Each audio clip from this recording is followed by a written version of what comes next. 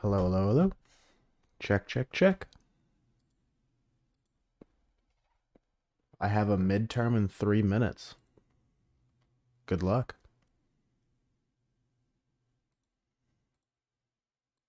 You're gonna need it.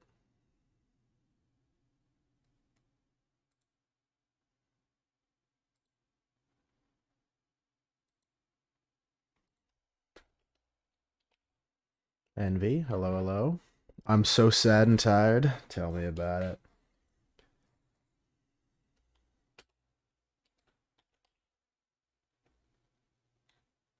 Rainy, hello. Did you guys see I was playing Toontown yesterday?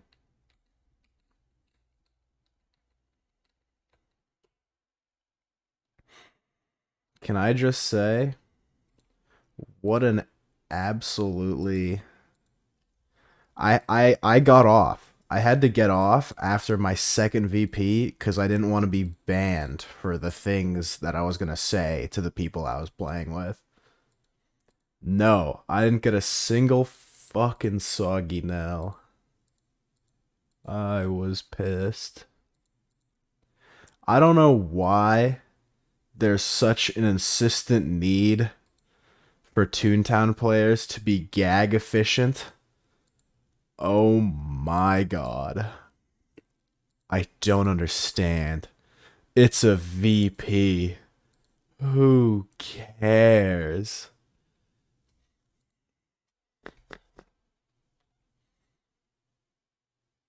I was gonna say heinous things. I was gonna start like threatening their lives and things. Oh well, I wasn't gonna threaten their life. Just like I was sitting there and this guy was like, oh fuck, what did he say? I basically said like you're trolling after he like missed a lure as like a joke. And I was using sound. I don't know why they weren't all just using sound all the fucking time.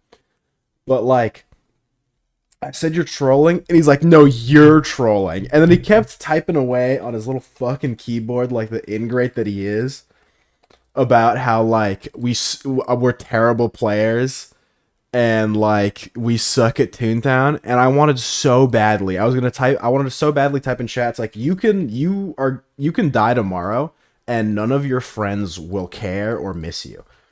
Like I've realized that when it comes to like offending people or hurting their feelings, it's not about being loud and saying a lot of slurs or swear words. It's about cutting them fucking deep, dude. Like, oh, I hate that guy. I hate that guy with such a passion. And then basically eh, we started the VP with 8 people, we ended the VP with 4. Like it got to a point where everyone just kind of left for whatever reason. All stemming from gag efficiency, I'm pretty sure. Someone had made a comment about how I should have saved my trunk, and that person would be the first to go.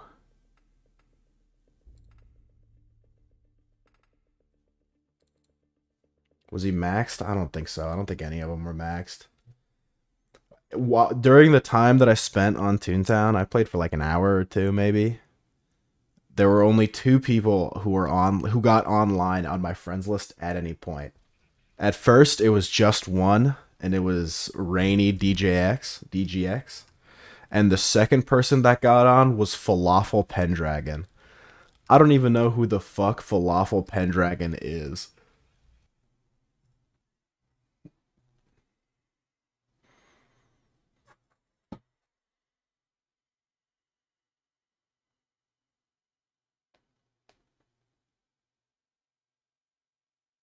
It was bad. It was a bad. I did not have fun. One thing that I actually kind of felt bad about, I felt remorse. That's Bentley. Oh, okay. I felt remorse. I did a VP, right? I did the VP successfully, no complaints. No one said any. The best types of VP. It was the best VP I've ever been. No one said anything. No one cared. We all spammed sound and won the game. That's how you play Toontown, okay? It was great. I queue up for the next VP. I sit there. I'm like one of the first people in. We sit there. People start trickling in. We finally get 8 people after like 10 minutes. because the game sucks. And the 8th person shines up and they goes, wait a minute, Arnold, where are your merits? And I'm like, fucking son of a bitch. I forgot you have to play the game to be allowed to play more of the game. And so I'm like, my bad. So I left the group. I like scurried away to the fucking playground. Joined some group for a short factory. We sounded through all of that, and then I got put into my nightmarish second VP. I only made it through 2 bosses before I was just too tilted.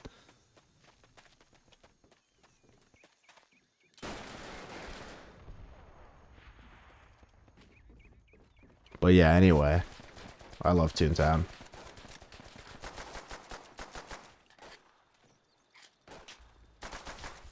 Why did that guy take so long to reload?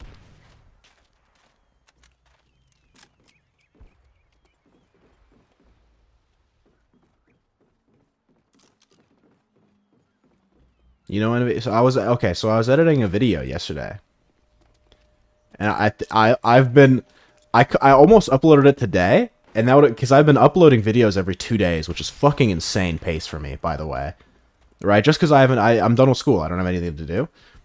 So I've just been pumping out videos, and I'm like, I can't upload this today because I'm gonna run out of footage. Like, I'm gonna run out of VODs too quickly.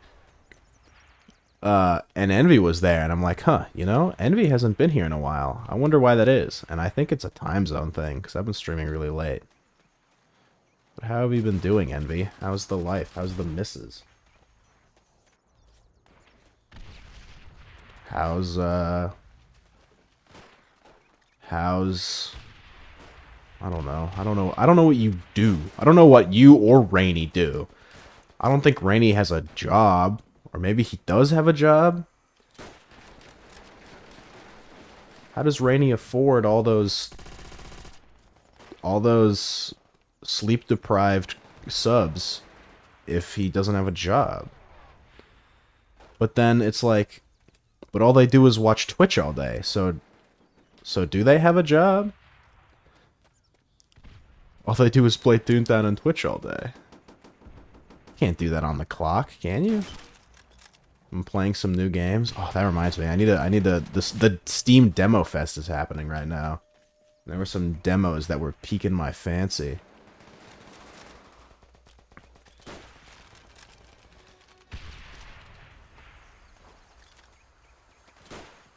Why are there so many of you in there?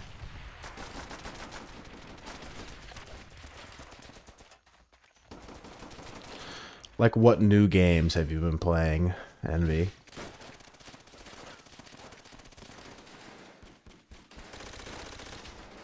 I will say yesterday, when I was in the Discord, I could see you, like...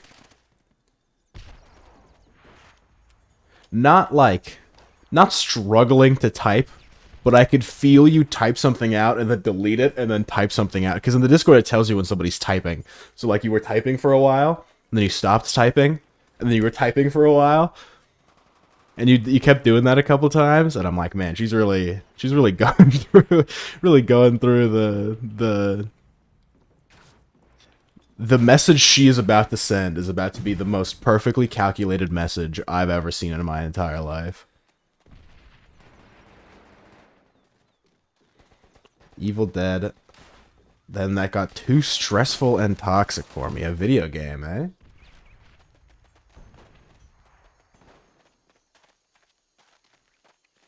Sure. That's me with games like Papers, Please. Papers, Please, and Overcooked. Well, Overcooked not quite. Overcooked is really easy. But Papers, Please, it starts as like this fun little game, and then it gets into like, okay, and then it becomes an actual job.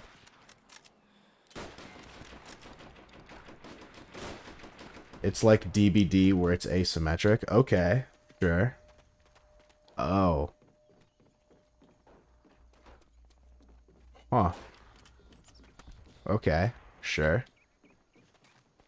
Which make things really toxic really quickly. Okay, so you're talking about, like, the players, right? Not, like... Okay, I thought you were talking about because I was sitting there. It's like, how can a game be toxic? But I guess League of Legends. But sure, I feel ya. I feel ya. I feel ya. I feel ya.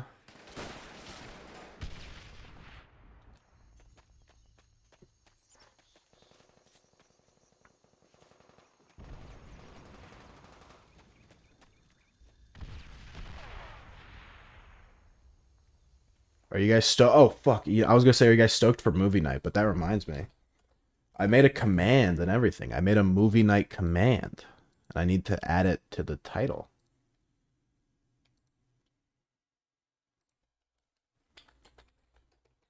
Movie night. There you go. Yeah, perfect. So now my title should be updated. So if people come into the chat room and they see the title, they'll be like, "Oh, I wonder what movie night is," assuming they're not in the Discord. Perfect. I will say it does worry me slightly because it seems like the Estonians are going to be there. But, I'm going in open-minded, hoping for the best, hoping they won't be annoying and make things really weird for people.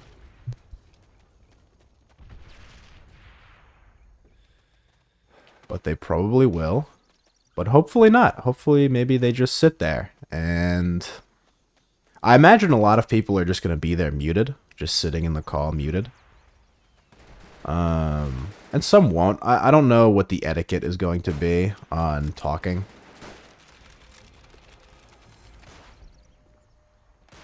Some people will talk. Some people won't. The only movie night I've ever been in, you basically just talk the whole time and you don't really watch the movie. I think ultimately you could always just deafen, right? You could always just deafen and then watch the stream. If you just want to watch the movie. That's kind of the whole point of doing a movie night in a Discord is kind of to talk anyway. So I don't know. I don't know. So like if you don't want to talk, you could always deafen, but it's like you could always just watch it on your own if you don't whatever. It's fine. It'll work out. It'll be good. It'll be good. It's in 2 days exactly. 62 hours from now? No. 60 hours from now. Because 2 days and then 12 hours. I'm trying to reset my schedule.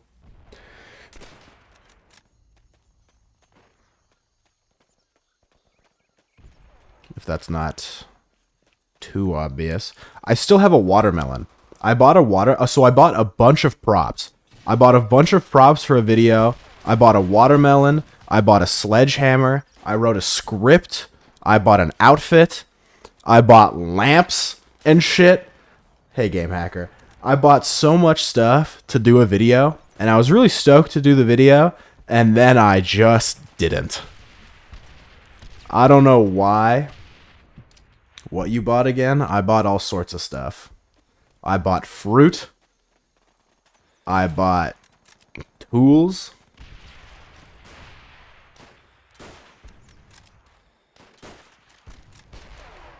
I can still make the video. It just takes a little bit to set up.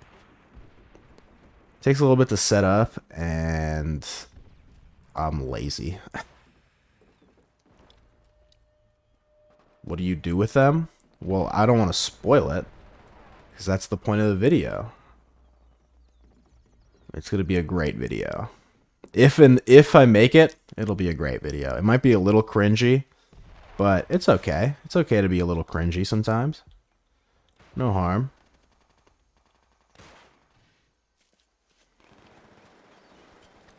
Or maybe I just record myself smashing a watermelon with a sledgehammer, and then there's no, like, video. It's just me fucking destroying a watermelon.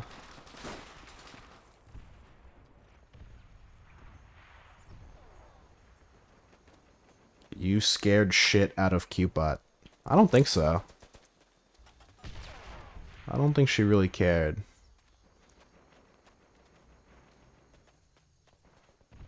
I think she sees a lot of weirdos in her day that are a lot scarier than I am.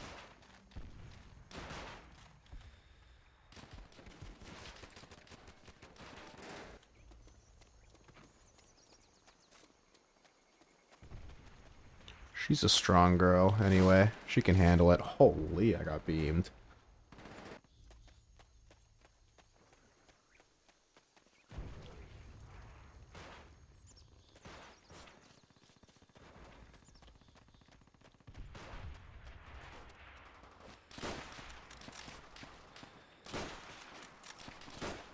He's gonna stab me. God damn it. What happened? I feel like I started so strong, and now I'm just playing like shit. I was playing a little bit of Apex with Float earlier today. That was a pretty good time.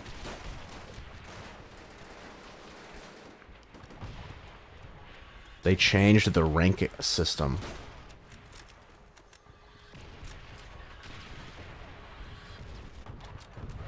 We really just are stuck in this spawn, huh? Can we get out of here? There you go. Are we winning at least? No, we're getting owned. Someone donated $20, but she's still eliminated. I don't think the $20 was for me. I think the $20 was for someone else. You're not the first person to have said that. Maybe I should go back and look. But I'm pretty sure the $20 was for someone else.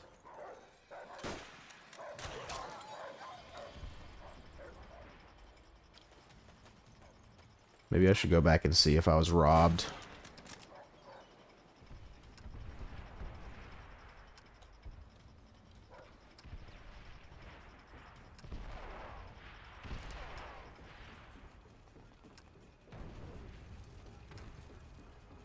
Because I think I even saw the donation you're talking about. It said like, bring my boy up, and then it said like at Stanley or something like that.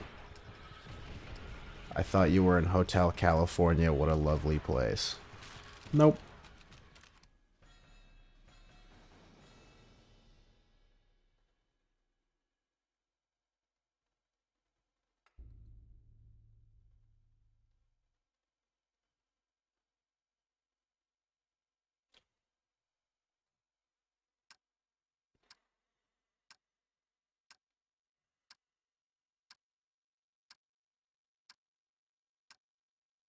I played like shit that match. You lied to us viewers? I lie to viewers all the time.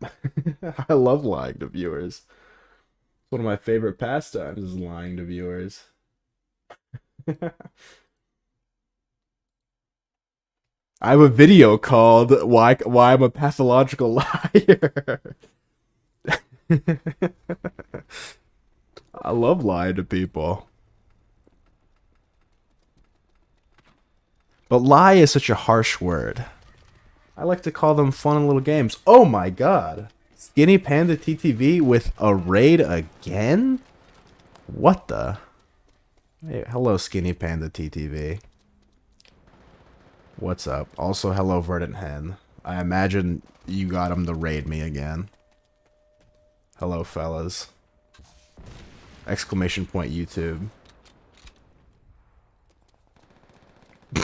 Exclamation point Discord. You're lucky I'm not affiliate. I would have ran ads instantly.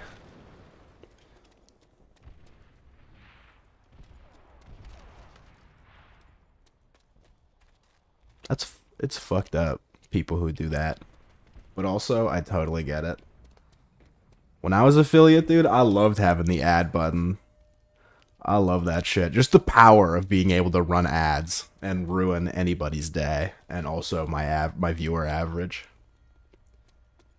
The good old days.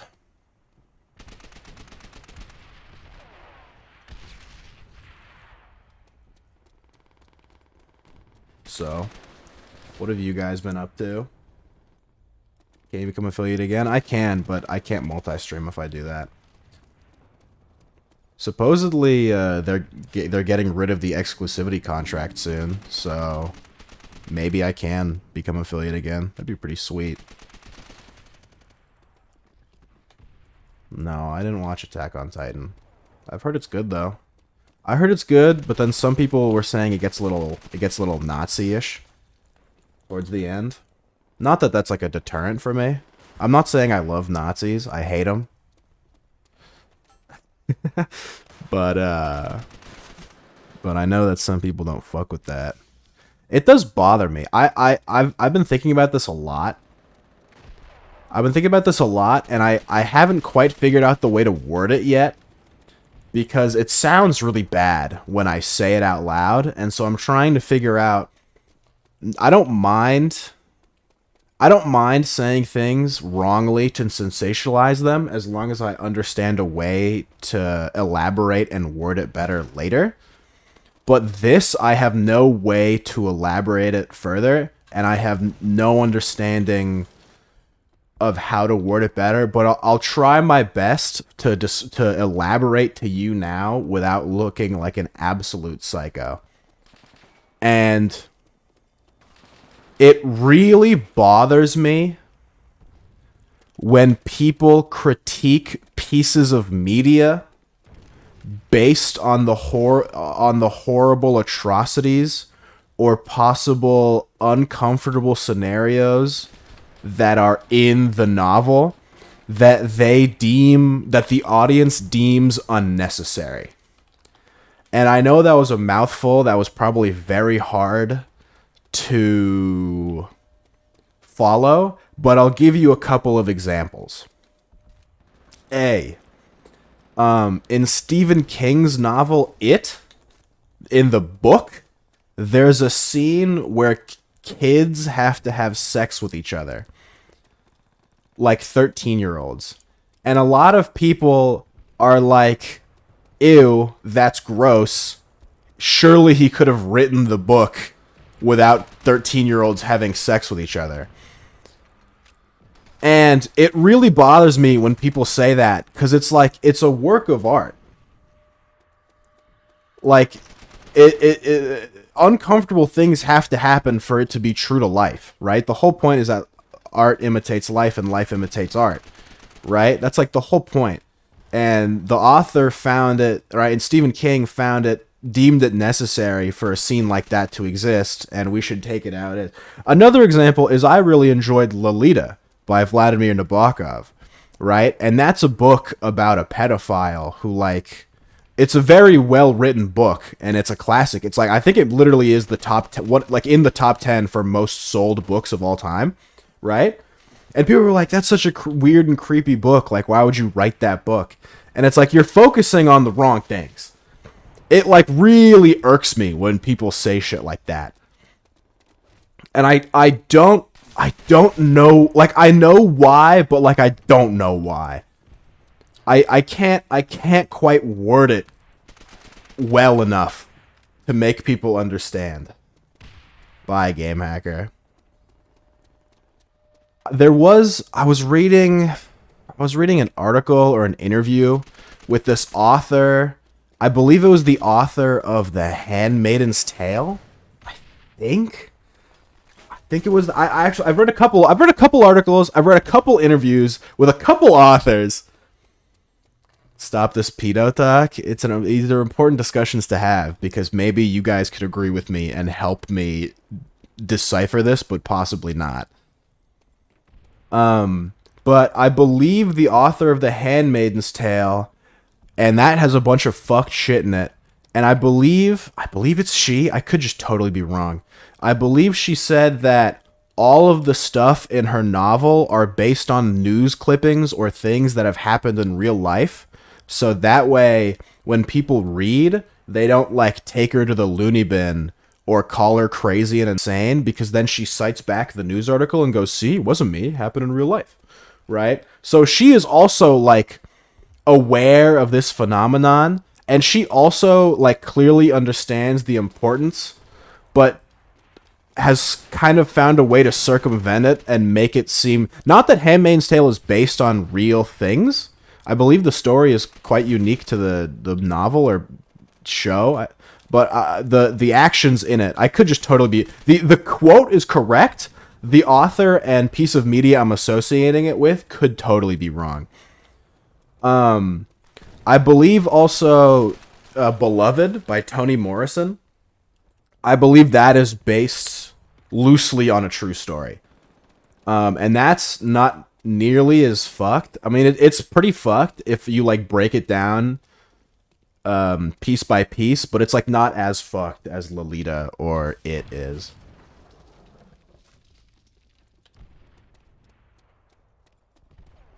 So yeah, that's what I kind of struggle with on and off. A lot of the topics that I think of in my brain kind of come in waves. Russia's gonna go deep pedophilification of you. Nabokov is a Russian author. Well, weirdly, all the popular Russian authors have been politically exiled and put children's having sex with each other in their books. It's weird. Or with people. Nabokov did that, and Ayn Rand did that. You're not a good author unless you've been politically exiled by your respective country, and that's an opinion I'll take to the grave. I don't know what you got. I don't know what you guys talk things like that. I mean, this is not a. I don't think this is ever a conversation I've had with a person before. This is just kind of me airing out my thoughts.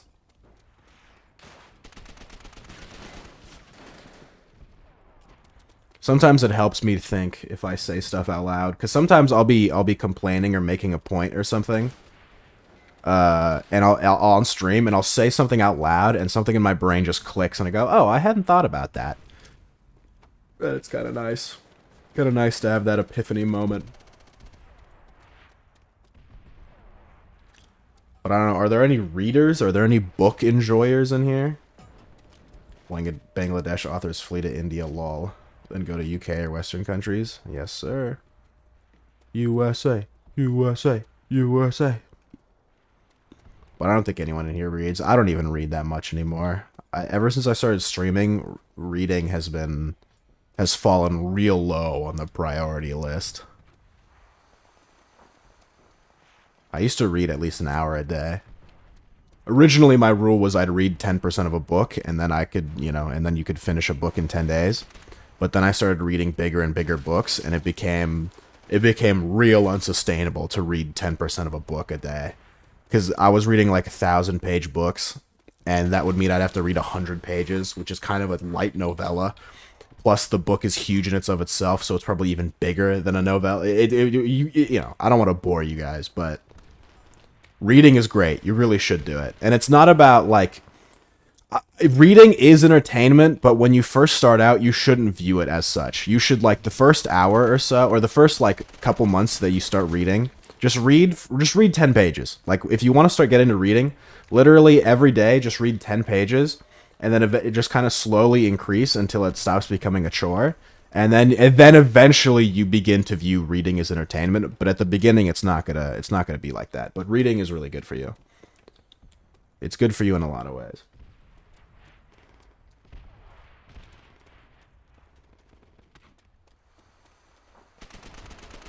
Yeah. I mean, that's anything. The tough part's always getting started. Getting started is always the hard part in anything. Once I start, I can't stop. It's like sex. I don't know if I would describe reading quite like sex, but maybe maybe I'm just reading the wrong books, huh?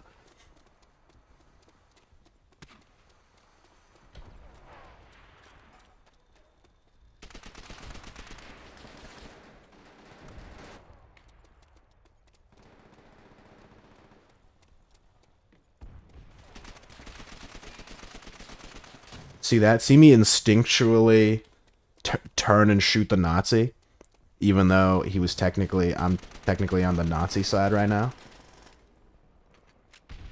God, I'm such a hero.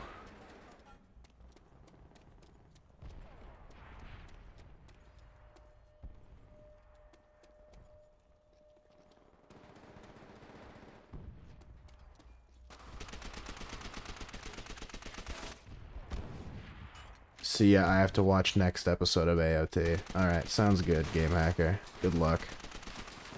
I suck with the MP40. Forgot to tell. I passed B Tech degree. That's awesome, Game Hacker. Can't wait for you to become part of the corporate machine, baby. Making that sweet, sweet Indian currency. Dude, speaking of Indian currency, have you guys ever gone to a store before and you hand them a particularly large bill? And then they take the bill and they put it to the light to see if it's real? First of all, there's no fucking way they know how to tell whether a bill is real or not. I do that shit as a joke sometimes. I don't even know what they're looking for when they do something like that, right? Second of all, the disrespect, huh? Like, do I look so sketch that it's unbelievable for me? And what's fucked up, and this shit used to happen when I was like 16 or 14. Like, I'm a child. Do you really think I gave you this forgery? No. My parents gave it to me. It's somehow, my parents have given me their credit cards before. How is it more sketchy for me to hand you a large bill rather than some random person's credit card? You don't know me.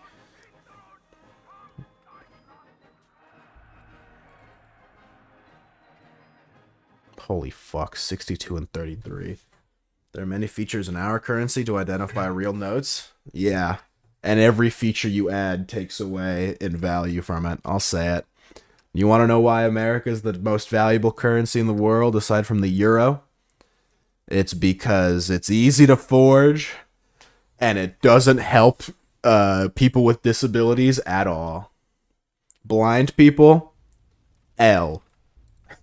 This currency's not for you. You're going to have to figure out how to what bills you have another way. Fake currency is a problem here. Terrorists use them. Well, to be fair, terrorists use our currency too. They also use Bitcoin. Fuck.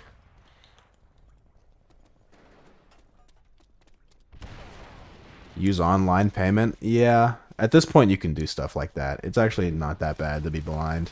I do think about, what the fuck do blind people do all day? You know what I mean? Like, I can't imagine watching movies is very fun. I can't imagine going on walks is very fun.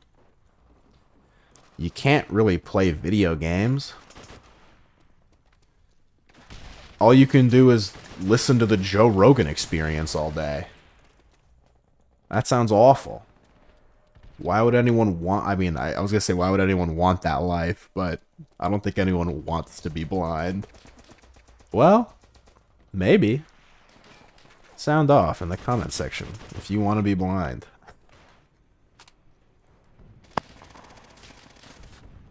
We have UPI system, 40 kilobyte per second internet. Holy, 40 kilobytes. Whew, slow down, buddy. We're going too fast.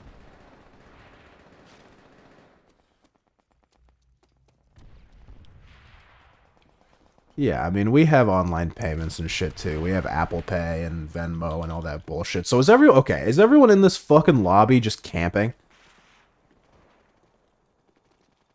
Should I just not, like, move around? Is that how I win in this game?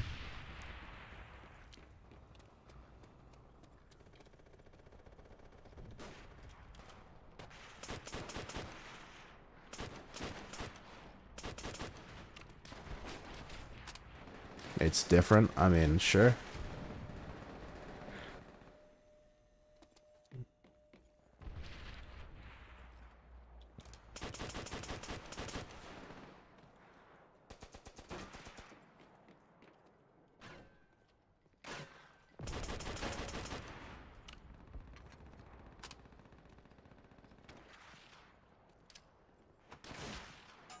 See ya.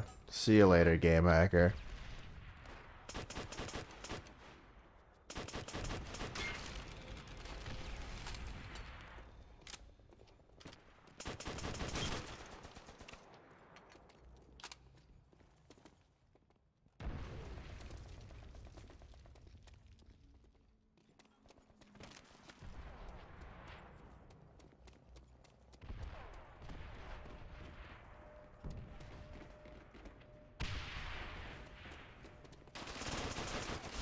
Fuck.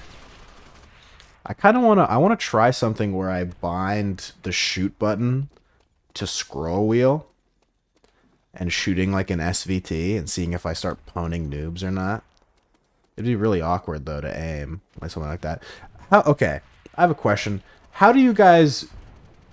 Fuck. How do you guys use your mouse? I know it might be like a dumb question, but I'm curious. So I hold my mouse in what I imagine to be a pretty normal setup. I have my pointer, I have my thumb resting on the outside, right? I have my pointer finger on left click and my middle finger on right click. And then I have my ring and pinky finger on the outside with your hand. Okay, okay, this is good. That's a good start.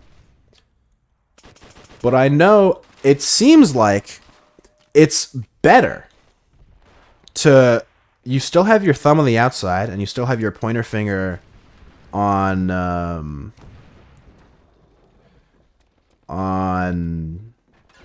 left click. But what you do is you shift your middle finger to scroll wheel. And you have your ring finger on right click.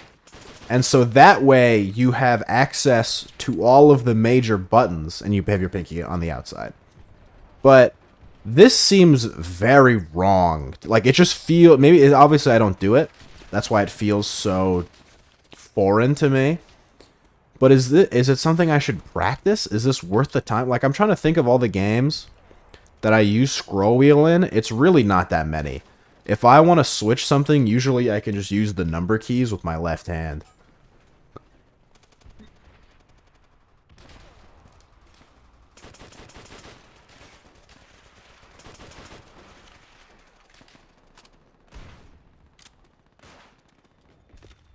But then again, I'm not that serious of a gamer.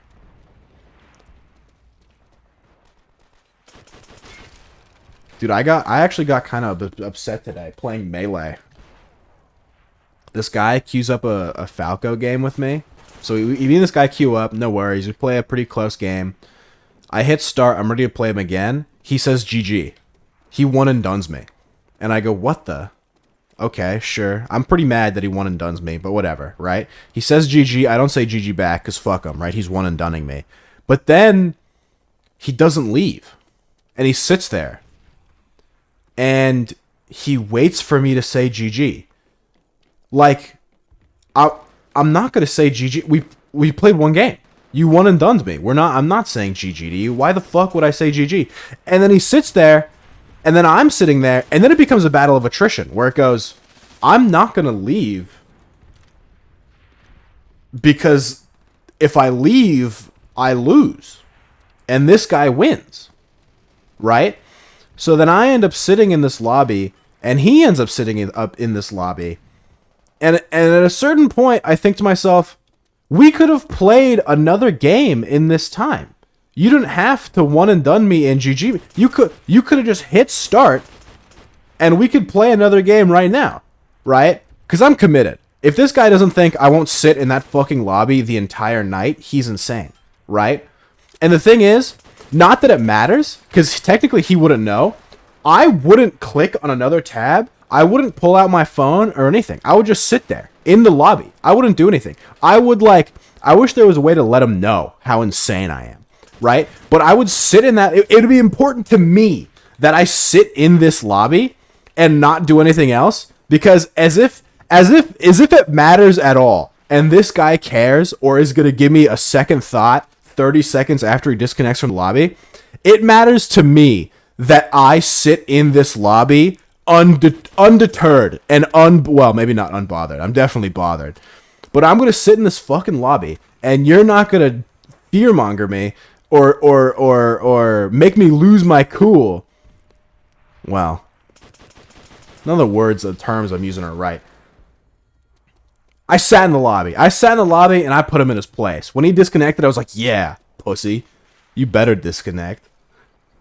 Fucking one and dunning my ass. Forcing me to say GG. This one guy This one guy, I will admit, I folded to. I folded to because I wasn't that mad and he didn't one and done me. This guy I was playing with, he was some dual spacey main. He was playing Fox, annoying as fuck. All I did was shine and drill me. I was getting so tilted. And I couldn't stop him because I suck at the game. And he says GG's. And I don't say GG's back because I'm fucking mad. And then he sends GG's again. He, like, is trying to coerce the GG's out of me. I don't know what it is with these people. This power trip they get by, like, making me say GG. But he says GG again. I don't know. He's like, I don't know if he's sitting back there either, like, snickering and conniving with his hands in the pyramid form, like the Pyramid of Doom, or if he was genuinely like, oh, I wonder if he missed my GGs. I really enjoyed playing with this guy. There's no fucking way it was the second one, by the way, right? He was absolutely mocking me. There's no shot. He was making a joke at my expense. But regardless, I just wanted him out of my sight. So I said GG's, and he disconnected, and it's whatever. I'm starting to realize now, by saying all this out loud, it's perhaps unhealthy what minor things people can do to me to just forever ingrain them in my memory as a bad person. I can't imagine these guys. I mean, maybe they were trying to be toxic, but even if they were trying to be toxic, there's like no reason for me to attach this sense of pride and moral value to defeating these people. Like, honestly, they're just probably playing Melee and, like, just trying to get it on it. Except the people who won and done me. Those guys can burn in a fire. Like, those guys in a video game. Those guys actually just are the worst human beings. If you ever get into Smash or Melee or anything, or any fighting game, never one and done. You always rematch. Every single time. It's so scummy to not rematch.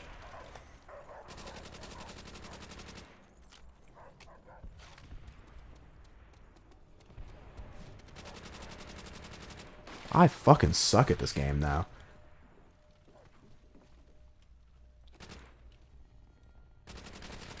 Oh.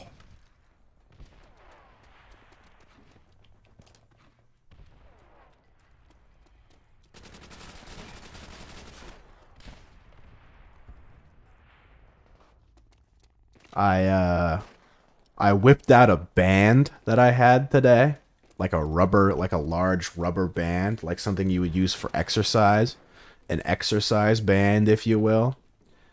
And it was really nice. I haven't gone to the gym or really done anything fitness related, but I got the band out because my elbow has been really hurting and my shoulders are fucked up and make all sorts of clicking and crackling sounds. So I'm like, you know what? I'm whipping out the band. I'm whipping out the band, and I'm actually going to do light exercise and physical therapy. I felt like such a square, but I also did feel much better afterwards. That guy died from that? From fall damage? Really? Alright. My elbow is fucked, though. My elbow's been fucked since, like, senior year of high school. No, junior year. End of junior year of high school, my elbow's been fucked. But that's okay. My body's getting old. We all get old. I thought I had tinnitus. The other day, I was so scared. I was talking to Float about this. Because he has tinnitus. And he's like, honestly, the scariest thing about tinnitus is realizing you have it. And then after that, it just becomes kind of like a thing. Like, it just becomes, because it's a forever, right? Tinnitus, for those who are unaware, it's basically just a constant ringing noise in your ear, and it can be it's either a constant ringing noise or some describe it as like a whooshing sound. And I thought I had the whooshing sound. It sounded like a couple feet away from me there was like a tire rapidly losing air. And I was so scared I had it. And I think I, like, kind of hypochondriaced myself into thinking I had it. Because I went to bed, and then after that, I didn't have it anymore. But I was... Because I was sitting there, like, you know, I'm 20. I'm a young guy. I didn't go to concerts. I like very adamantly avoid loud noises aside from the full volume Oklo. And that's actually, I was laying in my bed, I was thinking to myself, oh my fucking god, like the full volume Oklo, it wasn't worth it. I can't believe it. Not like this. But it hasn't happened yet. Admittedly, what's nice about tinnitus, what's nice about it is if you have other noises, if it's anything like what I experienced a couple days ago, not knowing if you're hallucinating symptoms are not scary, yeah, it is. But usually I can be like, yeah, I'm probably not.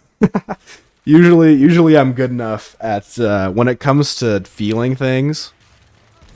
Usually I'm good enough to overcome my mind. I wasn't always like physicality for me is very. Oh, hold on, I'll get back to this.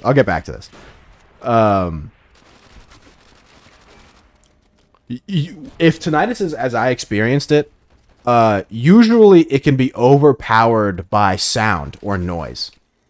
Kind of think about it like a microphone, right? Your ears are essentially microphones for your brain. And I don't know if you've ever had an overly sensitive microphone, but basically, if you have an overly sensitive microphone, you can hear nothing, right? It kind of sounds like a buzzing noise, if that makes sense. Like if you ever listen to a microphone record nothing, it's like a right? It just kind of records the ambient silence, right? But you can like hear the silence, if that makes sense. Very similarly, from what I understand, to describe it, it's very similar in that regard, where you're kind of in the presence of nothing, your ears are manufacturing a sound, right? In the same way that your microphone is manufacturing a sound. And perhaps the microphone is not manufacturing sound. Maybe it is just like air particles fucking hitting the microphone or some bullshit. But it's very similar to that. But also very similar to a microphone, if a noise was to start happening, the microphone would immediately stop picking up the silence and the zhuzhing, and it would immediately start picking up the other sound, right? So what happened that night was the second I like heard a different sound or was watching a YouTube video, the whooshing sound or the beeping sound, whatever you want to call the ringing sound, whatever you want to call it, it immediately went away, and I was listening to the sound I was hearing, right? So in that regard, it's actually not that bad at all, because I mean, who doesn't go to bed with a video playing on in the background, or like, I don't know, some sort of white noise, right? Whatever. So it wasn't that bad. Now going back, I'm usually really good at controlling my mind to not feel shitty, to not think shit thoughts. But I'm very bad at making my mind control my body. In certain aspects. Some aspects it's fine. Other aspects not so much. And you kind of I have to take precautions ahead of time. So like I have not very bad self-control, but I have not great self-control when it comes to eating shit. So usually I can stop myself from eating bad shit by not buying bad shit at the store. Like it's really easy for me to not buy bad stuff at the store. But if I do buy the bad stuff at the store, I immediately devour it. I don't know how many of you have seen any of my Winco streams, but I learned recently that Winco is 24 hours. And so I've been going at like midnight and buying shit. And the other day, the very first Winco stream, I bought 2 big old things of ice cream. I ate both of them within 48 hours. Possibly 36 hours. I went the other day, I bought a big thing of ice cream, and not the other day, I think literally last stream. So less than 36 hours ago. I bought another big thing of ice cream. I bought some lemon pound cake that was cut up in slices. You know how the store has like the cake that's sliced up for the breakfast. I ate all of it. I ate all of it within like a day, and a pound of banana chips. Dried banana chips. I ate it all. Another example is I've tried is I've tried doing like No Nut November or like just trying to quit jerking off and stuff. I just don't.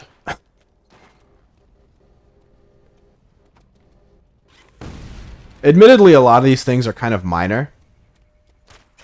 I've come to realize I've discovered, or how do I word this? I am very proud of my life so far and the achievements that I've made. And I have kind of proven to myself that I am not worthless and that I am responsible for my destiny, right? And something that was really important that came with that is not necessarily the achievements themselves. Hi, hello, Pixel Shot. But more so the confidence of knowing that you are capable of what you set your mind to, which is very powerful. So I recently decided that I'm going to go on a diet. And I've been losing, and I'm going to lose weight. And I have been on a semi-decent diet, and I have been losing weight. And it's very empowering to, not only is it empowering because, you know, I set out to do something and I'm doing it, but it's also very empowering. It just kind of doubles down on the confidence of like, yes, I am in command. Which is why I don't necessarily mind. Like, I'm sure if I was describing the things I told you before, you'd be like, oh, you have an eating disorder. You have a porn addiction. I think shit like that is so cringe.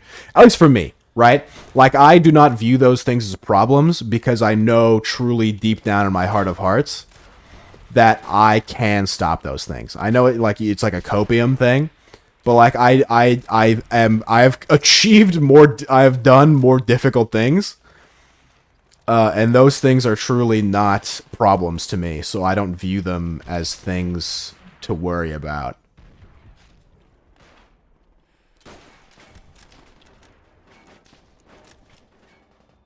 Can I find people in normal multiplayer, not in Plutonium? Yeah. You just have to go use the server browser. Just make sure to hit refresh and shit.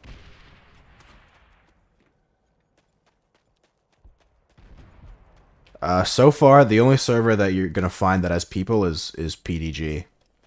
Nothing else is really gonna have people in it. There's some bot servers that maybe have people in it, but it's usually just PDG. Or sorry, PDE? No, PDG. It's pdelete.org, but the server is PDG. If you did just buy the game, supposedly there's some sort of thing about how Steam isn't handing out multiplayer codes anymore, but I don't know what the fuck that's all about. I'm pretty sure there are ways around it, but I have no idea.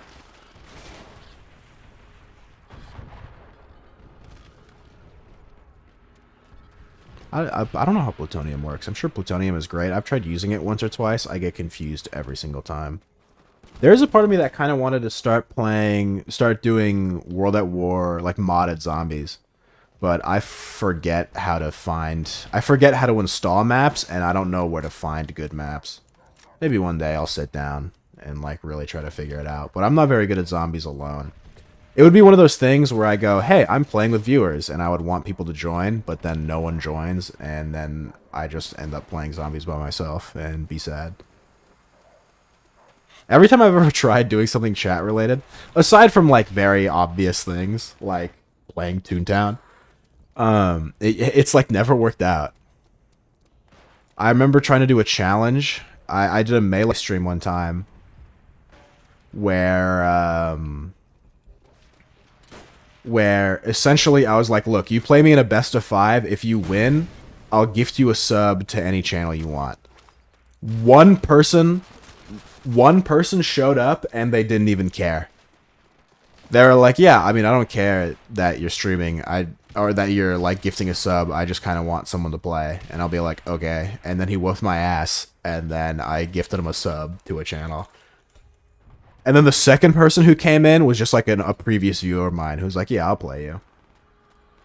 I'd take you up on that. Yeah, well, the stream's over. And it's been over for like weeks.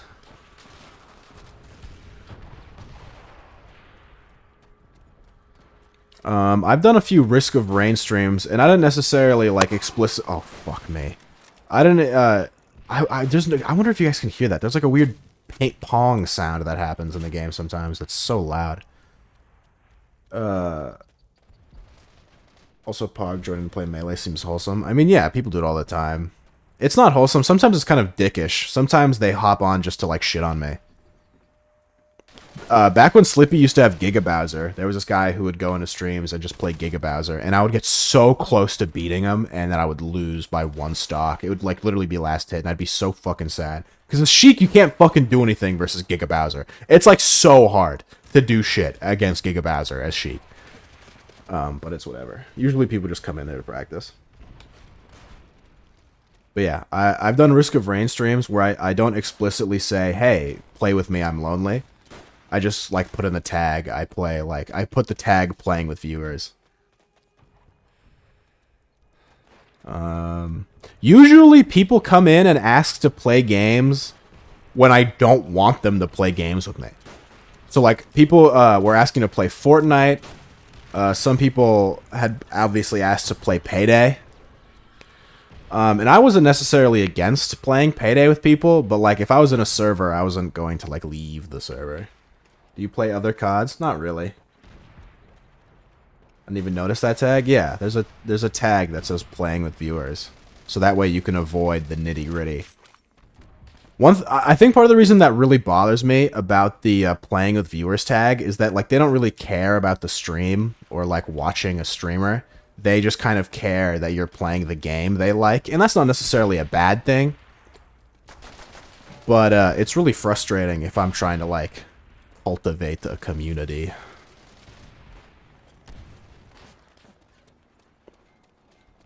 That happened a lot with fucking balloons, dude. I don't know what it is. Balloon 6, when I played that for like a day or two, there is such a... It's crazy how many people just come into your stream and are like, hey, want to co-op? Want to co-op? Want to co-op? All the time. It was outrageous. I never knew that it was possible. People wanted to play together in Titanfall. People wanted to play together in Garden Warfare. And in some of those games, it's like... I don't know. I guess you could say it about any game. But there's a certain point where I was sitting there and like, you could just pretend. You could just pretend that, like, we're playing, you know?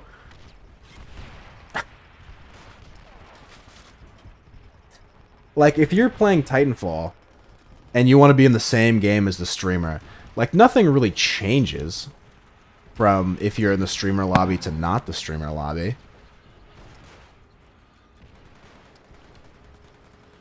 Like, all that happens is maybe you'll kill me or I'll kill you, and I go, yeah, fuck you, buddy. And, like, that's it. It doesn't, like, I don't know. Maybe I'm viewing it all wrong. There are definitely some aspects of streaming I need to change my perspective on. And or maybe perspective is not the word. Change my way of thinking about it.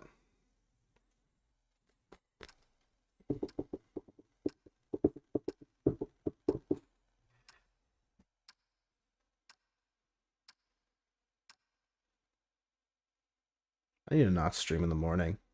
This happened a lot when I streamed in the morning a couple times. The early morning World at War streams just becomes me complaining. I don't think people want to listen to me complaining.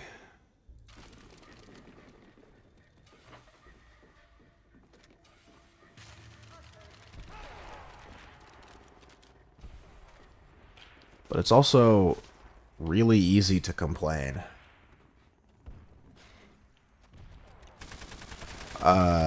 Towards the end of senior year, I was at an English teacher, and she was awesome.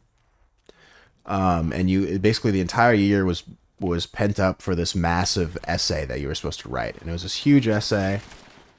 And it was like the whole point of the year was to write this essay. And you'd write the essay, and basically you had like 2 weeks or a month. You had 2 weeks or a month to basically like kind of leisure when it came to that class. And so what she did was she did like a mental health thing. She would be like, hey, we're gonna do mental health stuff. I encourage you all to participate.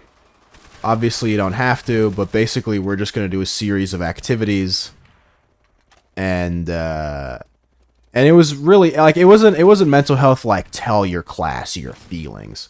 It was like, hey, I'm gonna give you this worksheet, fill out this worksheet, and just think about the questions and the answers.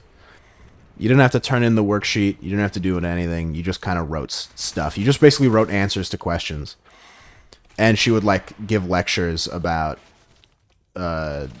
human condition and like thinking and shit. And one of the things that really stuck with me was that there are like 4 core human emotions.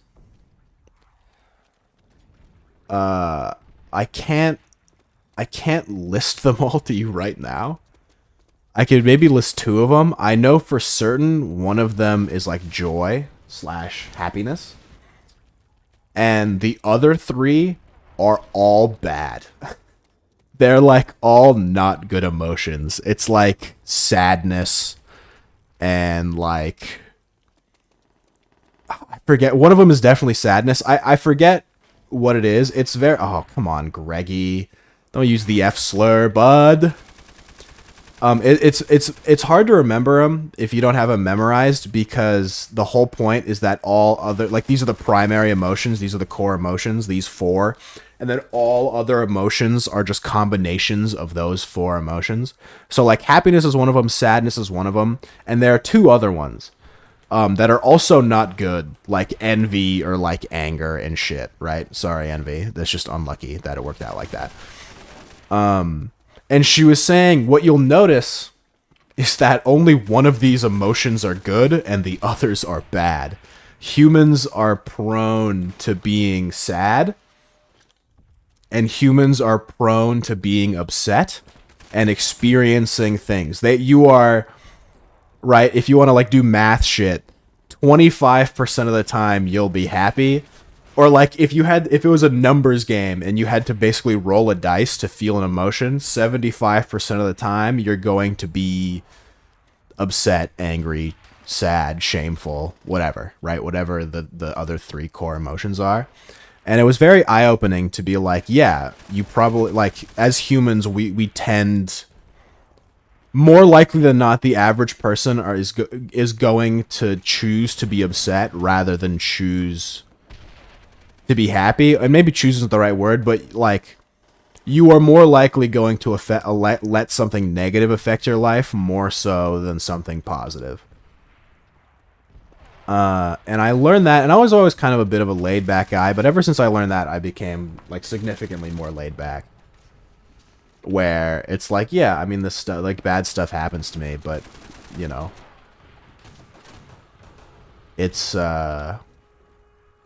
like, in the grand scheme of things, it's not that important. Which is just kind of bad for streaming, low-key. Because you're supposed to be, like, emotive and stuff. And people really like it when you rage and be angry and be emotive and stuff. But that's just not really me. I try to, like, be a little more emotive. I wish I cared more about video games. Like, when video games want me to be anxious, I wish I was actually anxious. And, like, I wish I felt actually pressured to complete objectives and things. Maybe I should try playing a horror game. I know I get recommendations. People tell me I should play horror games all the time, but horror games are scary. Fear is probably the other core emotion. Probably sadness and fear are 2 of them. I don't know what that 3rd one is. Real hard. It escapes me a lot.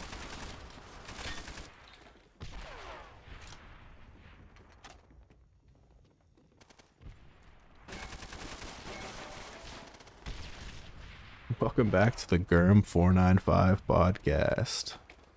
Today's topic: the psyche.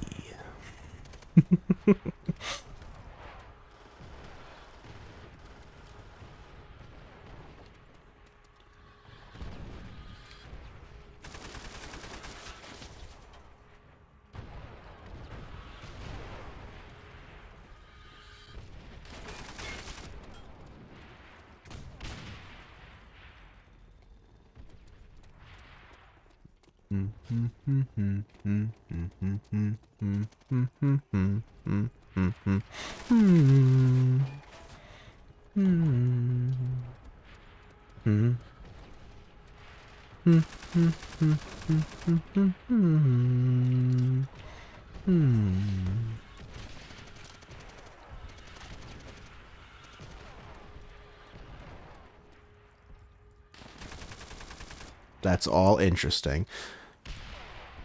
I'm glad you find it interesting.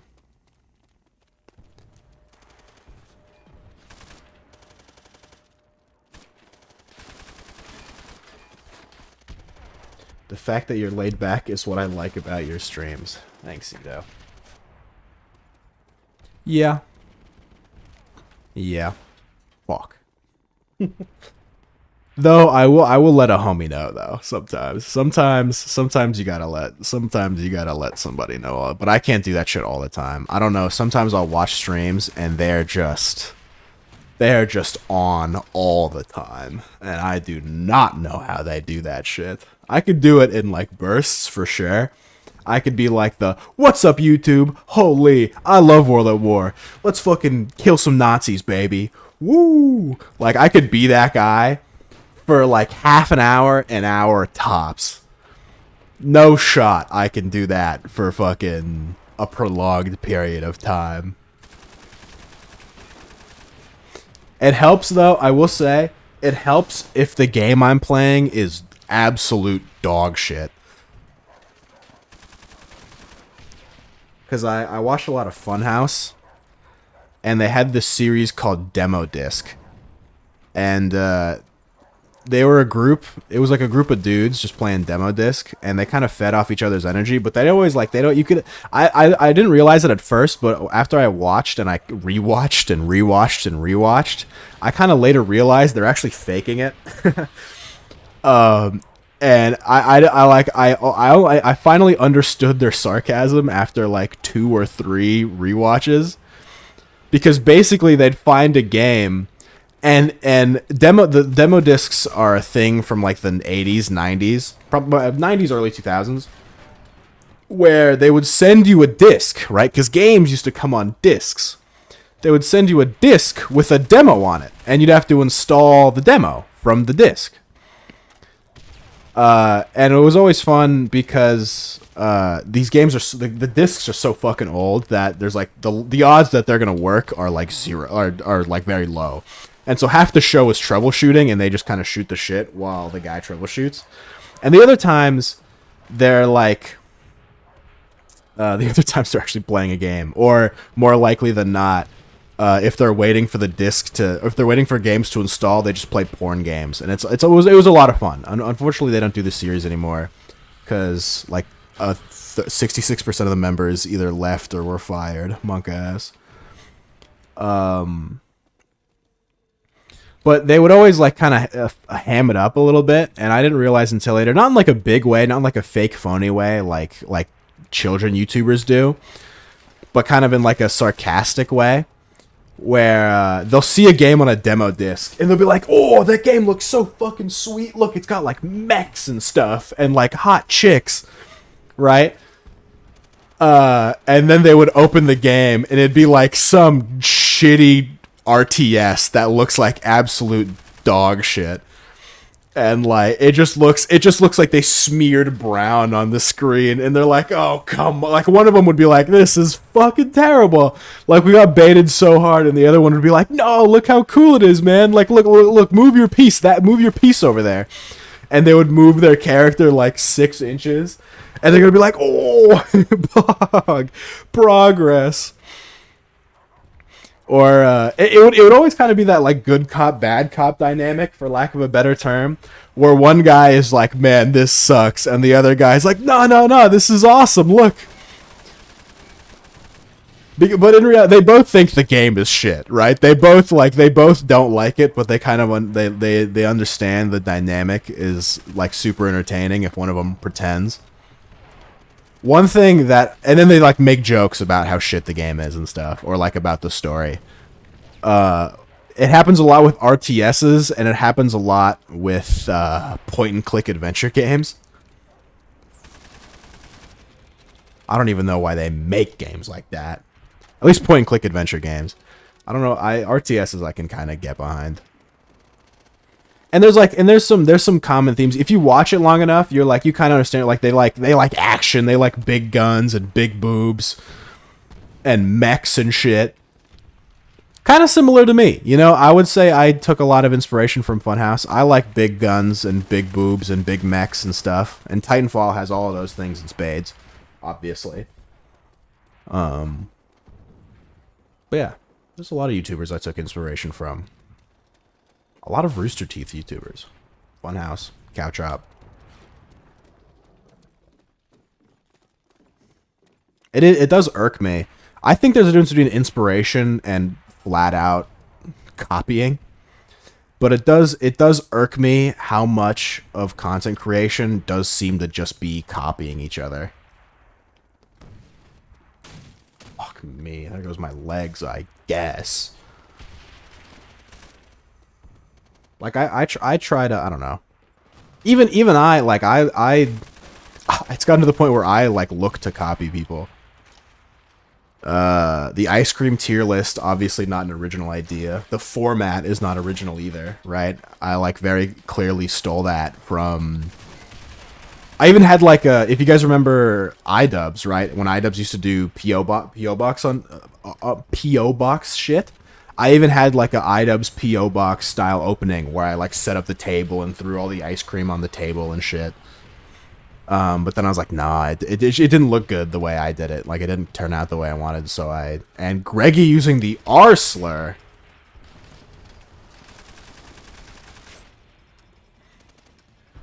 Is Greggy mad at me? I think Greggy's mad at... No, I have the Type 99. Do you only play old games? Basically. Not a lot of new games excite me. But yeah, but I copied iDubbbz. The format for the ice cream video, I stole very heavily from Cold Ones. Both the humor in it is very Cold Ones and Cow Chop. Reminiscent. This is all stuff I've said on stream before. That's another thing that bothers me. I don't like saying things over and over. Like, I don't like recycling stuff, but you kind of have to. Because if there's new people that show up, right, and they're not filled in the same way others are, you kind of end up leaving them out.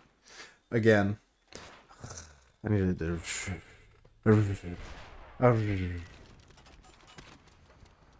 Jokes. I need to say jokes. So... Chicken was walking across the street. Recycling is good for the environment. That is true.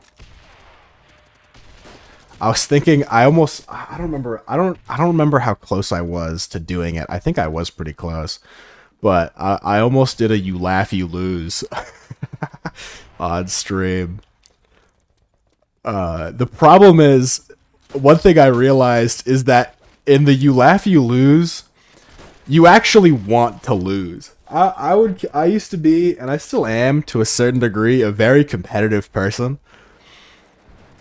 And I realized that in the you laugh, you lose from a content perspective, you actually want to lose.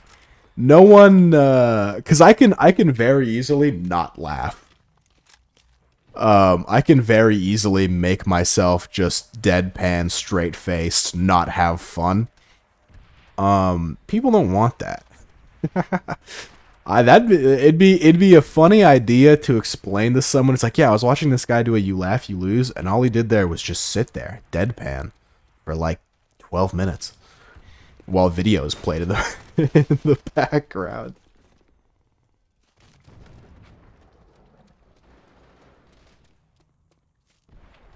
Like React content is called React content because you react to it.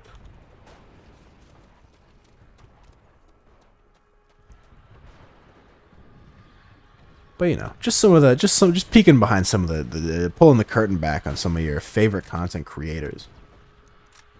But also, I don't love doing face cam stuff. But also, I need to do face cam stuff. But also, yada yada yada.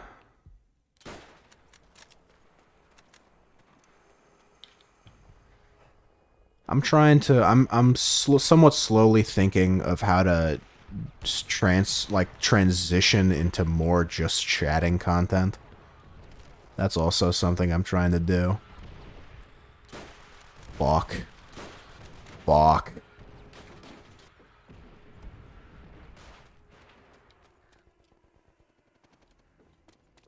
I don't know quite how to. I need to do more studying. I've studied more for content creation than I have for any test or class in my entire life.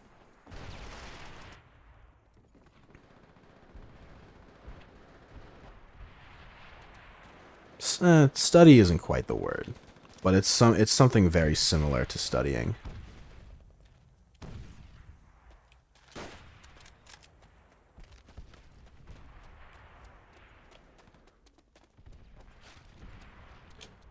One thing I used to watch. Researched? Yeah, researched is probably a better word.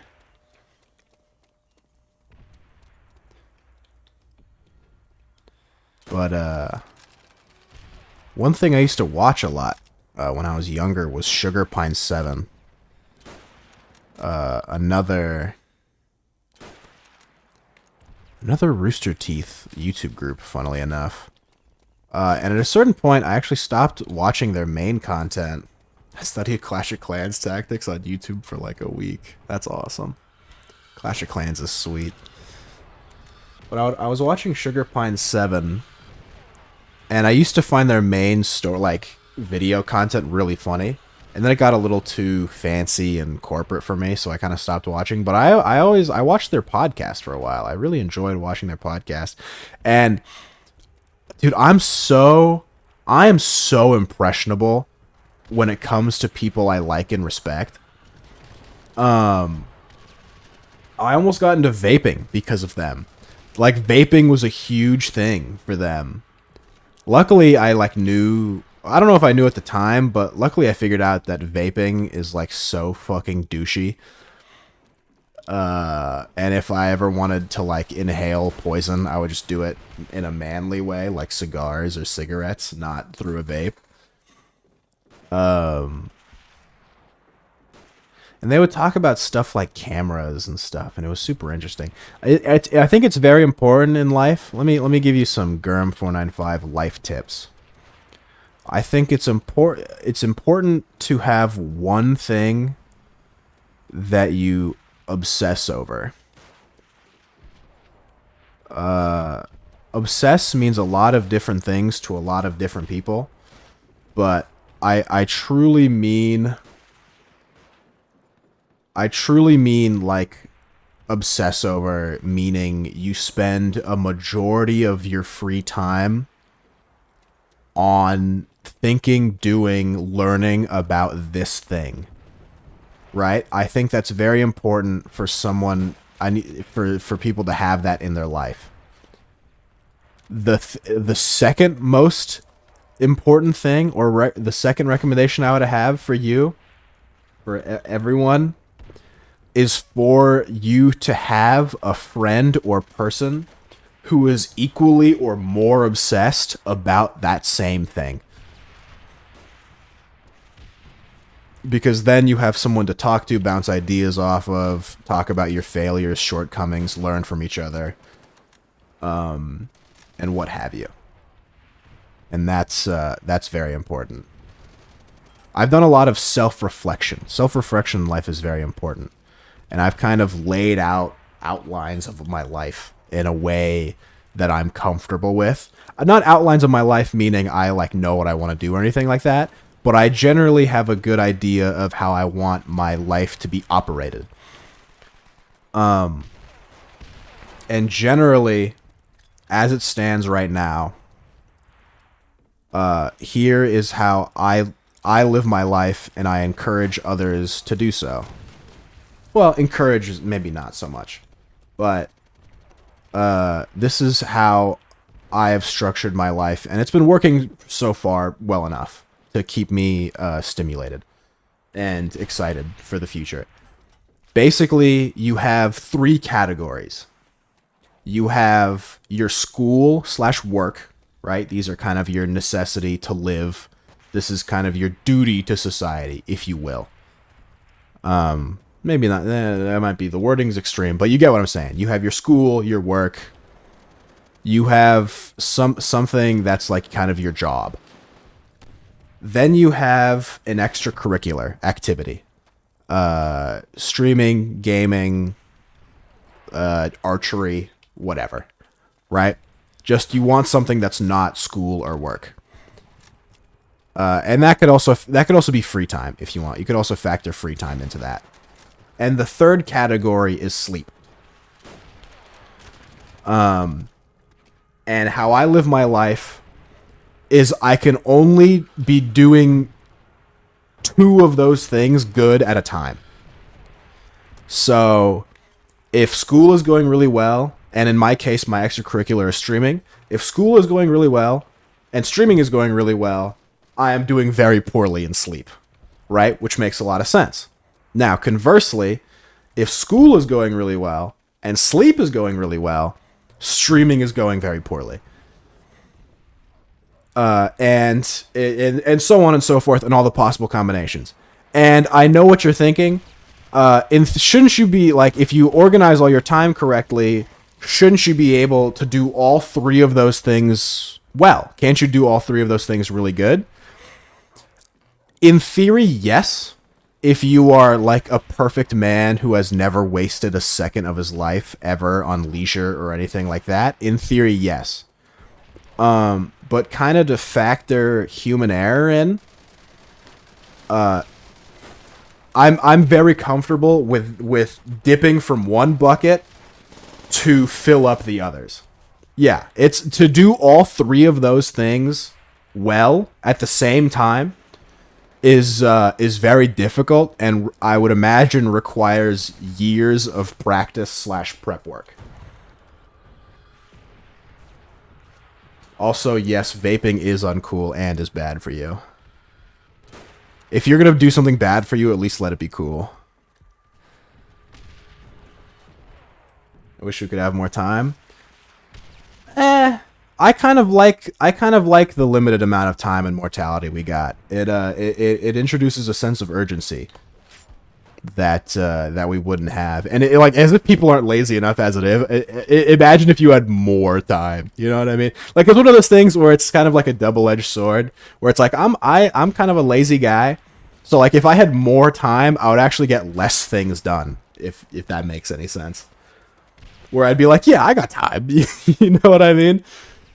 Like in school, I would actually kind of work to not get A's. There were some classes. I remember one time, like there were definitely times, like I remember in chemistry, where I knew homework was 10% of my grade, and I'm like, 10%, I don't give a fuck. So I didn't do an ounce of homework. I didn't do any homework because it was only 10% of my grade, which technically guaranteed that I wouldn't get an A because there was no way I was acing everything else, but I didn't mind. Right? But then also, I was like a B student, and I knew I would never be anything above a B student, even if I tried. Like, anyone who tells you that they would be above a B student if they tried is actually lying to you. And I realized because I was that guy. Like, I always thought I could be that guy. You cannot. I remember very vividly, I wanted to do well on a test. I prepared for the test. I wanted to do well on the test. I show up. I took the test, and I fucking bombed. I did so bad on the test. I did terrible on the test. And I actually tried. That's another thing I think is super important. I think not enough people try really, really hard and fail. I don't think enough people have eaten shit hard enough.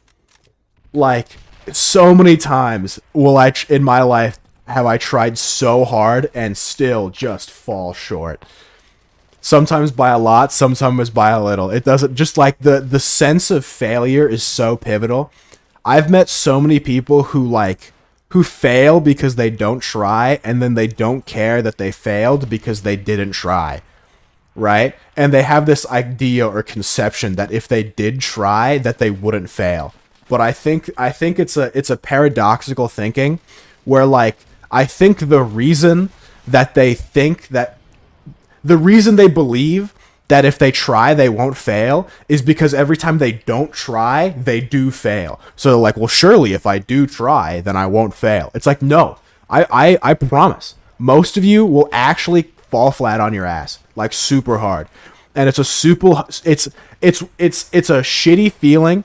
It doesn't feel great in the short term, but in the long run it's a very humbling experience, and it's very important for self-reflection in life to be like, damn, I, like, can fail.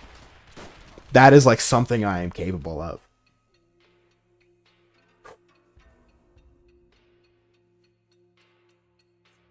A sure way to do that is streaming, or uploading a YouTube video. This video is great. This is gonna do really well. Boom, 20 views. Oh, fuck. But it's the most important thing is picking yourself back up again. That's that's the hardest and most important thing.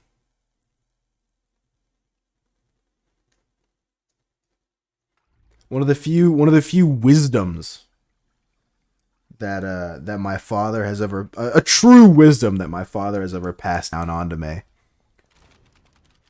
that I remember to this day, is that the right thing to do was always the hardest thing to do.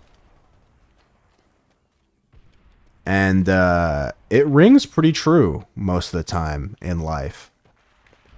Not just with big stuff, but with little stuff too, where it's like, I mean, a great example, my water heater at this point has been broken for months, right? And the right thing to do is call a plumber, or, like, figure out what brand of water heater I have to try and fix it.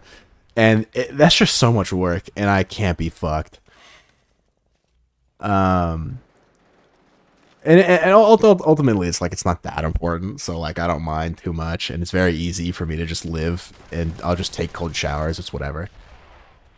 But it's still pretty true.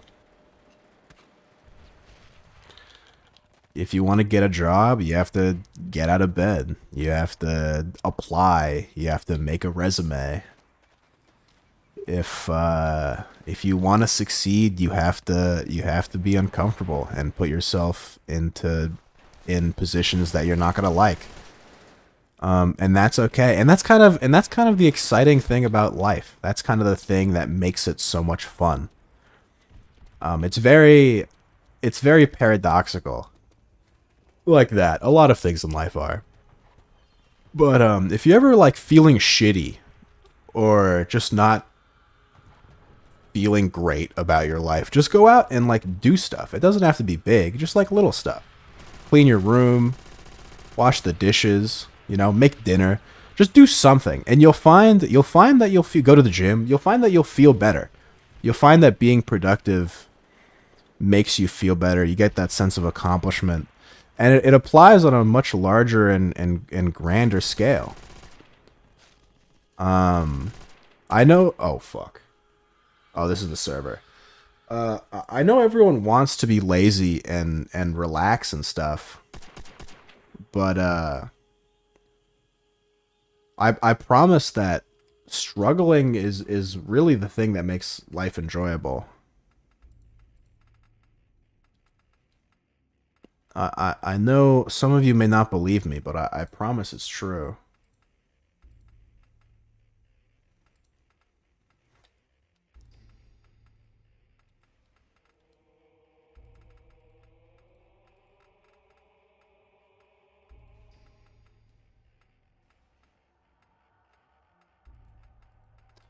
Cause I mean, I'll give you an example. I don't know.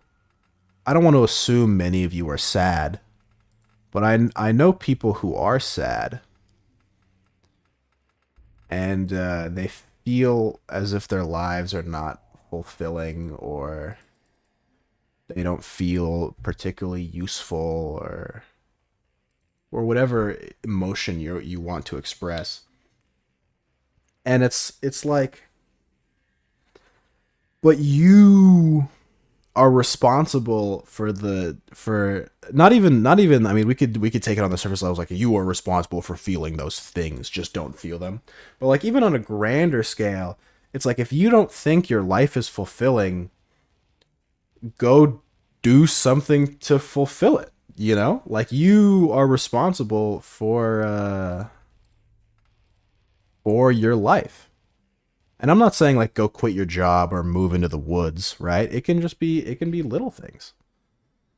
I mean, if you want to like move to the woods, by all means, be my guest if you can afford it, I guess. But like, yeah, I mean, it could be like go to night school or something. You know what I mean? Like, you don't have to make a major change right now. Where'd everybody? The server crashed. I assumed everyone moved to PDG2. People not move to PDG2? Are they on DM Custom Maps 3? I'm not a. I used to want to be a psychologist. Not anymore, though.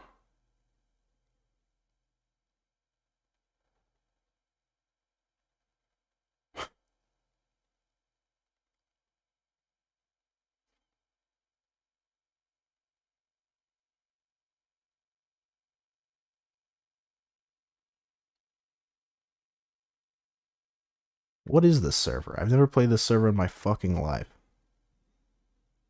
I knew you were there. Voice comms.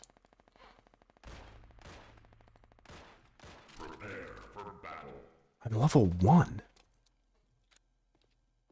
What the fuck is going on? They better not have reset all my... Okay. Yeah, no.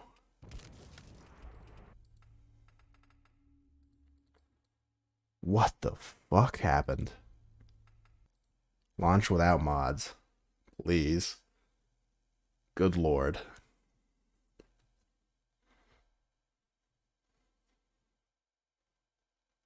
Yeah, see, this is... I don't know.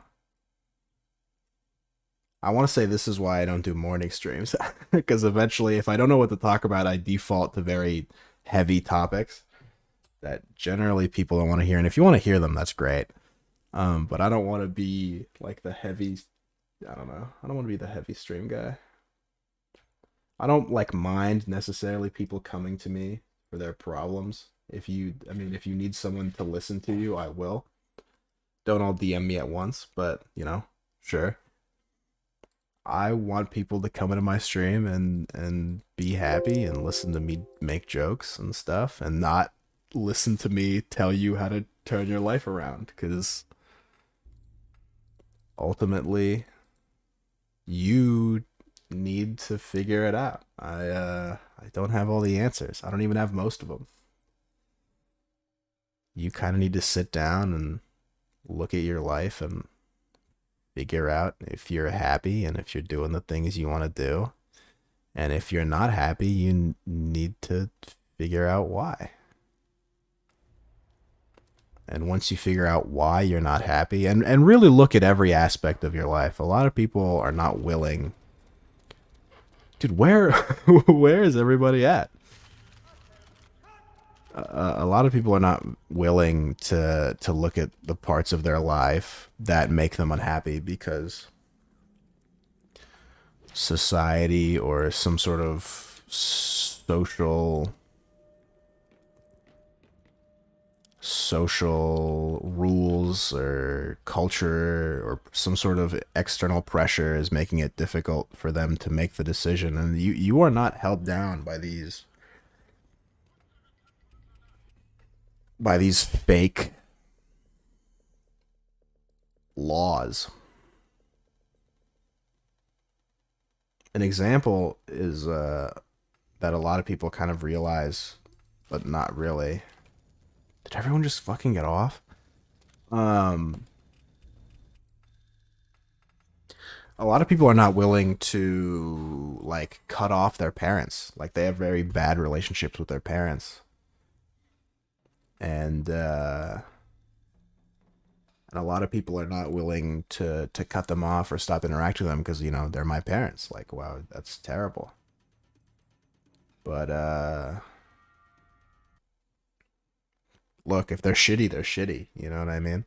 Like you can work to have a better relationship with them, but shitty is shitty. Is my game wide for... Why does my game look different? Am I just crazy? But yeah, really really look at all aspects of your life. Try to be methodical about it. I sometimes wish I was less methodical about stuff. And I felt more and was more emotional. It feels more poetic that way, but it doesn't pan out like that. I am, believe it or not, behind this tough exterior, I am quite the romantic. Not in like the romance sense, which I know sounds like an oxymoron, but like before I started streaming, and even now, there was a lot of stuff I used to do for an audience that was not there.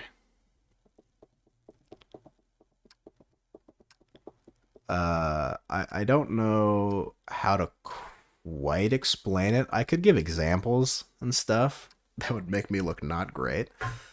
But I would always do stuff that I would do stuff as like a joke or a gag. But there was no one to laugh. there was no one, it'd be like I truly did live my life in the sense that like I always felt like people were watching, not in like I'm being watched, but like that's just how I would do. Like if I ever tripped or like I fell over or I dropped something and then I caught something, like I caught it as it was falling, like a fast reflex thing. Like in my mind, I didn't know it then, but in my mind, there's like a tiny little Twitch chat. Like my consciousness is a tiny little Twitch chat that's like pogging that I caught this thing. You know what I mean? Or like I would do things in private, and I would imagine what my Twitch chat conscious, like I imagine them omega lolling and stuff. Right? Kind of tiny little stuff like that. An example of this, there was a gag I ran once. And in theory, this actually was for a person. Well, okay. It wasn't a gag I ever ran. It was a gag I theorized. And I never ran it because I wasn't very popular in high school. And I knew nobody would care. And it was very quintessential to the joke that someone would care. Which sounds really sad when I say it out loud, but it's not that sad. So if you guys ever remember, Instagram used to have a following tab. I don't know if you guys remember that tab, but it was a tab where it would show the people who you are following. It would show you what pictures they've commented on, what pictures they've liked, stuff like that. And in combination with that tab on Instagram, there were meme accounts, and meme accounts to this day, back then and to this day, would often be sponsored by like porn stars or OnlyFans people, or like by shitty products that no one like ever buys. And so there'd be like lingerie sets or pajama sets or whatever. And one of them, one time I got this ad, and it was like, oh, at someone whose ass would look really good in these pants or something like that. And I came up with this joke that one day I'm going to come across one of these posts and I'm going to at myself. I'm going to at myself in this post, and I'd be like, at me, your ass would look great, and then I'd like, maybe I'd respond or something. I don't know. And the idea was that hopefully somewhere, someone at some point would be following me, look at the following tab, look at what I have been doing, like at what posts I've been liking, what comments I've been leaving, and see that I commented and tagged myself in this post, right? As you can imagine, kind of an insane fucking thought. Looking back on it, I can't believe I thought, like, it's still funny. I still think it's a good like joke. I can't believe I thought it through all the way out, and I never ended up doing it because I never expected anyone to care enough about like what the fuck I'm looking at for the joke to be funny for anyone. But even if it was, even if I did do this joke, right? Understand that like if one person saw it, it would be a miracle. You know what I mean?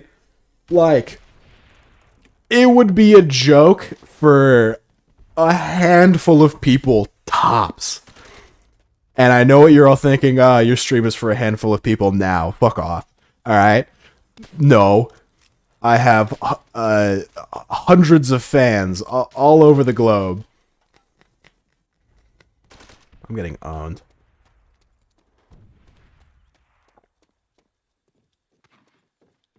But yeah, that just kind of an example of how I used to do things for an imaginary Twitch chat. Another example, not particularly proud of this one, but it is an example, is so I was in an AP English class. I don't remember if it was literature composition or fucking the other one. But I had an exam, and some of the questions are really easy and some of the questions are really hard. One of the easier questions is relating the definitions of words to each other. And I don't remember the word I had to relate it to. But I do remember that one of the options I could have chosen was retard, as in like flame retardant, or to slow down. And knowing it was the wrong answer, I chose the word retard as the word. And I just, that's a tiny little twitch in my brain was omega lolling. This was many years ago, back when people still threw the R slur around frequently. How come you have no subscribe button?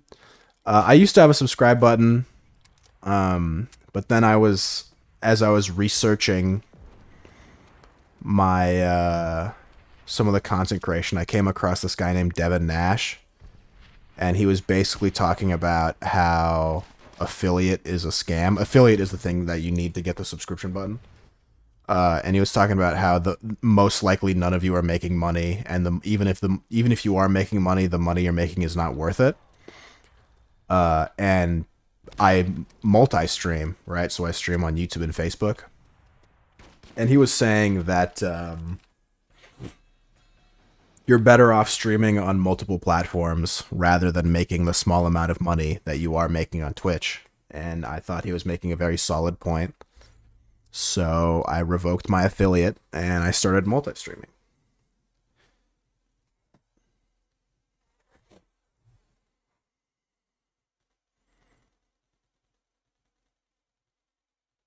So that is the very long answer for why I do not have a subscribe button. And some people have asked me if it was worth it or not. I think it is. I think the viewers I've made on YouTube and Facebook, well, mostly YouTube, are more important. Twitch affiliate sounds like a bitch. No, it's pretty nice. If you're only streaming on Twitch, it's really great. I don't know how to explain it, but somehow Twitch, being affiliate is better than not being affiliate. Like, I feel like Twitch doesn't have an algorithm famously, but like also it like kind of does. Like, I remember when I became affiliate, like getting the first 50 followers was pretty grueling, and then getting like the next 100 followers after that was really easy. And that was like pre-Toontown. And then once I revoked my affiliate, I did feel like a huge drop off in like engagement and all that shit. And again, admittedly, that was direct. Like, I revoked my affiliate at about the same time I stopped playing Toontown. But yeah, that's just kind of lame nerd streamer shit. But I do not know what else to talk about. Very heavy stream today, but I'm sure streams like this are important sometimes. I think the problem is if I do it all the time. If all my streams are like super kind of heavy like this, it becomes problematic, I think. But occasionally, you know, it's important to let you guys know that I'm a person and that you guys are people too. I think that's one thing I struggle with. That was one thing that, since, you know what, since I'm forfeiting, I give up. Like, this is going to be a fucking nerd stream. Nerd sad stream. One thing I do, I'm trying to work on is, it's going to sound really bad. It's going to sound very cold and analytical. But I watched a Mizkif video, and I kind of already had this theory before, and Mizkif kind of confirmed it for me. But Mizkif released a video, and it was talking about the 10 things you should do to become a big streamer, or like before you go live, or some bullshit like that. And a lot of streamers, there's a lot of videos out there. A lot of them say the same thing. A lot of them are very bad because they say the same thing, and they're just kind of farming you and marketing you, and it's a whole thing. But he said something, and he kind of said it without saying it. And some people have kind of said other iterations of this, but this one truly, for the first time, it really rung in my ears really loud. And what he said, not exactly, but what he said was basically, look, you should have your friends watch your stream, right? And I have some friends watch my stream. I kind of thought it was a shit tip. But then he elaborated some more. It's like, you should hang out and become part of communities. And I went, I mean, I already knew this tip. Like, I've heard this tip before. Like, you should get a niche and shit, and that's the thing you should do. I thought it was a shit tip. I didn't like the tip. Because escaping a niche sounds really fucking hard to me. But maybe not having a niche at all is even harder. Whatever. It's a long conversation. So, these two new tips on their own, or these two tips on their own, are very lackluster and very bad tips, in my opinion. The first one, even Ludwig said, it's like, look, if you're embarrassed to like show your friends your content, you need to figure out why you're embarrassed, because maybe it's because your content's not that good, right? And if your content's good, you shouldn't be ashamed to show your friends, right? Which is very sound reasoning, sound logic. It makes a lot of sense. And then Mizkif saying you should get a niche also made a lot of sense. And what he was saying was you should join discords of large streamers, and you should hang out in offline chats of large streamers, because streaming in front of your real life friends could be kind of awkward and cringe. But streaming in front of friends you've made on the internet could be not very cringe. And combining those two things in my mind, I like kind of had a brain blast where it's like, I need to be friends with more of my viewers. Like, I look back at some of the other streamers, some of the other small streamers I watch, and I go like, what's the difference, right? What's the difference between me and these streamers? And I could think of there's a long laundry list of like things I write out. I don't quite write them out, but I think of them. I make a list in my mind and I go, what do these guys do that I don't do? And one thing that, like, after I watched the Mizkif video, one thing, like a new thing that immediately came on my list that like totally checked off for all of these streamers that had more viewers than me consistently, no matter what game they were playing. I was like, these guys are friends with their viewers. Like, They are the viewer and streamer have a connection that is beyond viewer and streamer. And I like once that clicked, I didn't know what to do with that. Like I found it very valuable and I found it very useful. I didn't know what to do with the information once I had it. Like I started hanging out in offline chats, and I really liked hanging out in offline chats. Offline chats are great, I think. I'm not going to tell them to come watch my stream yet because I've only been doing it for a couple days, and I feel like a douchebag doing something like that. But I figured that out, and I felt a lot better about myself, in kind of a selfish, narcissistic kind of way, where I would look at these streamers and I'd be like, oh, so these guys aren't necessarily better streamers than me. They're just better friends.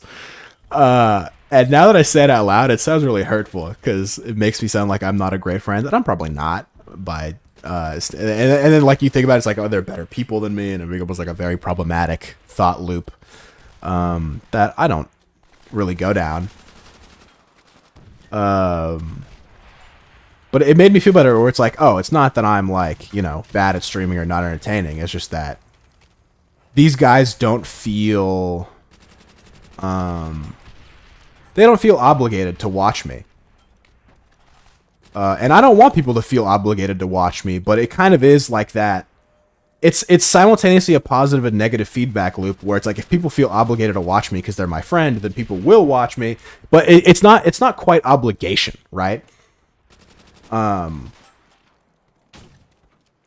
Like obligation is not quite the word. They like want to watch the stream. They are more likely to watch the stream for longer and be more entertained because they are watching a friend rather than some entertaining Twitch streamer, right?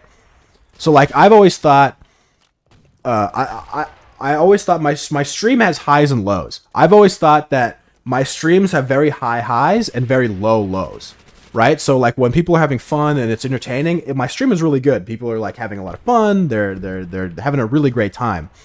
And then there are other times in my streams where there are lulls. Like it's very boring. I'm sitting there quietly. I'm playing the game. Not much is going on.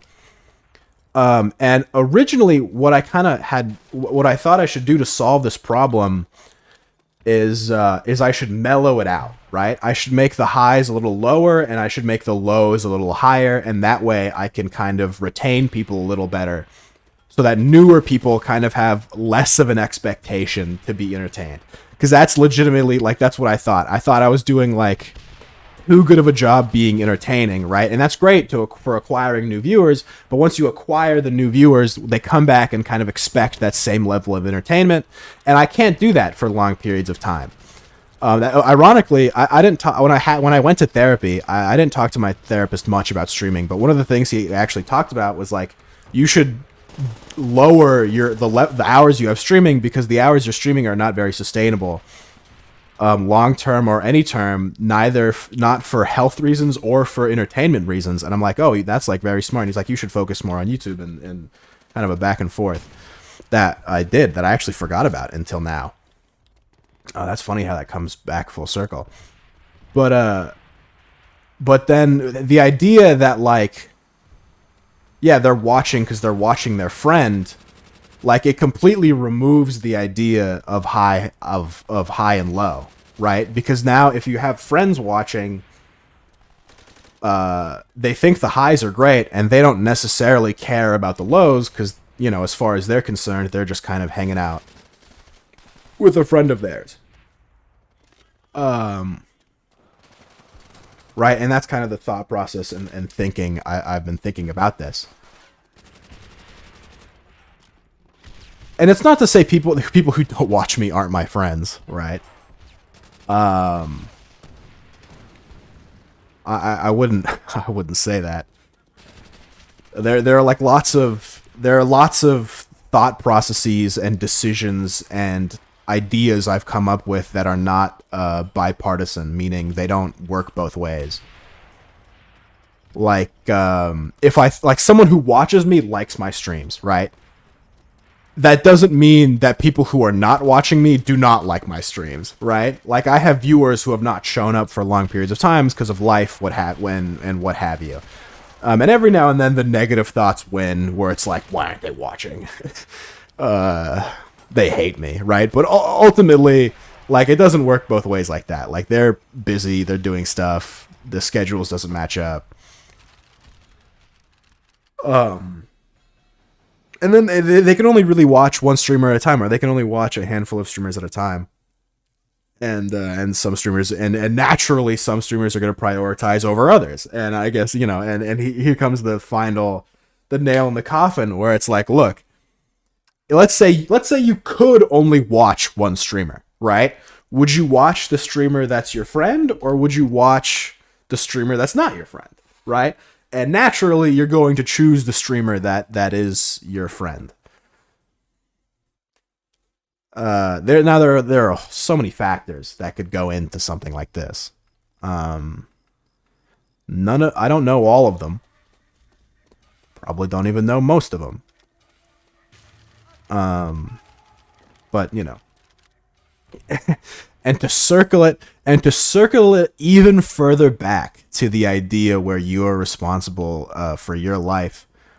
It is important to me that when I look at my stream or my content and I look at its shortcomings, that I blame myself, and I think I do it to a point that it's problematic. Because ultimately it's not all, I would say it's like 90% on me, and that's still a lot, right? But there is still that 10% where, like, look, some days you're gonna be off, some weeks you're gonna be off, some months you're gonna be off. But you just kind of have to bounce back.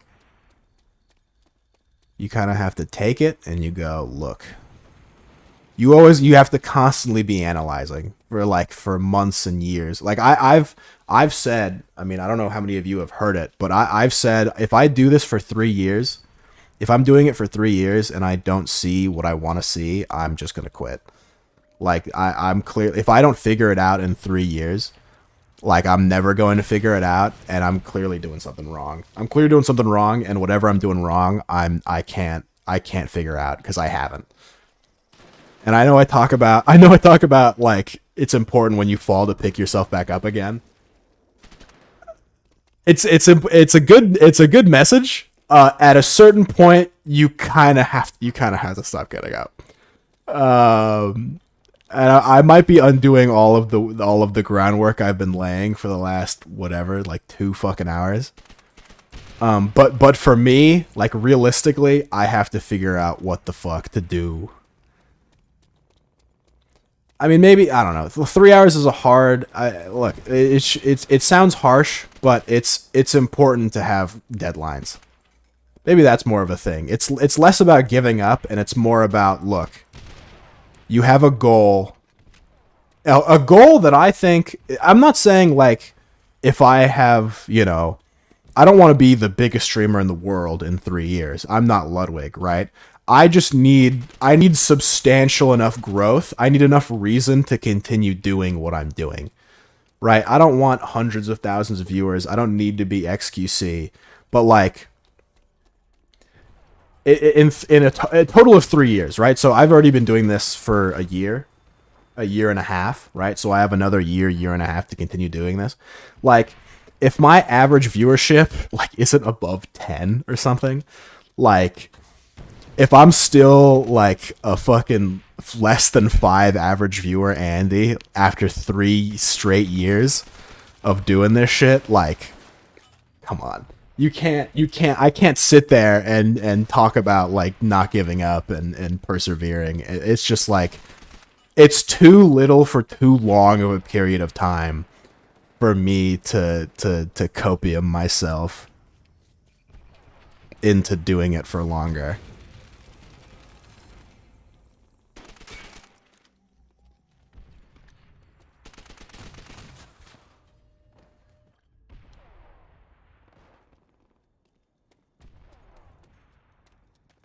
That sounds really sad.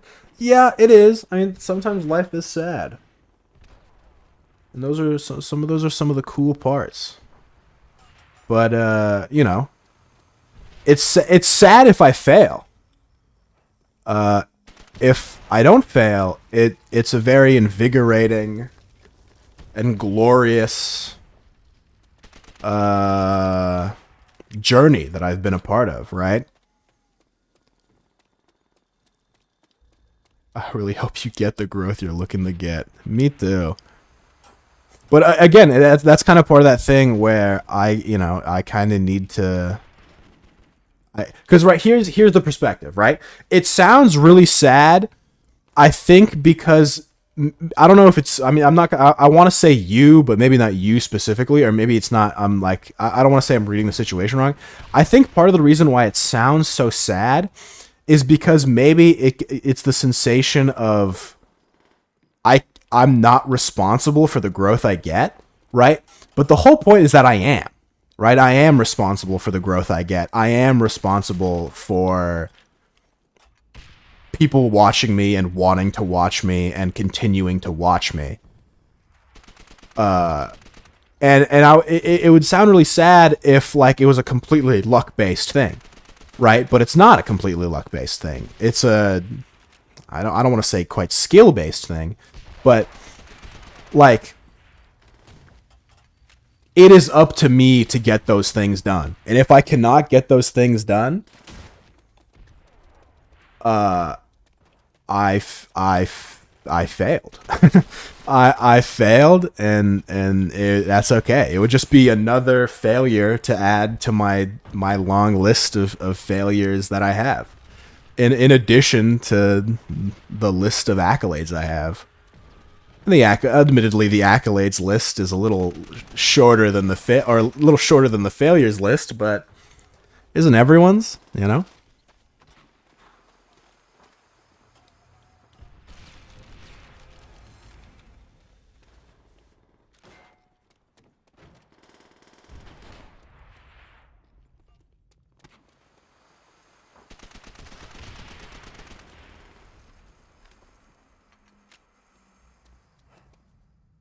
There's always, and plus, an interesting thing, an interesting topic, not something I think about, but I love hearing about it, is what streamers plan to do after they're done. Because streaming is truly like any other job. At a certain point, you retire. At a certain point, you kind of hang the towel. And some people, it's very interesting listening to what some people plan on doing. Some people just plan going cold turkey, sitting on the beach, sipping Mai Tais, having great with their wife, kids, having a great time. Some people want to go beyond streaming. They want to go to television, movies. They want to run businesses, right? And one thing that I never quite considered, that I recently heard for the first time, I was watching a Clint Stevens video. And so Ludwig had always announced that after 5 years of doing YouTube and Twitch, he would quit. Admittedly, Ludwig, like, pound for pound, is like one of the fastest growing content creators I or anyone has ever seen in their entire life. Like, from when he started taking content creation seriously to now, like he was pretty big in like 1 or 2 years. It's shocking. Like you very rarely do you see growth like that. And of course he has like side pieces here and there and stuff, and some people do it on and off. But like it's very inspiring for me to see YouTubers who like they turn something on and they go, they start taking it seriously, and they immediately start seeing like immediate growth, right? Which is part of the reason why like it's kind of it bums me out a little bit, like because I don't know, I like to think I take this seriously. Is gotta go later, Gurm. See you later, Thanks for hanging out. It's very inspiring, but also very demoralizing at times to be like, oh, these guys like nailed it when they started taking it seriously. Why can't I? And that's a tough question. I don't think I've ever asked that question to myself before. That might be a conversation for myself later. But Ludwig's did it. Call Me Carson did it and stuff like that. And it's very crazy. But Ludwig was like, "Look, after 5 years, I'm done. I'm retiring." And I was watching a Clint Stevens video, and someone had told this to Clint Stevens in chat, and he was like, "Yeah, Ludwig. I mean, I don't think like retiring. Ludwig's probably not gonna like retire. He like so Clint Stevens is someone who streams very rarely. I don't know what his deal is, but he streams very rarely. And it's usually it's a huge surprise when he streams and everyone shows up and they go, "Oh, Clint, I like missed you so much," and yada yada yada. Which is part of the reason where at a certain point I actually thought to myself, maybe I shouldn't stream every day. Because you know, supply and demand. If I stream every day, people get bored of me quicker and stuff like that. And I decided, no, that's dumb. I'm just gonna stream every day and try to be entertaining every day, rather than stream like a couple. It's still a back and forth. I like streaming every day. I think I could reduce it to like 4 or 5 times a day, but then. It sounds fucked up, and maybe it's part of the reason I'm not quite as succeeding as much as I wanted to. But if I stream 4 to 5 times a day, those 4 to 5 times a week streams need to be higher quality, and I need to put a little more effort into them. And I'm not saying I don't put effort into streaming now, but like I don't know what putting effort into stuff means. You know what I mean? Like, I'd like to think I put effort into my streams and in my videos, and I try to be funny, but it's like it's not as focused in the same way that like it actually should be. It's not focused in a productive way, where like what Ludwig did was he'd have YouTube segments, then otherwise he's just kind of a chill streamer, where he would do like a you laugh you lose segment, right? And it's like, in my mind, React content is lazy. But it's also wildly lucrative and successful. So it's like pride versus success. And so for a while, my streams and some of my content were like lacking in that regard. God, I'm everywhere. But like, I am more proud of some videos more than I am others. Like, I am more proud of my ice cream video than I'm proud of my Smash Thoughts video, right? Like, some videos are like kind of throwaway videos, and other videos, like I'm really proud that I kind of went out of my way and did these things, and they were well received as well. But like, doing something like the ice cream video every week sounds so exhausting to me, but like that's what being a content creator is. And maybe some of that is like trying to do that with school. Like I can't do that every week with school, right? Yeah, I need to revisit some of those topics. But going back to the original point, Clint Stevens goes live very rarely. And that's like, it's kind of a joke almost how rarely he goes live. And so he was like, honestly, when Ludwig says he's going to retire from streaming, he probably means like how I stream now. And everyone, Omega World, and it's very funny. But he's basically saying, and he said something very intelligent afterwards, and he was like, look, streaming becomes such a large part of your life for such a long period of time that to quit straight up is a very difficult thing to do. And when he said that made a lot of sense to me. It made a lot of sense to me, and I found myself agreeing with him. The thing is, with being a streamer at around my size, like the thing, if you're Ludwig size or Clint Stevens size or any kind of a big streamer, you show up and you kind of say hey to chat. Chat is their own separate identity. And the dynamic between chat and streamer at a big scale is much different than a large scale. And a small scale, right, we go back to kind of that friend idea where I kind of know a lot of you individually. I can DM you, I can talk to you. You're like real tangible people. And chat in the big stream is also, they're all real individual tangible people, but the streamer doesn't know all of them individually. They know some of them. They know some suspects here and there. Some key suspects. So when Ludwig would hop on, right, when he's retired, it would be kind of to address chat as like a group and to catch up as a group. If I was a small streamer and I went live, right after not going live for months, weeks, months, days, no one would show up and no one would really care. And if I ever wanted to catch up with someone, I would just DM them, right? And even as I say that, that's not entirely true. I remember when I did the April Fool's joke of me pretending to stream Toontown, there was a lot of people who showed up. I joke that I like partially regret doing the April Fool's Toontown stream because there were so many people who I hadn't seen in so long who showed up. So like it opened my eyes to like they know they know I'm streaming. They just choose not to join, and then that's one of those things where it's like, look, it's my fault. I gotta be entertaining. Like I gotta do the thing and the community and da-da-da. But it's also like that 10% where it's like, look, they want Toontown and I don't have Toontown. You know what I mean? So it's kind of both, where like I need to be able to convince people that I'm more than just Toontown, but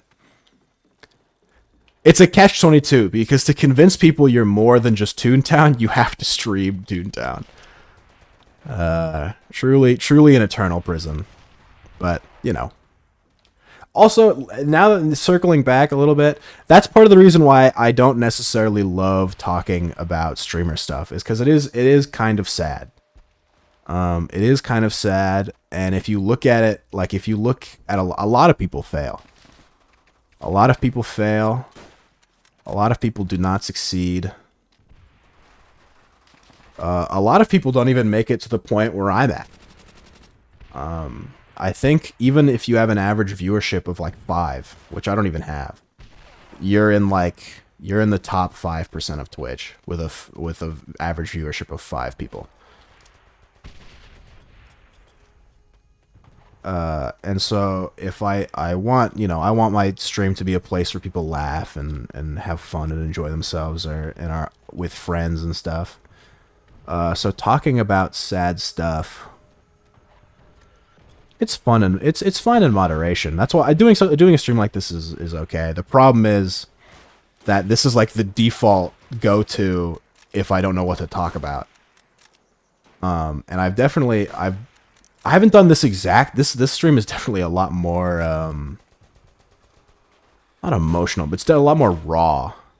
A lot more very much just me speaking my mind. How do I play online in 202? Alright, I got you. Ready? Boom. You're in multiplayer, okay? Right? If you're on PC, I can only help you if you're on PC. If you're not on PC, go somewhere else. You're in multiplayer. You click find game. You hit refresh list. You hit players. You sort by players. Then, you use your mind brain powers. You read this one, it says bots. Don't click on that one. That says bots. You don't want bots. You want people. You click on this one, it says bots. You don't want bots. You click on this one, no bots. Could be pretty good. You click on that one, see if you like it. You don't like it? Too bad. You click on the next one. Maybe you like this one. I like this one. Not for me. Did you hit refresh list?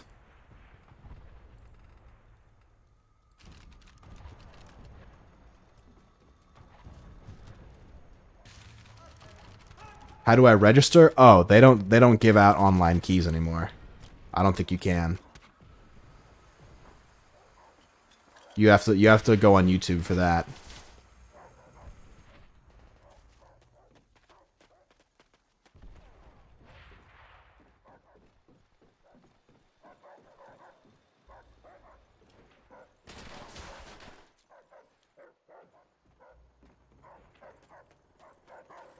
You cannot register. They do not give out World at War Steam multiplayer keys anymore. You wasted your money.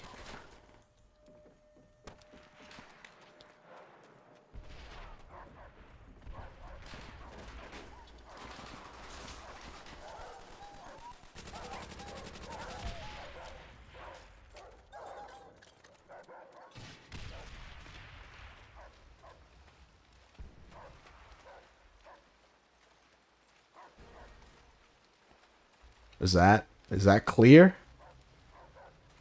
I already bought the game. I know that you have purchased the game.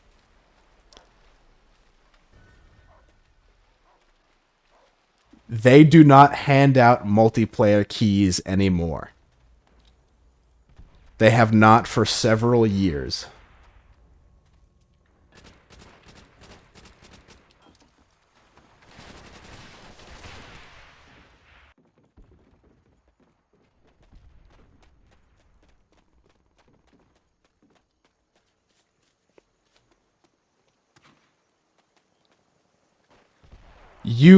You cannot register for the... You know what? Okay. Perfect. Great. Problem solved. That's something I need to do more. I need to ban more people who piss me off. I'm a real coward when it comes to banning people.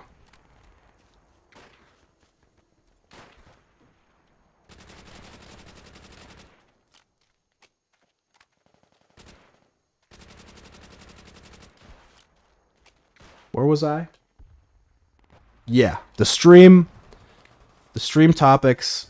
The stream today has been a little more raw than usual. Usually if I ever talk about stream nerd shit, it's not as hard on my sleevey as this is. It's a little more matter-of-factly, or like, here's something fun or interesting that I learned.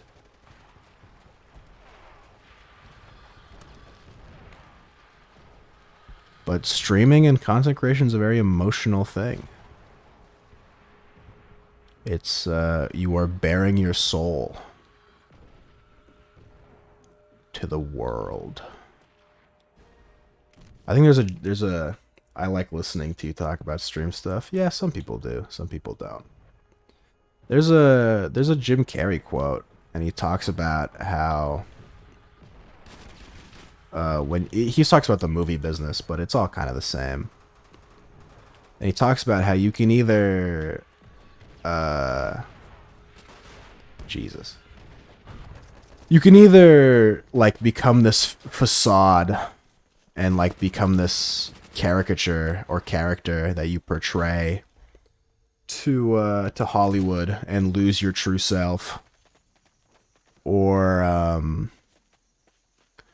you can be your true self and see if Hollywood accepts or rejects you. I'm definitely butchering the quote, but basically he talks about how you in much more eloquently, you either die a hero or live long enough to see yourself become a villain. People like authenticity, and people have a really good radar for it, whether they realize it or not.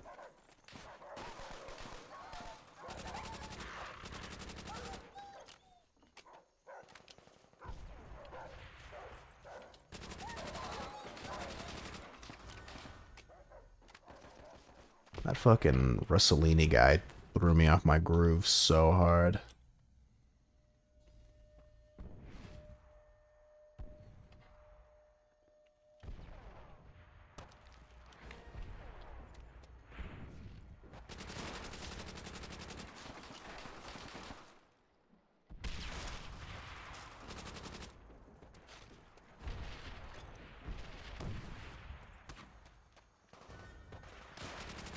But yeah, basically, long story short, be friends with people. It kind of sounds manipulating, like very, I don't know. It sounds very manipulation-y. If you're like, yes, I become friend with people and they watch my stream.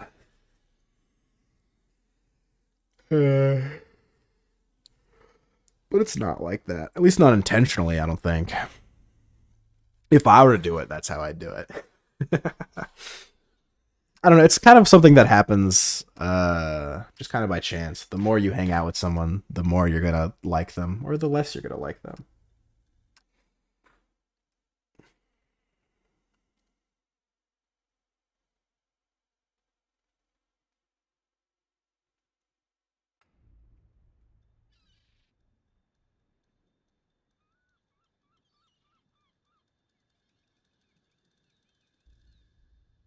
That was really eye opening when I was streaming Siege. Like Ace Emperor Ace underscore X is someone who I look to. Not, I don't know him very well. Like I've ran into him occasionally, and he watches my stream, and I watch his stream sometimes. And he is very much someone I look to and compare myself to, because we started from very similar beginnings. We did a lot of the same things. Yet he is significantly more successful than I am. His average viewership is easily 10 times mine. And I look and I compare him to myself, and I think, what does he do that I don't do? And I've thought a lot about it, and I've made a very long list. And who knows how accurate it is. I don't want to necessarily... I've said it on stream before. It sounds kind of... It's fucked up to, like, boil it down so much. And at first, I kind of view... I definitely am envious and jealous, for sure. There's no doubt about it. You know, I want to be successful, just like anybody else. And especially from coming from such similar beginnings, it's hard not to be. And I remember being upset because the last time I streamed in front of my computer, I was streaming R6, and I had the highest peak viewer count I've ever had in a while, and they stuck around for a really long time because like Ace is in my stream, and we were doing like a back and forth, and like all these people kind of flocked to he like got all these people to come into my stream, and they kind of stayed there for a while, basically up until he left. And even after he left, they like still kind of hung around for a little bit. And he has like such this commanding presence, not in like a bad way, but just like people really love Ace.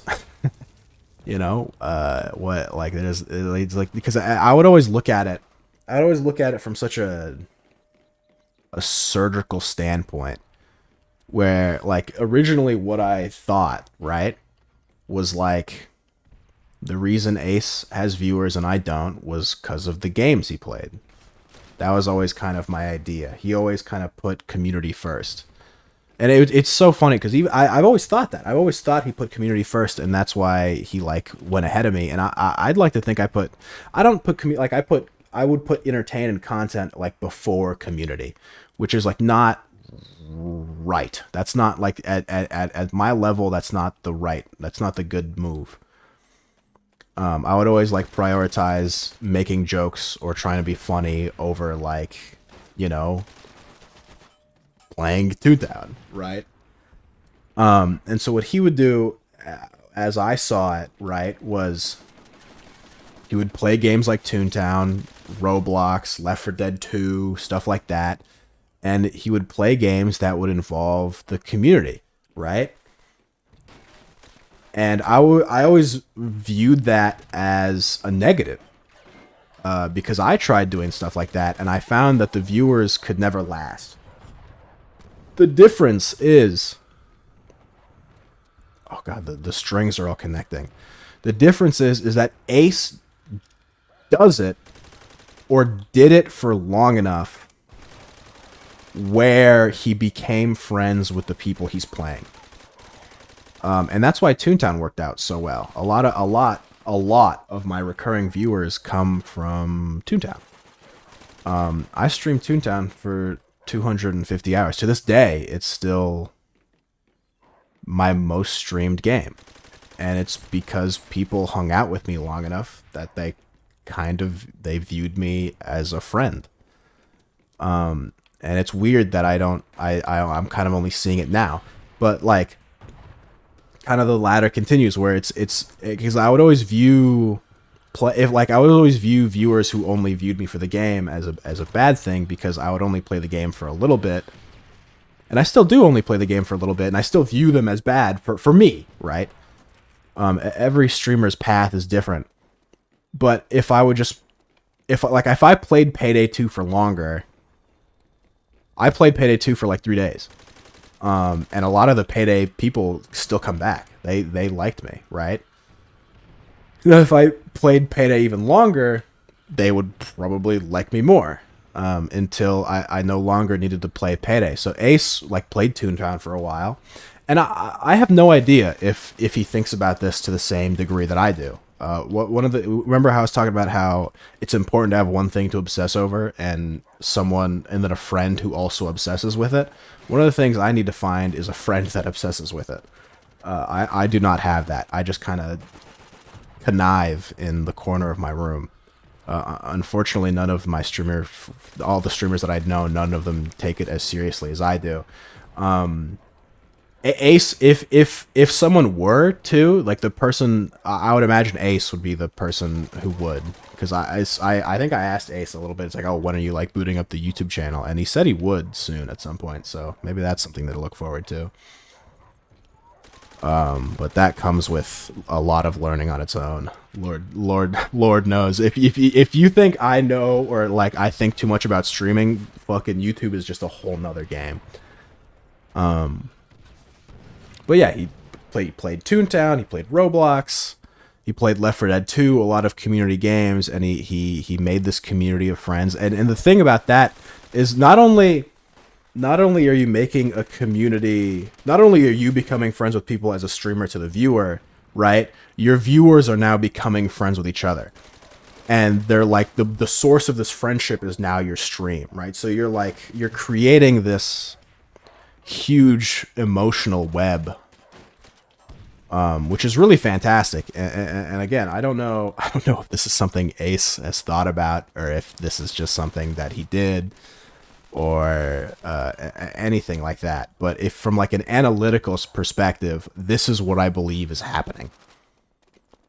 And it's very interesting to me to think about it like that. It is kind of fucked up to be like, you know, your emotions are predictable and you're being farmed. If you view it as that way. If you view it as like oh, you know, there's definitely a devious way to look at it and a not devious way to look at it. One is harmful and one is, you know, harmless.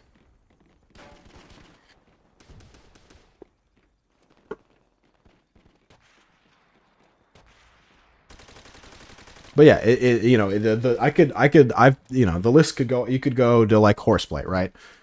Horseplay, not as big as Ace, but still much bigger than me, right? A lot of his viewers are his friends, right? Same with Trop, right? A lot of Trop's viewers are friends, and Trop up until recently had a larger viewership than I did. I don't really know why Trop's viewership is like lower than it used to be. The only thing I can imagine is like he was playing the wrong games. It seemed like every time he switched MMOs, he lost viewers. Which is kind of funny, but also fucked up. Like, he would play Toontown, and he had, like, you know, whatever, 20, 30, and then he stopped playing Toontown, and he kind of dropped down to, like, 15, which is really good, right? I wish I had 15 viewers. But then he, like, started playing WoW, and then the 15 became, like, 10, and then he started playing FF14, and then the 10 became, like, 6, and then he started playing Lost Ark, and then the 6 became 3, and now he's kind of in that 3 range. If he plays League, he goes up to kind of that 10-ish range, though.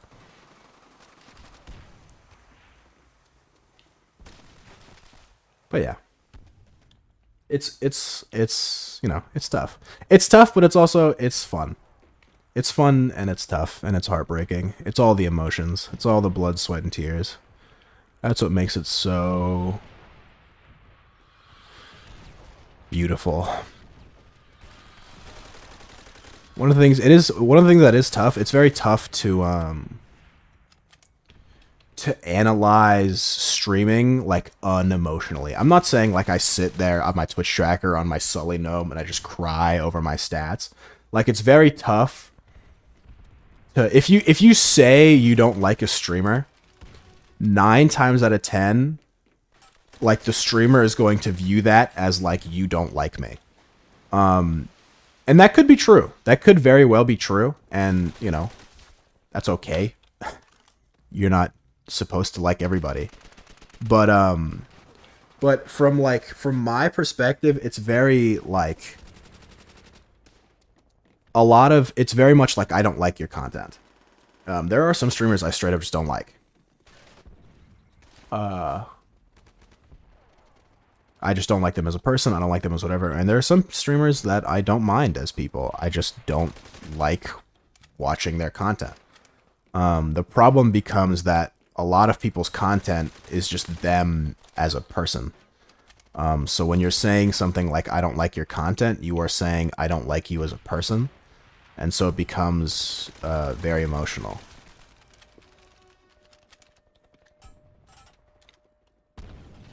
So it's you kind of have to separate yourself a little bit.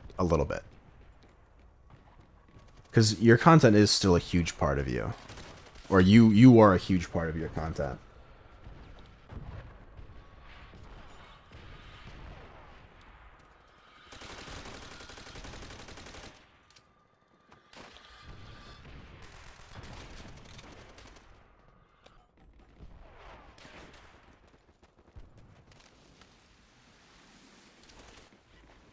And that's why it's also, you know, that sometimes that's part of the reasons why the when you're surrounded in that headspace for so long, and if you think about it for a really long time, like I do, and it's something you like, I don't want to say I constantly think about it, but it's always something I kind of have in the back of my mind, and it is something, streaming is something I want to improve on. So I spend a lot of time, or I spent more time back in the day than I do now, for sure.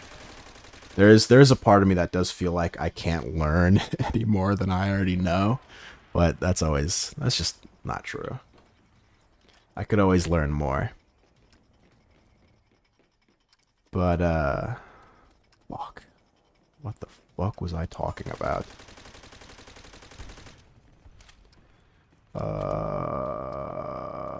Emotional. Oh, so when you're in the headspace, when you're thinking about it for so long, same with anything.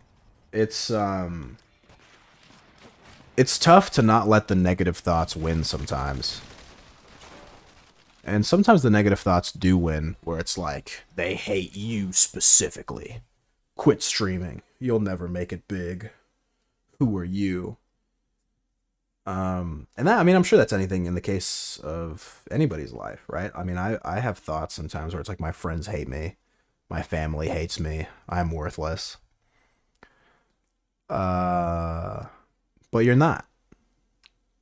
And people don't hate me. At least I hope not.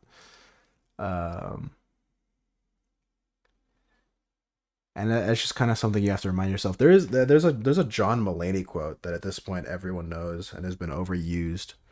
But it's like, if you hate your friends, you should eat something. And if you think your friends hate you, you should go to sleep. Right? And it's very true.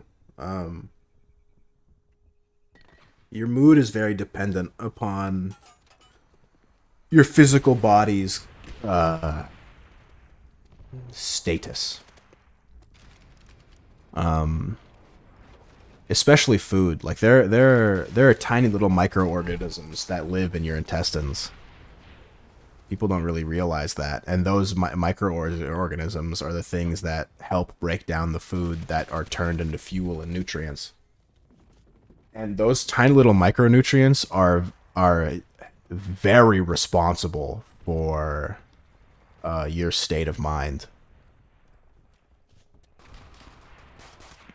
And obviously, if you're sleepy, you're more likely to feel cranky or feel invalidated. There's a lot of nerd science shit. I don't love nerd science shit. I find people who only believe in nerd science shit to be absolutely insufferable.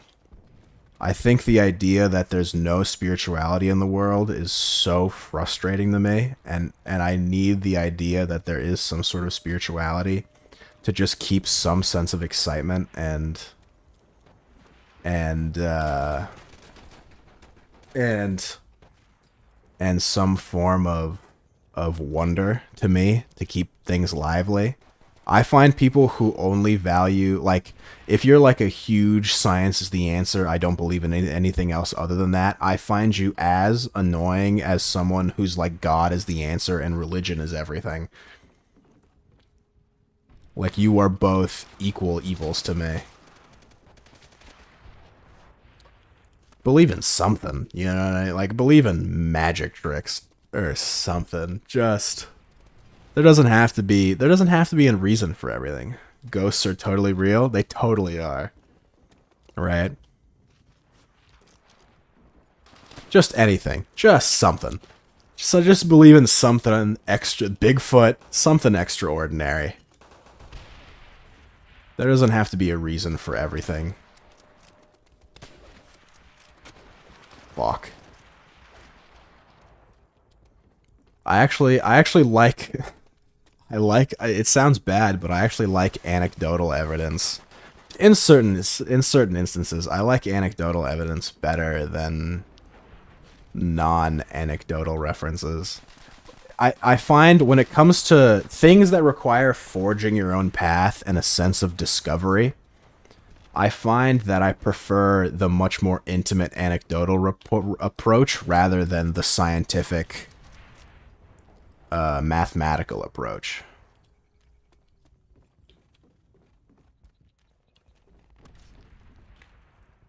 Because the things that, maybe it's because the things that require you to forge out and make your own path are not something that, maybe they are well documented, but there's just not something that you can do with math and numbers, if that makes sense. Like,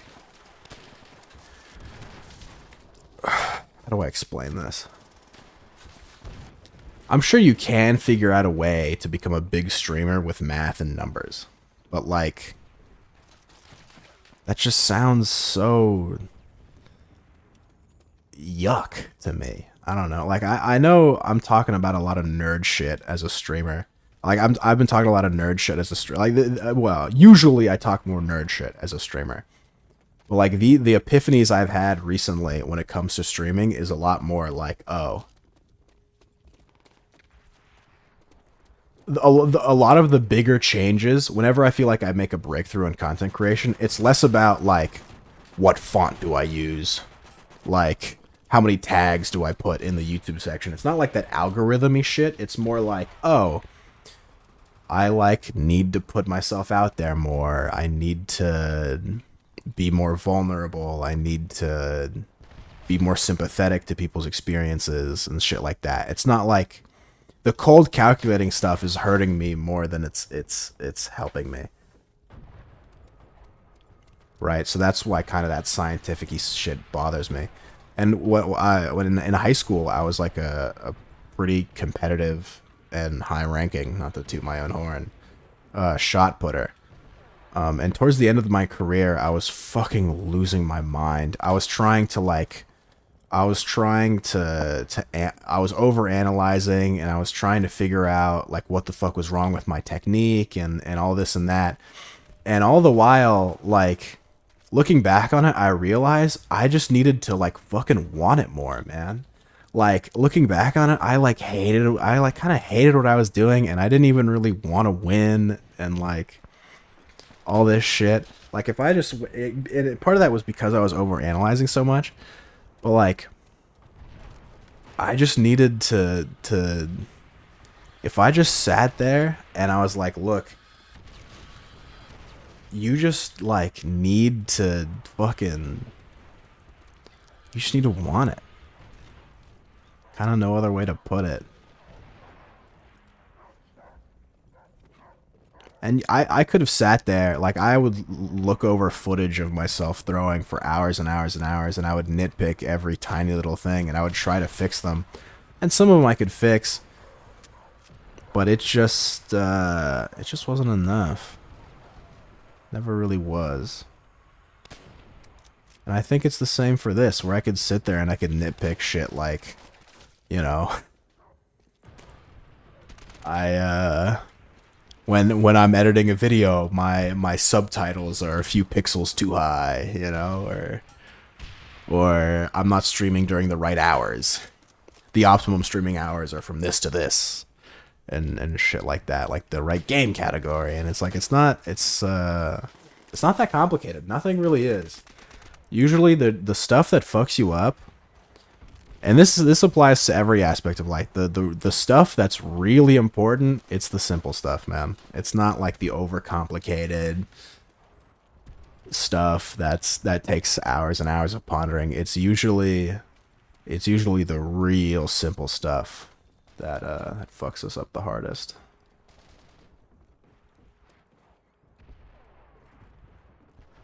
And it's usually something really big that you're overlooking. It's useful, it's important, it's very nice to have an extra set of eyes look at the thing you're doing. Again, the having that person to obsess over something with you, right? Always kind of in the conversation there. Like having a coach or a mentor is great. I've always kind of had, well, I shouldn't say I always had a coach or a mentor, but like I never really appreciated having a coach until ironically I was playing Melee. I was trying Ice Climbers for the first time, and a viewer of mine named Cookbook, SSBM Cookbook, he came in and he was like, "Hey man, you want some help playing Ices?" And I'm like, "Sure." He came and he showed me some combos and some stuff, and I practiced it. And my like Ice Climber gameplay was like immediately better after like an hour. It was crazy. And I'm like, holy, having someone tell you what to do is like so nice. Or not even tell you what to do, just like give you suggestions about what's good and what's bad.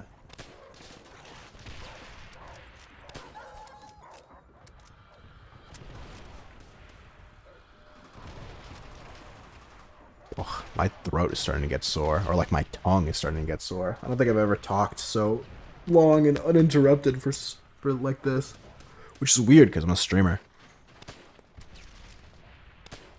I feel like there's been very little dead air. Like I've done talking for long periods of time, but there's usually bits of dead air in between it. But this has just been a steady flow of consciousness.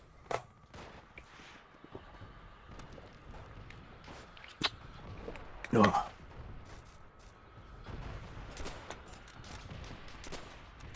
I need to put on moisturizer. My skin sucks.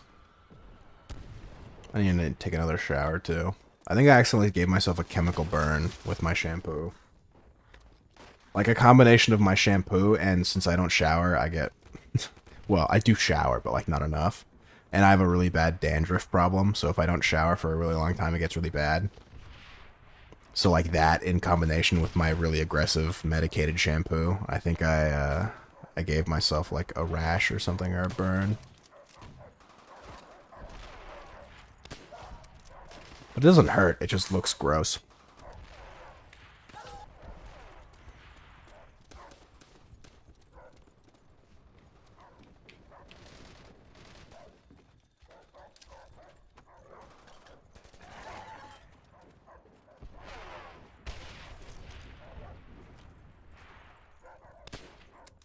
Oh, come on. There you go.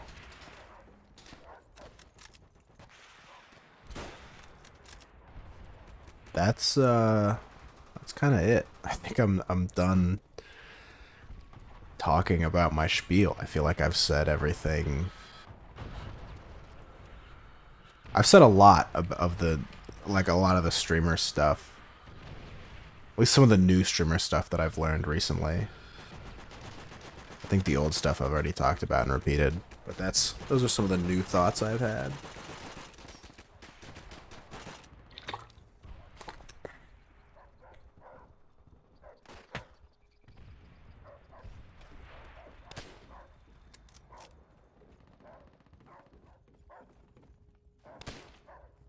Son of a bitch.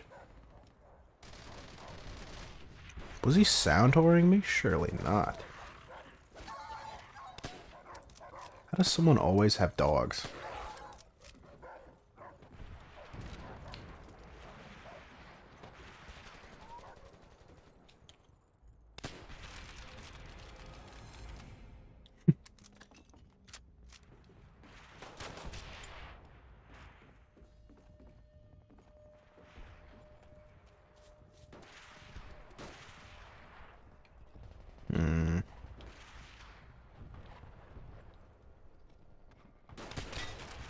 There you go.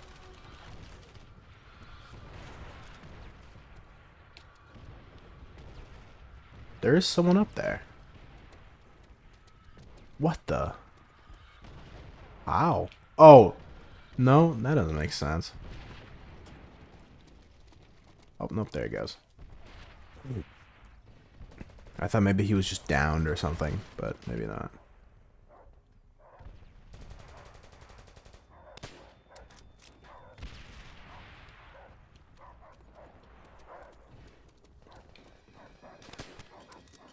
Holy, I fucked that guy.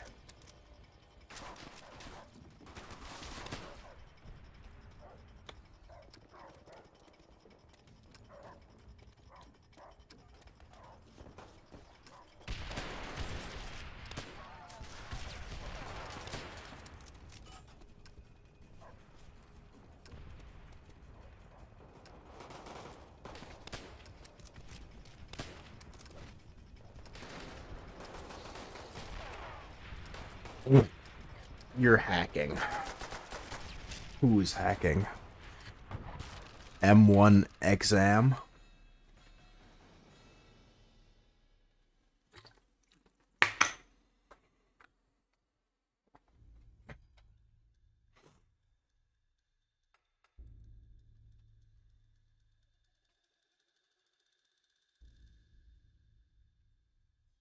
A lot of good players on the Nazi side. Look at these fucking guys. The first, like, 6 of them would have a positive KD. Insane.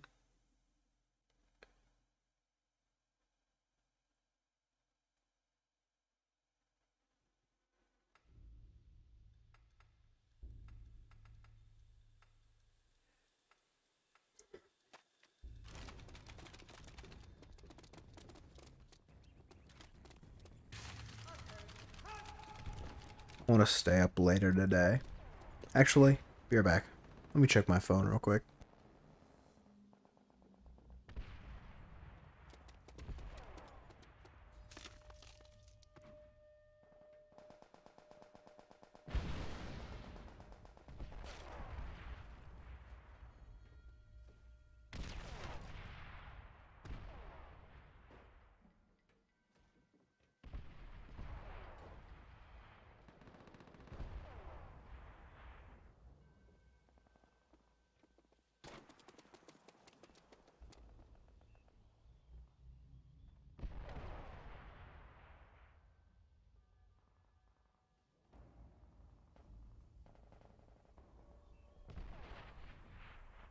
Okay, I was expecting a text message.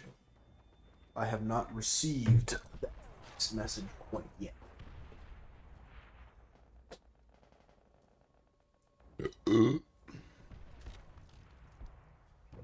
Alright, I'm ready to game. 10 a.m. is probably the latest I've stayed up in a while, I think. If I can make it to if I can make it to like 5 p.m., that'd be great. But anything after noon would also be pretty good.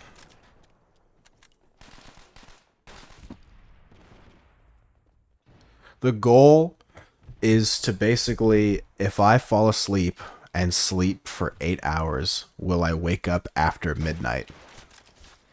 If the answer is yes, then I allow myself to go sleep. The caveat? I don't think I'm using that word correctly. What's nice, though, is that generally speaking, if you stay up for a prolonged period of time, you are going to be more tired than usual. Take notes. If you stay up, you will be tired. So that usually means you can sleep for longer than 8 hours. I know a lot of people. I'm pretty sure fucking Horseplay does this shit. Or like, and just a lot of degenerates or gamers in general.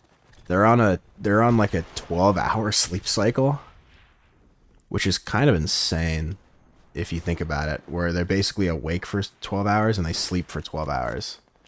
And I'm sure it doesn't sound that bad. I'm sure people they don't even realize, like when they say they slept for 12 hours or they sleep for 12 hours a day, they don't even realize like how bad it is. Like you are spending half of your life asleep compared to the usual third, right? Or even less. And I know the difference between half and a third isn't that much, but it really is quite a lot. That's like fucking 22%, 20%, a little under 20%, 18% difference. Like, and like, I don't even like being asleep for 8 hours, really? Yeah. But like, I remember when I was taking vitamin D supplements and I was doing all that good shit and I was sleeping 7-8 hours a day, like, it was crazy how long the days felt. Not in like a bad way. Like, I just felt like I had so much time. And especially if you're waking up like early in the morning, the best way I'm able to keep a schedule, it sounds really fucked up. And a lot of people, I haven't been able to, I've kind of been able to convince some people. I haven't gotten anyone to try it yet.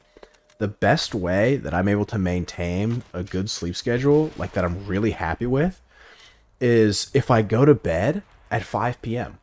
Like if I go to bed at 5 p.m., sleep 8 hours, wake up at, well, maybe not quite, 6 p.m. 6 p.m. is better. Go to bed 6 p.m., wake up at 2 in the morning. If your friends are degens, they'll still be awake, so you can play with all of them, right? No worries. And not only that, you like have just the rest of that time to do whatever the fuck you want. Because I think I saw a Tumblr post a long time ago. And someone had basically asked, why do I like staying up so late? Right? And there's some nerds in chat who are like, an object in motion likes to stay in motion, and an object in rest likes to stay in rest, and Newtonian physics. Cringe nerd shit. But an answer I was really satisfied with was the reason people like staying up so late is because that's when they don't have any responsibilities. Your boss isn't going to call you at 3 in the morning. Your parents aren't going to yell at you. No one is going to call you, text you, or ask you to do stuff at 3 in the morning. So the time that you are trading for sleep is kind of your own little free time that no one else gets to steal away from you. And there's something very appealing about that idea. So people stay up really late to kind of get this idea that they're reconquering their free time. Again, at the cost of sleep. And so that's kind of the idea or foundation of this sleep schedule. Where, like, look, you don't have to stay up really late. You can actually do the opposite. Instead, you can wake up early as fuck. Right? 5-6 p.m. is the end of the workday. That's about the end of all the stuff, right?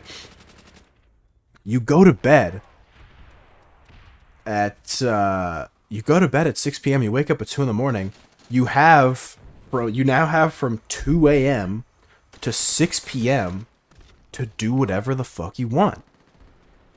And the first couple hours from 2 a.m., you're probably just going to be doing all the stuff that you would usually do from 6 p.m. to midnight or 2 a.m. anyway, right? The reason I discovered the sleep schedule was because for once, usually classes or homework is due before midnight. And I'm a procrastinator, like many of you probably are.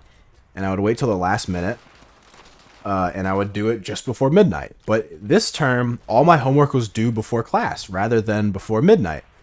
So I was allowed to wake up an hour before my class and do my homework, as I'm sure many of you have also done in high school and stuff. But I realized you go to bed at 6 p.m., wake up at 2 a.m., I now have fucking like 8 hours to do my homework rather than, procrastinate and or like fucking do that shit at midnight and then wake up the day before and go straight to school. I hate doing it right before class, but like it's the thing is, I think part of the reason you like hate doing it, at least part of the reason I hate doing it, is it's like it's the first thing in the morning. I'm groggy. I'm pissed off. I'm like, I regret not doing it the day before because then now I have to do it now. But the thing is, if you wake up at 2 in the morning, by the time it's about class time, or even an hour or two before class time, you are fully awake. You've eaten breakfast. You've taken all your meds, your supplements. You've watched a couple of videos, played a couple of games even. Like, you are fully awake. It might as well be the middle of the day or the afternoon, right? It's just that rather than starting your day with school or breakfast or anything like that, it's waking up in the middle of the night in a good way. Like, for a while, especially the first like term or year of COVID, I would wake up when it was nighttime. I would wake up 8, 9 p.m. and I'd feel so shitty about it.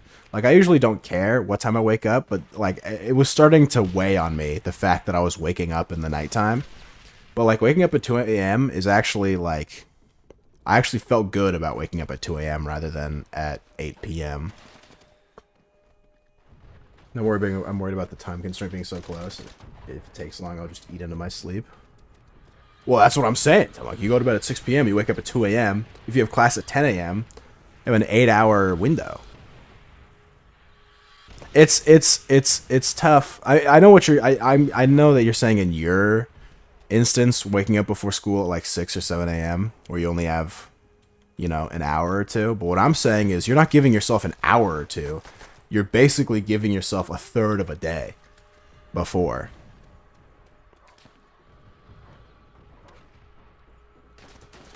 If I start at 6 p.m., I have a 16-hour window. It's technically the same window, right? Because you're just sleep is eating the same amount of the window. It's just when you do it, right? Because you still have a 16-hour window. No, because I will give up sleep. Well, don't. Smile. Sleep is important. Sleep helps you grow.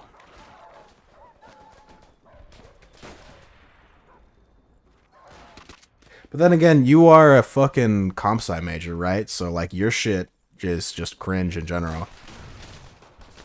My assignments are straight to the point. Your assignments are confusing and aggravating. My shit is like, what bone is this? Your shit is like, make bone. Make bone with number and math. In terms of the fact that you can't give up sleep. Yeah, sleep is super important. That's kind of worried about why. I'm kind of worried about becoming a parent, because it seems like you don't sleep as a parent. So, I thought I was 5'6" and met my girlfriend and realized we can't both be 5'6". Sag. She's lying. Dude, bitches be deceitful, dude. I get on women TikTok sometimes, and women apparently lie about their height to make men feel like shit all the time. I'm not saying all of them do it, but like, it was weird. Like, it was specifically taller women.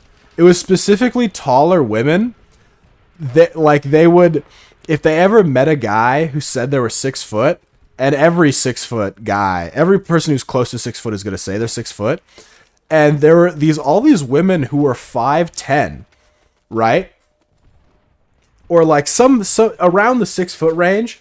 And they would like go out of their way to tell stories or make jokes about how like Basically, they know that they're close to 6 foot, but then when they talk to guys who say they're close to 6 foot, they say they are significantly shorter than they are.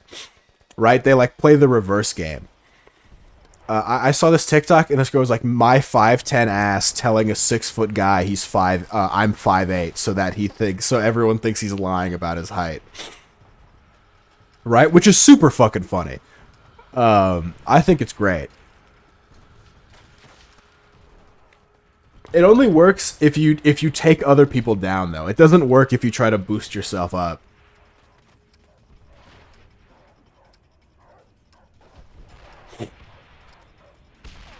Yeah, it's like, it's not toxic in like, I don't know, it's not toxic. You're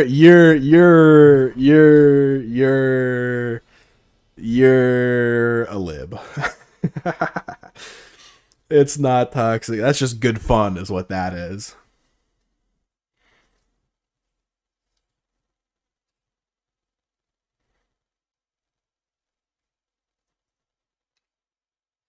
Mm.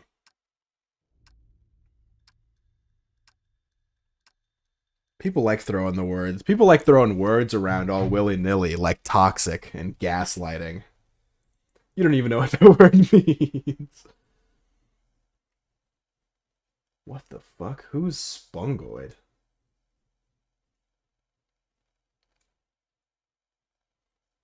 They're in the Enthusiast and Trops channel.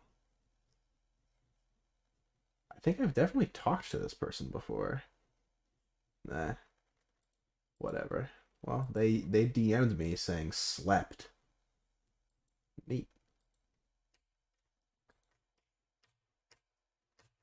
I was talking to a friend of mine who's a psychology major, and he watches Mr. Girl, and he's turning into such an incel. Gaslighting is an actual psych term? No. But he's turning into a huge incel, and he thinks that he's doing it in a productive way. It's not my place to judge. But he'll talk about, like, how often, like, he gets manipulated by women, and how it seems that not only does he get manipulated by women often, but, like, women just love manipulating, and they can't seem to stop manipulating. And when I find, like, it's both valid and kind of stupid at the same time. Where it's like, it's a struggle that every husband has that every husband has experienced in his life 1,000 times, but he hates it so much. And I'll give you an example. It's obviously, the problems are a lot more deep rooted in this, but as deep as I'm willing to go in the comedic sense, where basically he doesn't like the lack of straightforwardness, because he talks to a lot of girls, like almost too many girls, I would say, and he doesn't like that they're not very straightforward. In ways that he views as inconvenient and manipulation. And basically, the example that I came up with that he kind of agreed with, man, they're just throwing F slurs all around, was he doesn't like that women expect him to know stuff just randomly. Like, he doesn't like that they expect him to, like, be able to mind read. So, like, he finds that in his experience, rather, when he hangs out with women, a woman wouldn't say, "Hey, I'm cold, can you get me a sweater?" They would say things like, "Man, it's chilly out tonight, huh?" Right? And he finds it very frustrating that they're like, why are they saying it's chilly tonight and expecting me to give them a jacket rather than saying, give me a jacket? And he obviously has more examples rather than just ask, are you cold? No, but the thing is, I think the argument is that they bring it upon themselves, right? Because by saying it's chilly tonight, you don't need to ask are they cold because they're saying whatever. It's a long conversation, and the examples are far more complex than just that. But I do think it's very funny that's like kind of one of the things, because I remember when I used to be like that. You can ask it like romantically as a follow up. The thing, but like the thing is, right? Why not just say, "Hey, can you get me a jacket?" Right? Like you can say all these things that are very natural progressions. I'm not saying you're wrong, but why not just say, "Hey, can you get me a jacket?" Or better yet, bring your own jacket. How about maybe taking some initiative and agency in your life? You know what I mean? Like, you're not wrong. You are right. Those are things you can do, and those are what successful marriages and husbands in those successful marriages do, right? But like, why not just say, "Hey, can you get me a jacket?" Not everyone needs to clearly ask for everything. Don't they, though? Isn't that what 2022 is all about? Consent. Wear a jacket in the summer, like because that and then and then complain about how hot it is. That'd be sweet.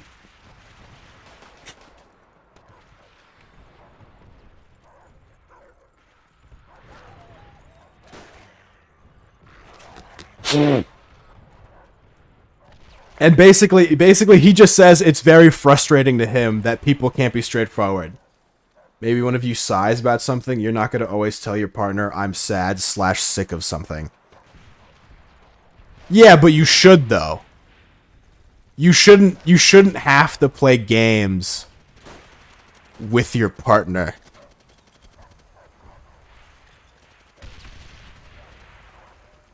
I agree, it is nice to ask and check up on people, but if you are sighing with the intention of trying to get your partner to ask them what's wrong, you are playing games.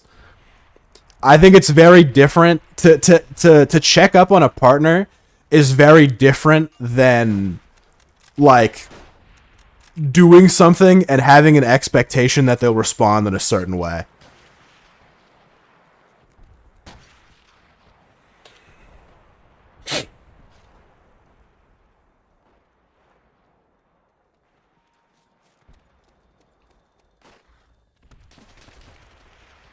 Sometimes people don't want to ask for something/ don't feel like you are obligated to help. You are their husband. What do you mean they're not obligated to help? I can understand that maybe in like a friend on friend situation, but if we're talking in like a significant other situation, they are literally like, I mean, let's take this to the extreme. They're literally married to you, right? It's in sickness and in health. You shouldn't have to. You shouldn't have to like AI manipulate your significant other.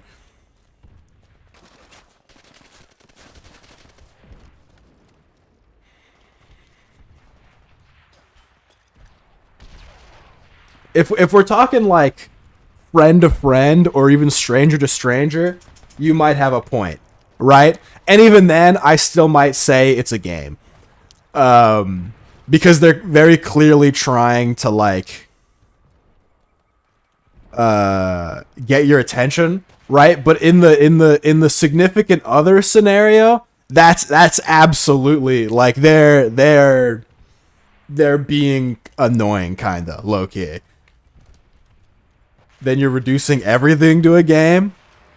I mean, I I guess.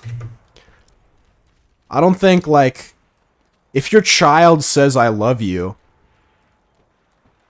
like it's not a game to expect them to say "I love you" back, I guess. Right?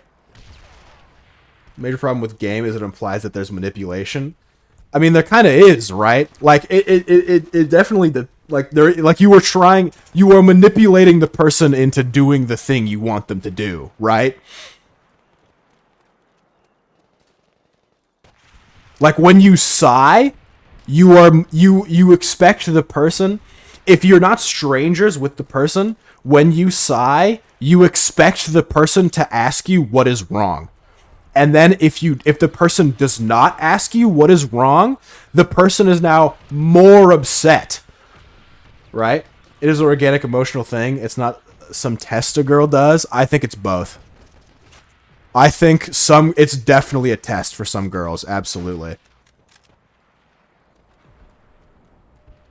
I think it's both. I think we're both saying the right things. I know for a fact. Not a planned test? Oh, absolutely. I've seen girls do that shit all the time.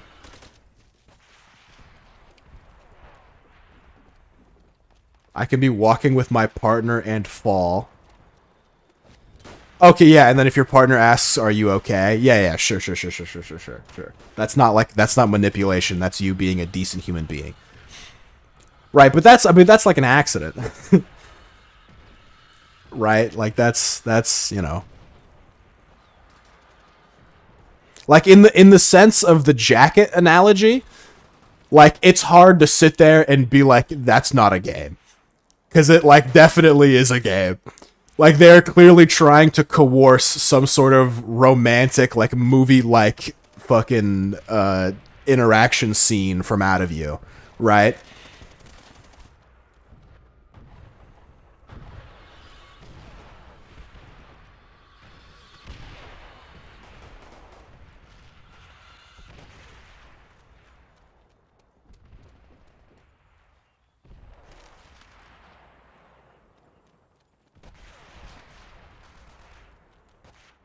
Maybe they're just shy. I think I think at this point you're coping. I think I think at this point you're coping.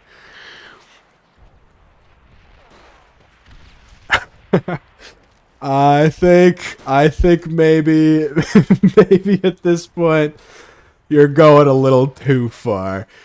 I mean, look, it's just I'm not going on some fucking tirade, right? I think it's funny because I think some of it at a certain point is a little ridiculous. And he's like very specific about the type of manipulation that he doesn't like, and he can go into a lot more depth than I can. Um, but that was one of the examples that he said kind of frustrated him. How normal is it to just ask for someone else's jacket when it's cold? Uh, I mean, it's not. It's you're right. It's not very normal. I wouldn't ask a friend of mine that. I would kind of you know, but you know what I would say? I wouldn't give them my jacket, and I would say you should have brought your own fucking jacket, moron. But I'll tell you what, if I say that to my girlfriend and or wife, I'm getting dumped and or divorced. So, I mean, by that same logic, the game is now slightly different. Where like you're right, it is abnormal for someone to ask for a jacket. But in the situation that you're with your significant other, it would be abnormal to not give them your jacket. Right? So now the game the game continues.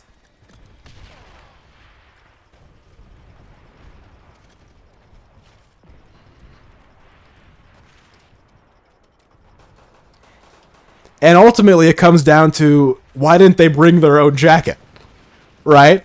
It's and see even now, right? One of the things that always frustrated me, and I'm sure him to some degree, is that it's always kind of the man's fault, right? Like, see, even now, it's like, well, you should have offered the jacket. You should follow up. You should like see these obvious signs, and it's like, why don't you bring the jacket? You know? Why is it all of a sudden my fault? Jackets aren't cheap. You can go to Ross, get a jacket for like $20. No worries. You shouldn't complain that it's a game. It is a game. Hat Hunter would agree with me. He knows it's a game.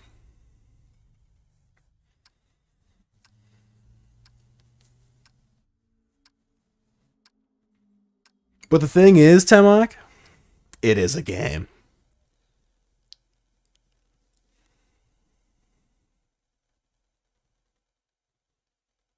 It's like it's the difference between saying like it's such a little thing, but it's like if you're talking to someone, the world is a big video game. See, he gets it. Like if you're talking to someone, right, and they go, sigh, I'm so bored. I wish I had someone to play video games with, right? And the idea is that the person you are talking to, like you are trying to kind of like pity them almost and guilt trip them into playing games with you, right? You're right. So here's a perfect example. You are actively trying to guilt trip them and manipulate them into playing a video game rather than asking, hey, do you want to play video games? I'm glad that this is an example you can agree on. That's games. That's devious shit. Just ask me if you want to play a game. And I hate to say it, that's some female behavior. That's some womanly behavior is to sigh and pull that shit. Guys don't do that. Guys just go, hey man, do you want to play games? And they go, yeah, I'm totally down to play games. Or they'll say, no, I'm busy right now. And you go, okay, no worries. Not to get in my misogyny bag and in my incel bag. That's womanly behavior right there. Just ask me if I want to play the game.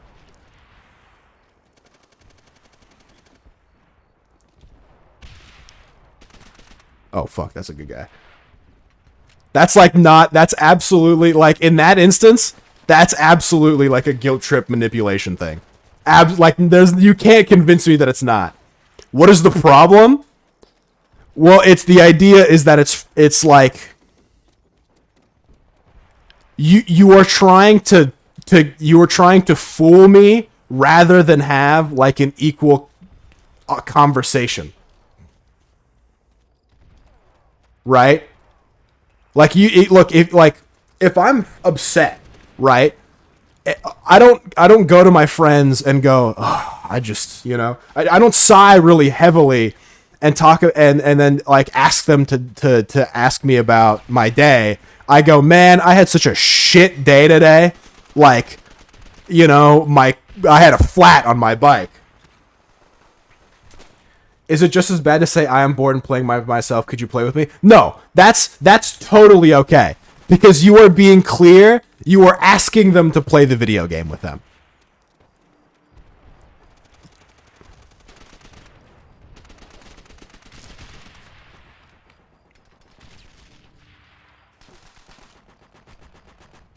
They are both guilt trip. They are both guilt trip, but at least in that second one, you are saying your intentions are very clear, rather than in the first one. You are basically goading them into like, you are manipulating them into saying the right thing, right? The guilt is about the pitiful situation. Yeah, because the thing is, okay, all right, let me ask. Okay, Hat Hunter. Basically, I was talking about how a friend of mine doesn't like that he's being manipulated and gamed by women, and the example I gave was that he finds it frustrating when women say, "Man, it's really cold out," rather than asking for the person's jacket, right? And now it's devolved into this. So the reason the person is sighing, you may think it's because they are uncomfortable or shy or don't want to bother the other person. And it may be true that some people do it for that reason, but a majority of the time, they are sighing because of the expectation of the conversation that will ensue. And so rather than, instead of having the sensation of burdening the other person by sighing, you are allowing by the same token that if you're shy and you don't want to burden the other person, By sighing, you are now relieving the burden of that person, right? You are relieving the burden that it's no longer your fault to talk about your shit day, but you are still you're relieving that burden, but you are still burdening that person, right? Like you're relieving the burden in the sense that, oh, it's not your fault. He like engaged the conversation. But the thing is, if the person doesn't ask what's wrong, you now feel even worse that they apparently missed this very obvious sign for help. If the sign is obvious, then you should just very clearly say, hey, you should very clearly state, hey, I'm having a shit day. Can we talk about it? I don't particularly have an issue with it either, right? But I am saying I do understand why people have an issue with it. And since I have so many women in chat, it is, you know, it's a good conversation piece of like, why the fuck do you do that?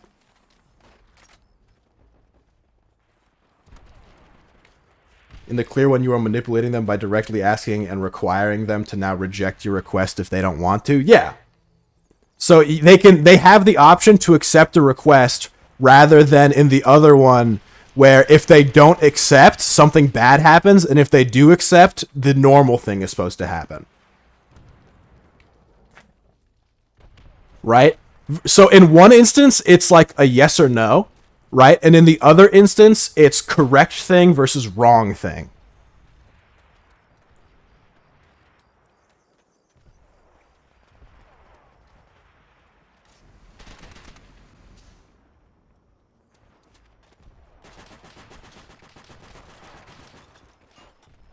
Does that make sense? No is still the wrong thing? No, it's not.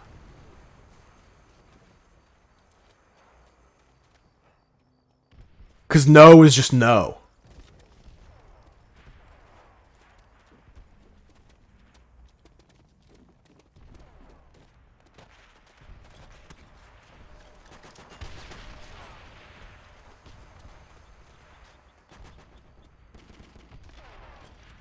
Does that make sense?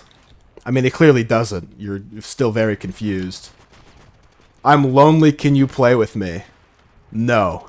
Yeah. Perfect. Versus I'm so lonely. Emote. Well, I mean, by that same token, what's more strange? I'm lonely, can you play with me? Or just DMing someone, I'm lonely?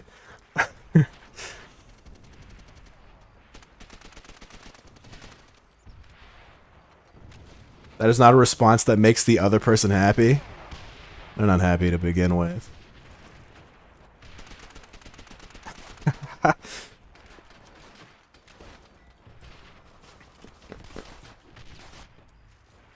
You know, now that I think about it, I don't think I've ever sent a message like that ever in my entire life.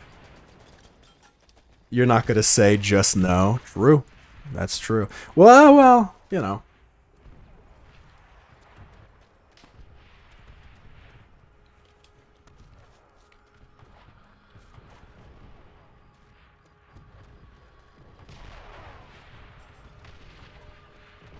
It's still kind of games.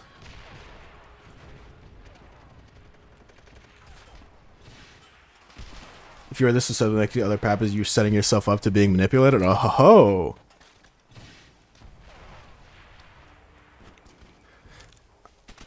All right. Well, then here's the question, Temak. Right? At what line? When do you call it games? What's an example of something you would call games? Because if you're saying this is just normal socialization, what is games? What is like true proper manipulation? Like what is true proper emotional manipulation in games?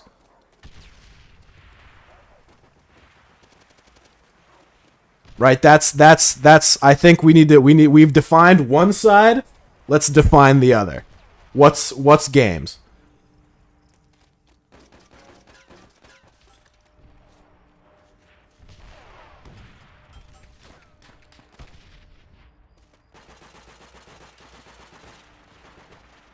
because I'm trying to think of what's, if that's not games, I'm trying to think of what is games. I'm coming up blank. Said games were like emotionalist tests women do. I mean, so I will say some women, and I've met them, right? Some women, it absolutely is. I'm not saying for all, but for some women, it absolutely is a test.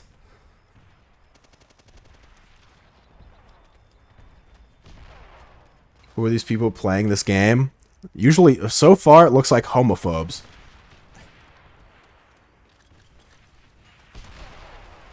Or are you talking about the women? Are we talking about this game? Or are we talking about what games? What games are we playing? Chris's China GF brings up breaking up, and Chris says, "Okay." I was talking about World of War. Okay, for sure. And then the girl gets like mad at him for saying like, "Why didn't you fight for me?" Okay.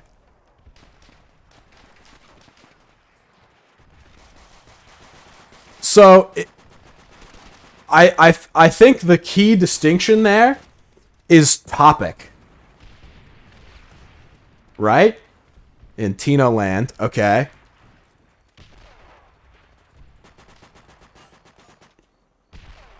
Tino is a person we both know for the audience.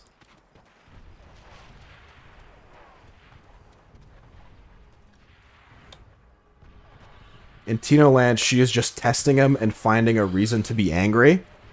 I mean, if she doesn't want to break up, isn't that exactly what she's doing?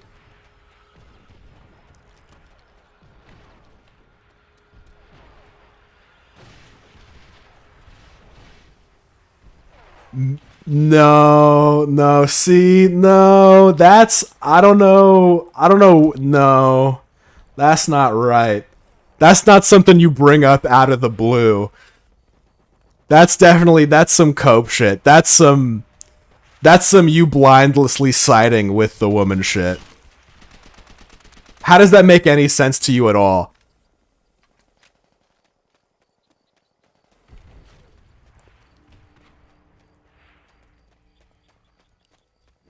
Well, you would never find a guy doing that shit. Well, an emotionally manipulative one you would. But see, you'd call that games. You'd call that emotional manipulation. It's not something out of the blue. Okay, right. So far it seems like we're on the right page. But like, I don't understand. So I don't understand if the issue is that like, but what the whole point was that she was upset that he didn't fight for her, right? But like, aren't there better ways to go about that rather than say we should break up?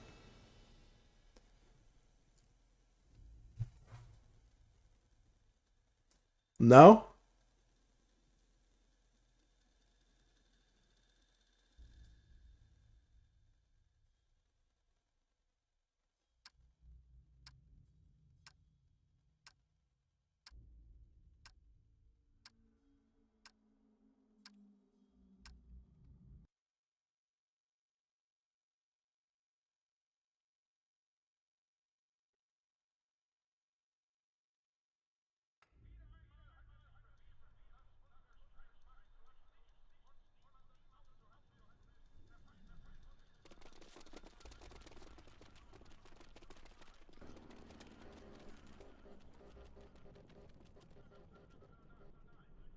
Okay. The girl is feeling self-conscious. It's a long distance thing. Maybe she thinks it's not going to work out and is sad and says maybe it's better to spill it up even though she likes him. Maybe she is so self-conscious, she says he deserves someone better and worries he won't like her once they meet. And so she brings it up and he says okay.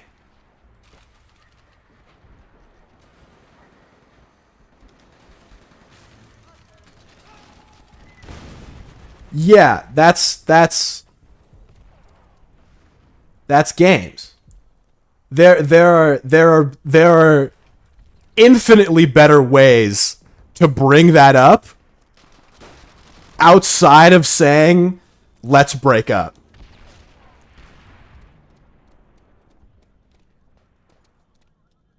There are so many different ways.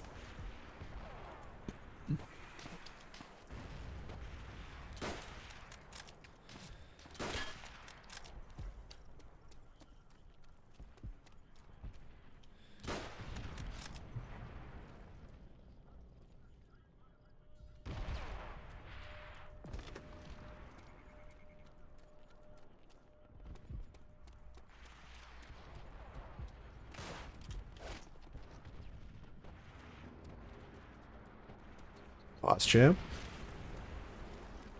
Did I say the right thing? Did I win? Okay. It's games, but she is emotional, and even though her sad brain is saying maybe things would be better this way, she would still hope that he tells her he'll try to make it work. Okay, so at this so you're not disagreeing that it's games, but the basis of the game is coming from a genuine place.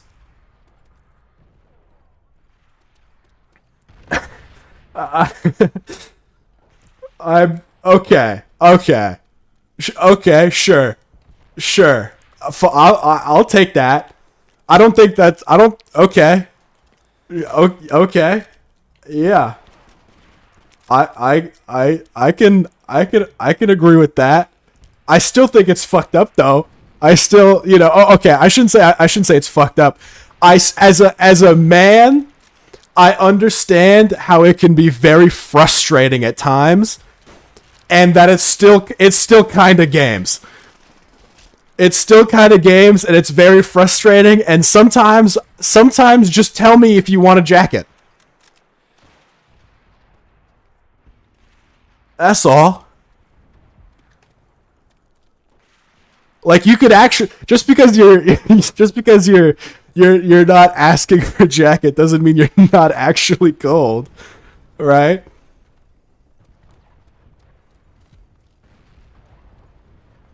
I should burn all my jackets. That's the solution.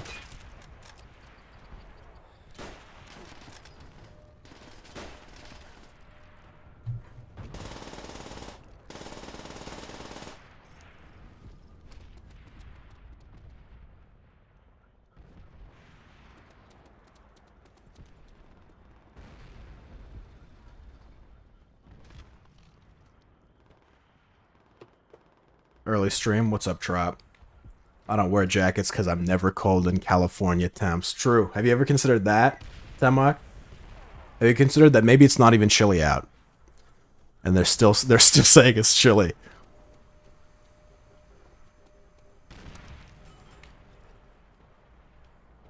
Sure. Yeah. Then is it still a game? If it's not cold out, but they're talking about how chilly it is it a game? The plot thickens.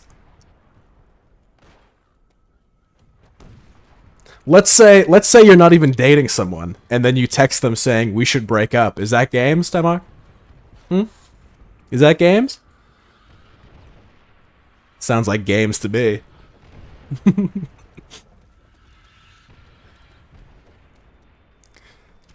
But what if I get really sad when they say yes?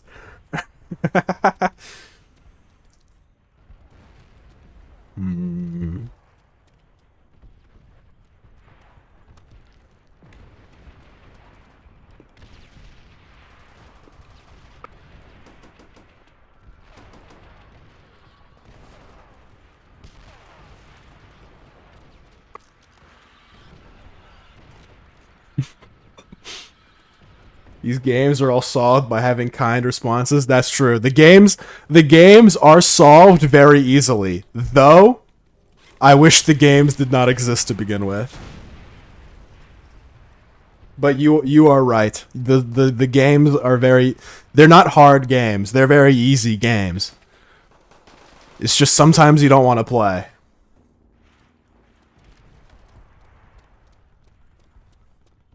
So you agree? The games are a test.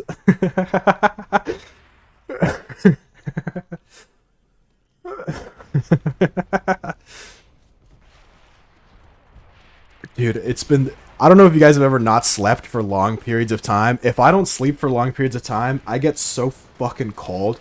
I go through like stages of exhaustion. The first one is I'm so goddamn cold, and I start shiver and shaking, and I think part of that has to do with calorie output and like you're like burning too much, or your body is like trying to burn to stay. I don't know. I have no idea. The second stage of fucking being tired as fuck is I just want to projectile vomit everywhere. Like I just want to throw up so bad for no reason. The third stage of sleep deprivation is I feel fantastic and I'm not tired at all. The fourth stage of sleep deprivation is dear fucking God. Please let me into a bed and just let me lay. Longest I've ever gone without sleep is 26 hours. I don't know what the longest I've ever gone without sleep is. I mean, I've done a 25-hour stream before. So, you know, at least that. I get way too productive when I don't sleep for too long. That's true. You do talk about your relationship with sleep seems very dangerous. I've gone 42, that's true. Kadolt's an army man. You need to stay up that late when you're defending our country. '07. Pussy. What was the midterm on? What was the class it was on?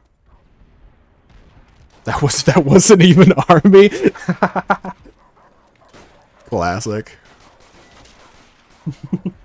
What the fuck were you doing staying up 42 hours in high school?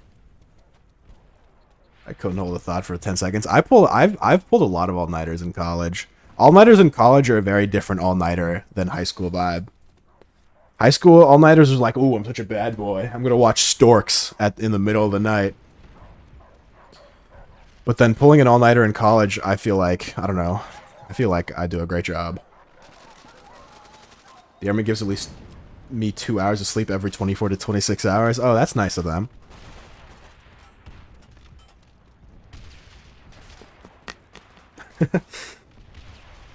Dude, some people, I think it's so... Okay, so school is important. I think school is important. I really don't like it when people dog on school. I think school is great. That being said, some people take that shit way too seriously. Not in the bad way. Not in like, you shouldn't care about what grades you get. Meaning like, they are killing themselves to get the grades that they're getting. And I think it's so fucking funny.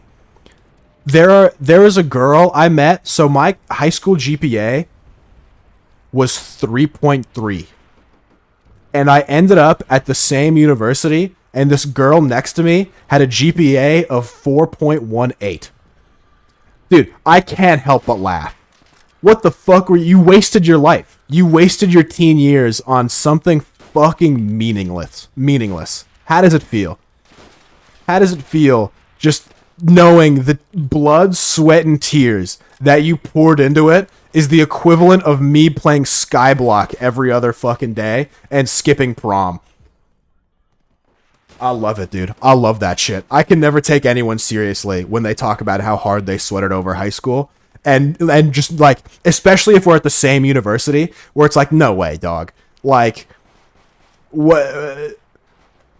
You fucked up. You fucked up. And I understand that you don't have the foresight to see that you fucked up, or that you don't have the hindsight or the foresight. You don't have the foresight then, and you don't have the hindsight now. But like, you fucked up.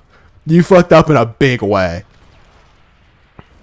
A lot more than school to getting a job and a career. Oh, absolutely. But I still think school is fucking useful and essential as fuck. School is the thing that teaches you to read and do math. And you need to do those things.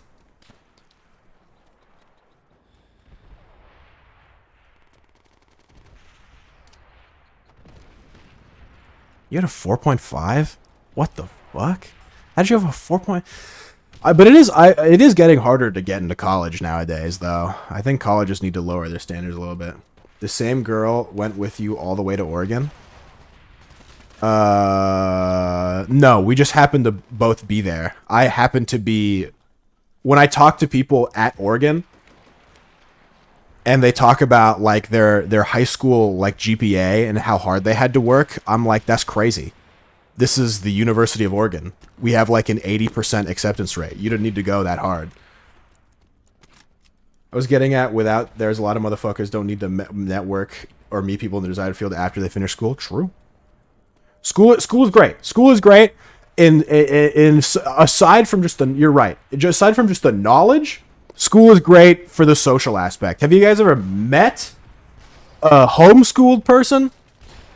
They're a little strange. They're interesting. Also, hello, Jack the Ripper. Many, actually? That's funny. I met some homeschool people in high school, but usually that's a good... If you get into like freshman year homeschool after post homeschool, that's okay.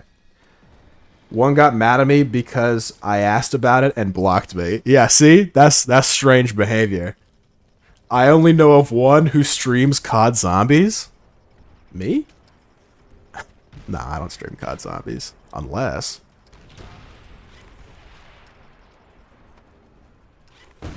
Get fucking owned. Fuck. Wait, there's quick messages? What did that do? Oh! I typed in the chat! Let's go. And that dude's a handful. True. There's a... I went visiting. There's a city in Oregon called Coos Bay.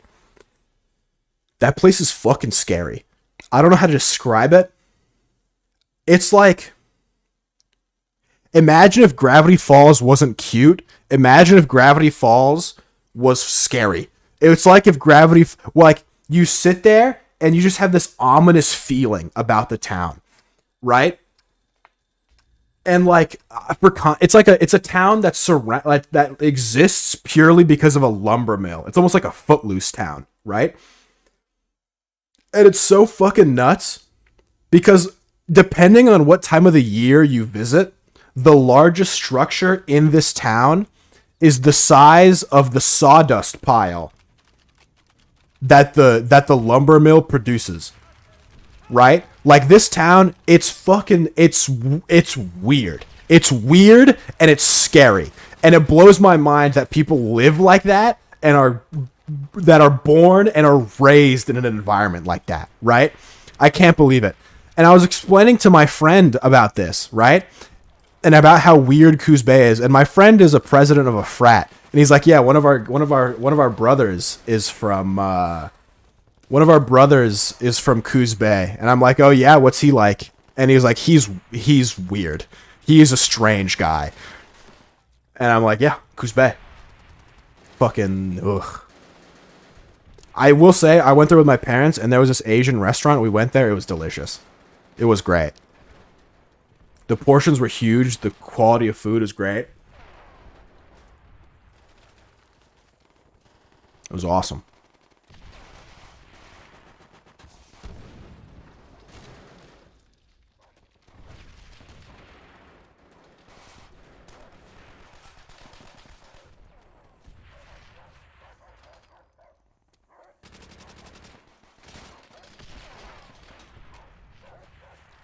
Dude can't shower right. You heard him. He showers incorrectly. My grandma wants to visit me these next week or two. And I was telling her, and I'm like, my water heater doesn't work. Is that going to be a problem for you? And she's like, your water heater doesn't work. How do you take showers? And I was like, I take cold showers. She's like, how do you do the dishes? And I'm like, I do it with cold water. And she's like, okay, I guess I'll just, like, do a sponge bath, I guess. He just does them wrong, dude. He I don't know. Here's how he, okay. So he always has the shower running, and then when he's about to take off to take a shower, he turns off the water and then gets in the tub. That's how he showers incorrectly. Dude, there was a fucked up trend for a while on TikTok. That dude, if I was a little bit younger, it would have bothered the shit out of me. Basically, it was people making fun of Ariana Grande, and they would get the longest sleeve shirt they have, pull the sleeves all the way up their arms, and then wash their hands. So that basically all they end up doing is waterboarding their hands, and now the ends of their sleeves are wet. Ugh. I hate it. Terrible.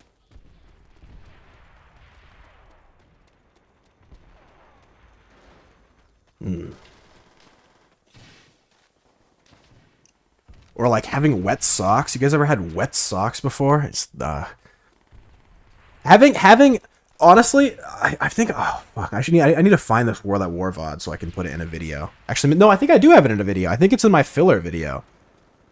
I talk about how if you're working out and then your underwear is drenched in sweat, the problem is not the sweaty underwear, and then you go to the bathroom and you put your underwear on, and then you have to put on the same sweaty pair of underwear you had before, right? The problem is not the sweaty underwear. The problem is going to the bathroom. The problem is that you took it off, you felt like what it was like without the sweaty underwear, and now you have to put the sweaty underwear back on. That's the problem. Dude, speaking of going to the bathroom, there is this gym movement that's happening among women. Not to make this a women versus men argument, but it truly is. It's not a women versus men argument. It's a disgusting women versus the world argument. But basically, whenever there's a trend going on where women, whenever they attempt heavy compound lifts, they end up pissing all over the platform that they're lifting on. They're just peeing everywhere, because that's what happens, right? You work really hard, you shit you've heard stories of people shitting themselves. It's no different. They piss themselves because they're straining so hard.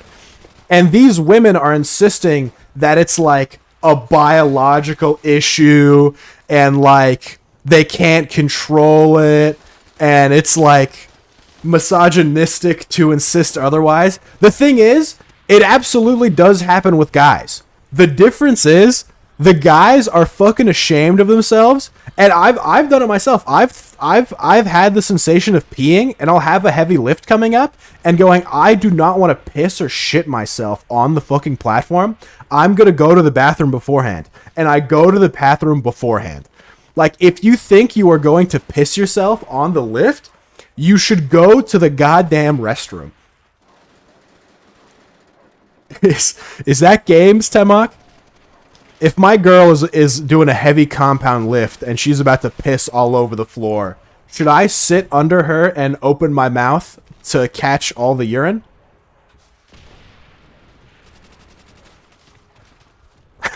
Is that the normal response for me to have? Yes? Okay. I'm learning more every day. What the fuck? How did this dog get up here? Super dog.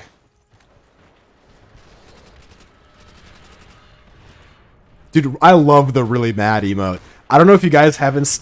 I've been hanging out in the Miskiff offline chat. This is something I keep talking about, and I will not stop talking about, because those guys are awesome, even though they very rarely recognize my existence. The really mad emote, it's perfect. It's right above. It's just a little more intense enough than pout. It's intense enough in a good way. I've started using really mad instead of pout, because usually I just type :pout : and it's the red angry one, right? But really mad. Ooh, I love it. I love it so much. He's like, oh, you know what I mean? He's got the hands up and stuff. How else do you keep the floors clean? I was thinking about doing some sort of jujitsu, or some sort of mixed martial arts and grappling, But then I realized like ringworm is a thing, and I'm like, no, thank you. Gross. I don't want ringworm. I don't want diseases.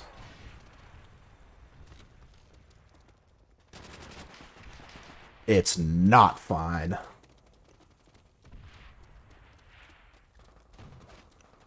Isn't it? Yeah, of course. Yeah, it's curable. Like, I'm not gonna die. It's just gross. It's like herpes. I don't want herpes. There's no, like, nothing bad's gonna happen if you have herpes. But I still don't want it. Are you a Miz kid? No. Funnily enough, I've actually spent less time. I spent less total time watching his stream. I'll be in Chatterino. I'll see that he's live, and I'll actually be bummed. I'll be like, man, I wanted to talk to offline chat.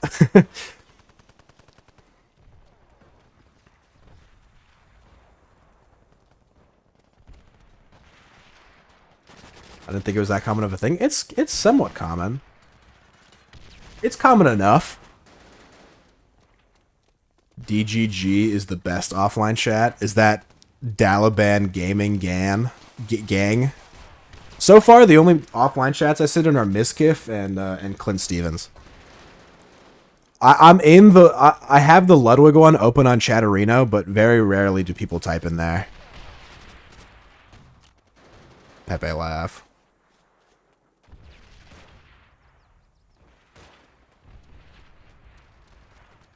I tried Asmongold. I didn't like it. Amaranth doesn't have one. Trust me, I looked. Yeah,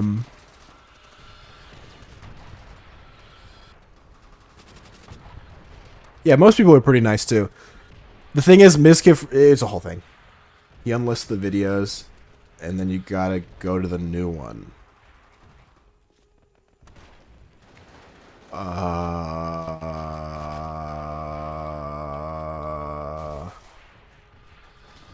True. Ludwig. Oh. No, I'm talking about Ludwig still has an account on Twitch. People still hang out in Ludwig's Twitch chat. YouTube doesn't have an offline chat. It just becomes a video. It just becomes a comment section. I'm talking about Ludwig's Twitch channel. Like, the Twitch channel is still up. You can still hang out in the offline chat. Just like how, like, if I wanted to, I could hang out in Float's offline chat if I wanted.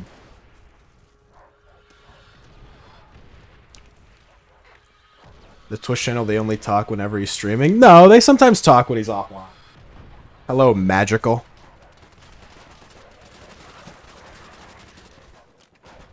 Magic Johnson has AIDS. One thing I've told some of my friends, and don't make fun of me for this, but so it's important in life to have goals. One of my goals in life is to outlive Magic Johnson. If I die before Magic Johnson dies, I will be upset.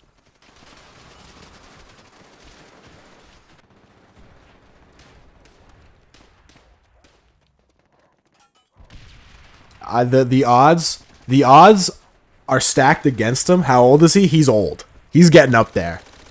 But you never know. You never know. It's important to have that perseverance. You know, just that little extra oomph to be like, you know what? I can't die. Not today.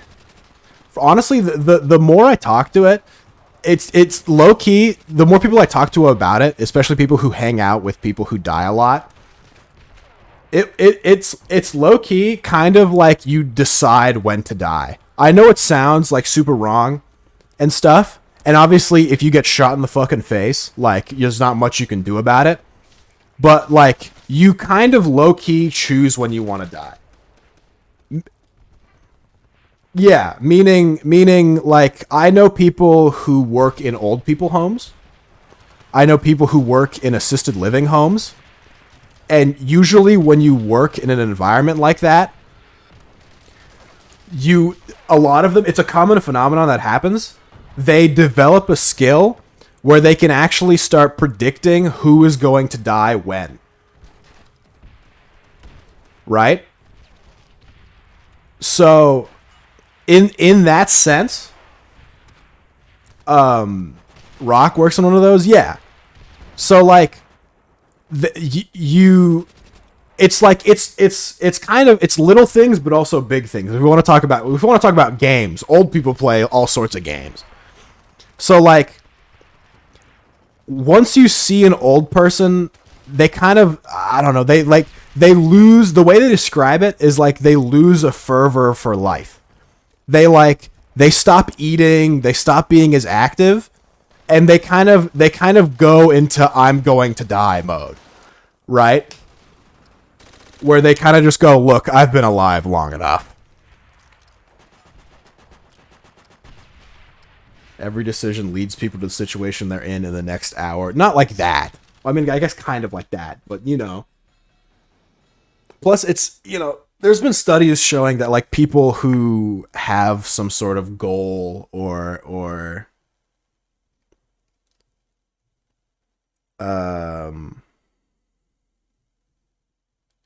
driving force to survive are more likely to survive. The human mind and body are amazing things.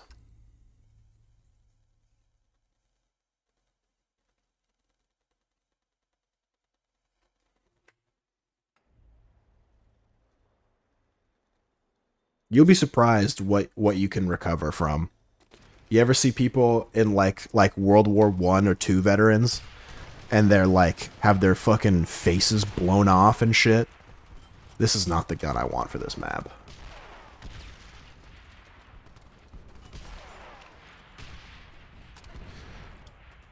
Like it's shocking how simultaneously fragile and like strong the human body is. Like you can see people who have gone through like horrific shit and like lose huge portions of their body, right? But then they're still alive. But then you see people who like trip and fall on a rock and then they just die right there. You know what I mean? Do you mean Kyle Carpenter? I don't know who I mean. I'm just saying you are more powerful than you realize. Feel strong, man.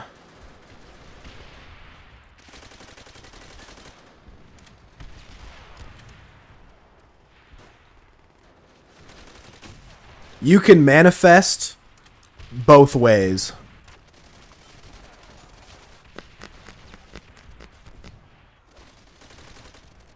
Yes, HP meters in the astral plane, absolutely. I mean, it's not about like, I mean, it's literally like, you know, I don't know. Well, okay, here's, is this an example?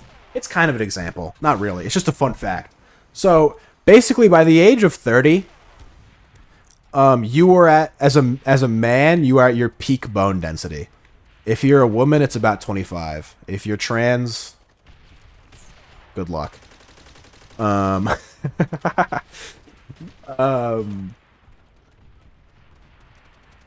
basically after that point, your bone density slowly starts declining.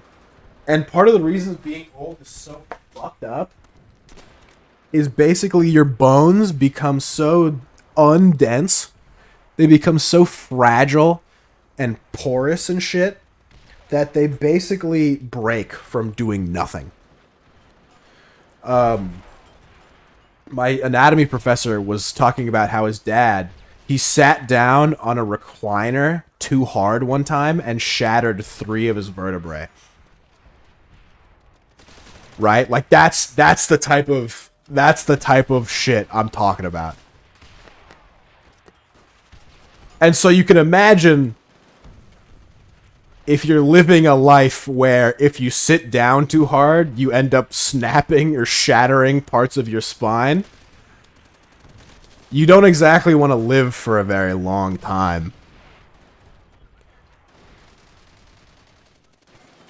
And not only that, you don't really have much strength to live for a long time. So think you don't have that much strength to begin with. Now, since you're sad and dying, you now start doing things that give you even less strength to live, which now makes you even sadder and makes you want to die even more. And so then eventually, peepo poof. Gone. And then you're sent to the gurm 495 crematorium. And I press you into a vinyl disc that plays the ice cream video.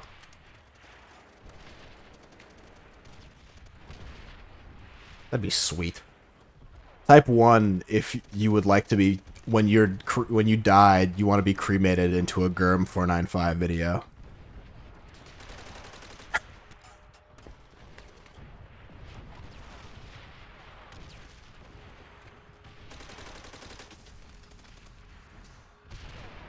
Rumor has it those who die remain stuck in the gurm 495 offline chat forever. My offline chat is popping sometimes.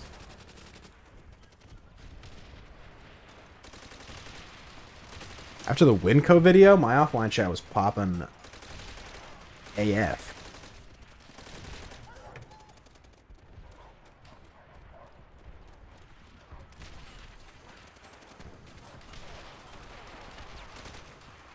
This map.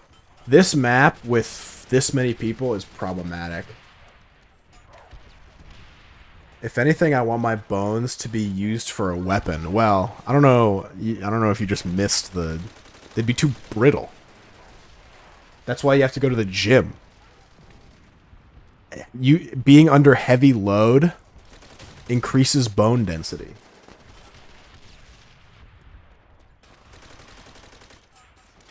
Or just walking.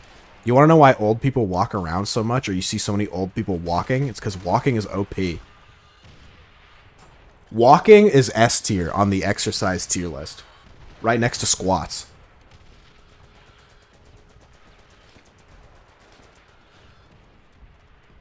But what you could do is you could donate your bodies to science. And then some poor teenage young like 20-year-old guy is going to play with your guts, and then he's going to go on a speed dating show and insinuate that he had sex with your corpse.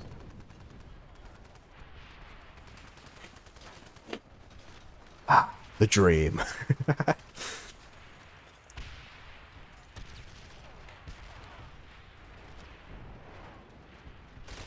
Isn't that what we all want?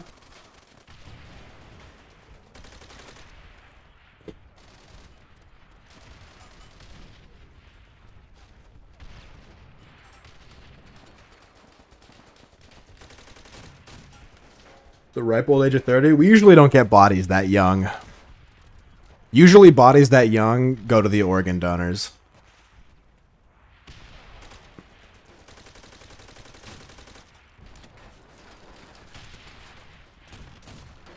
Or I guess the organ collection service, or whatever they call themselves. Organ harvesting.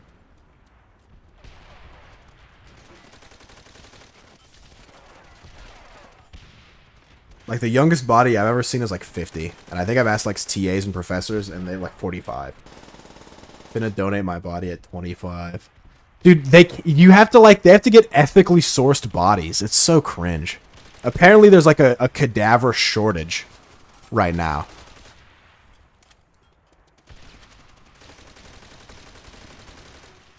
Ethics is so annoying. I'll say it, dude. Ethics is you know how advanced we'd be if we didn't care about things or people?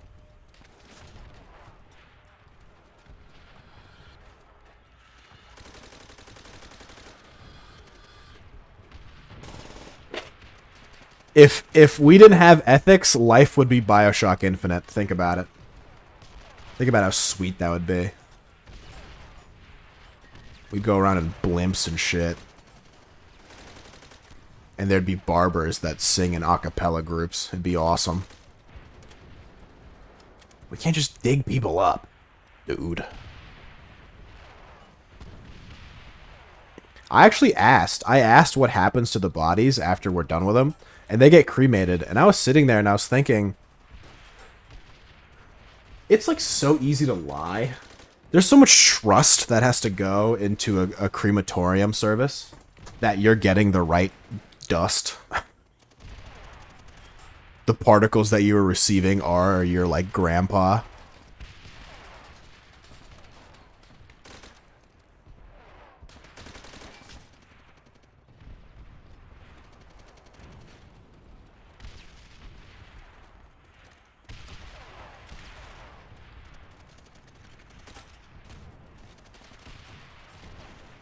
There's a lot of trust that goes in a lot of stuff. I should set up my will. When I was younger, I would think about setting up my will. When I was younger, man, I fucking A. I've been alive too long. But when I was younger, I actually had this plan. I had this plan that I was going to put a post-it on the back of my monitor that should only be looked at in the case that I die. And it would have the password and login to all of my valuable accounts with instructions to tell all of my internet friends that I have died, or like to change my bio to deceased or something. Mind you, I'm like 8 when I'm thinking about this, right?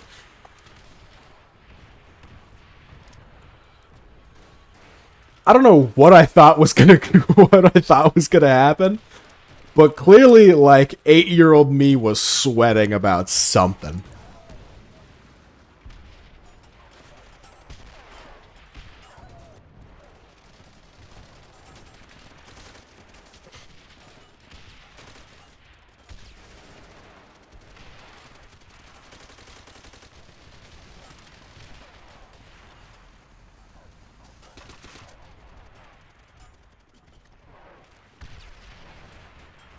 That'd be pretty sweet. I might do that as an adult for my will. Dude, stuff like that is always so like kind of fun to think about. Like if I had a funeral, do I want my funeral to be freaking sweet? Like, do I want people to bat chest my funeral?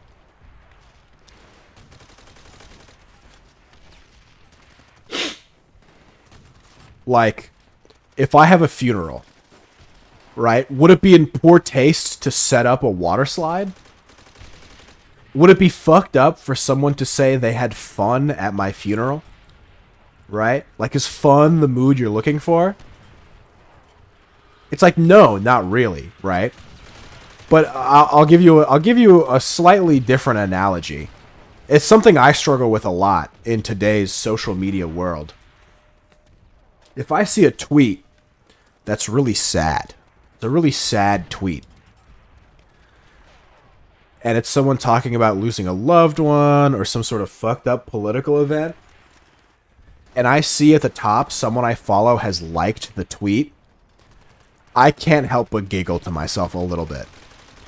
Because it's the idea that like something really tragic has happened to this person, and you're like, yeah, I like that. I like that tragic thing happening happening to somebody.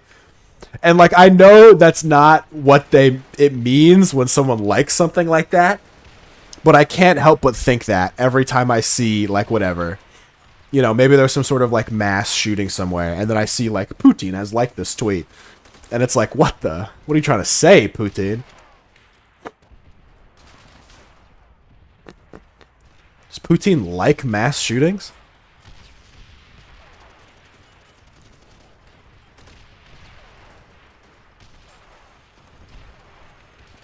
That'd be pretty sweet. Getting launched out of a cannon is pretty cool. My whole timeline is things Bible likes. Yeah, same. I remember when the Ukraine stuff was happening and like Ukraine was getting invaded. Someone tweeted this like super heart-wrenching, super long paragraph about like how the war has affected her and she like isn't sure that tomorrow is for certain and all this stuff. And then at the top of my screen, I see Smirky has liked this tweet. Same thing. Just the idea that Smirky sees the suffering of the Ukrainian people and he's just like, ah, nice. Throw that a like.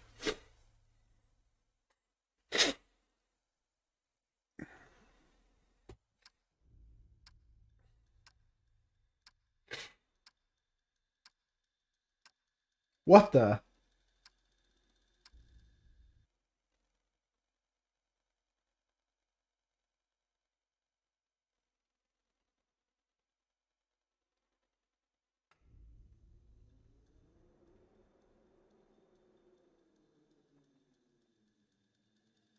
Smirky consumes the suffering of others to sustain himself. I also knew it. He's too nice of a guy. There's gotta have been something wrong with him. He's always doing charity streams. It's all adding up. St. Jude is a ploy. He sends the sick kids to them.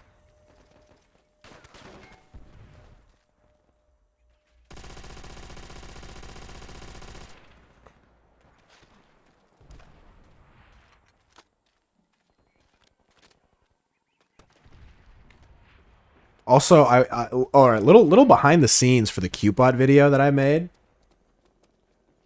When she does the gun sound, effect in the video, I actually don't hear that on the Discord end.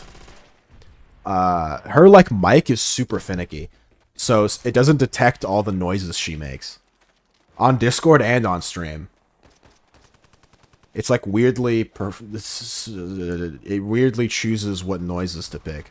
Headhunter, you're subbed to the YouTube, right? You watch all my videos, right? You wouldn't happen to be a fake fan, would you?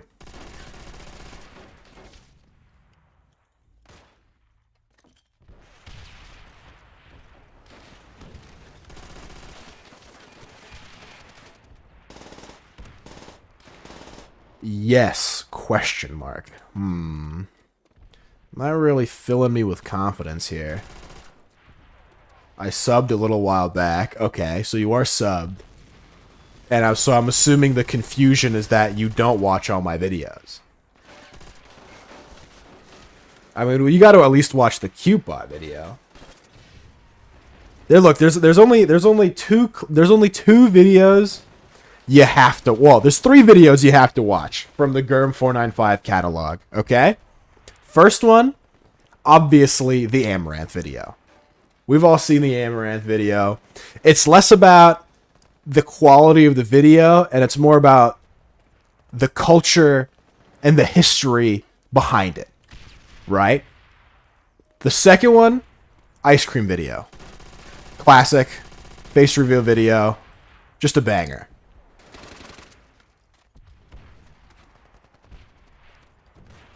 And then third is the Cupid video, because I'm a G, and you get to see how suave and silky smooth I am with the ladies.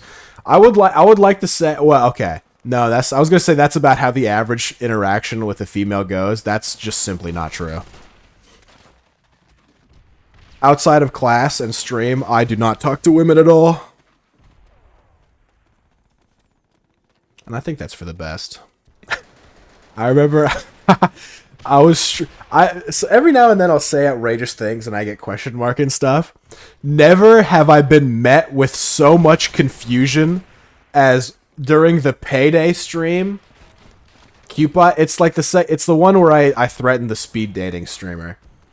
I have never been met with so much confusion as when I played Payday and I said, so I've basically come to terms with the fact that I'm never going to have sex ever again. And I think just the way I said it, I like said it so genuinely and matter-of-factly that like they assumed I was serious. And I'll upload it. I'll upload it later. But that would like the amount of like what? Like no way you think you're actually just never gonna have sex again. And I'm like, maybe.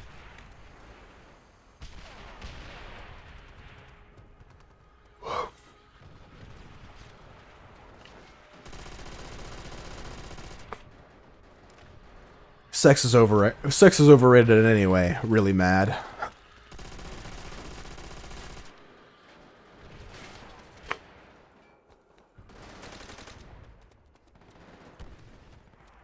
Dude, it's fucked up. Whenever I talk about getting laid, all my chatters have sex all the time.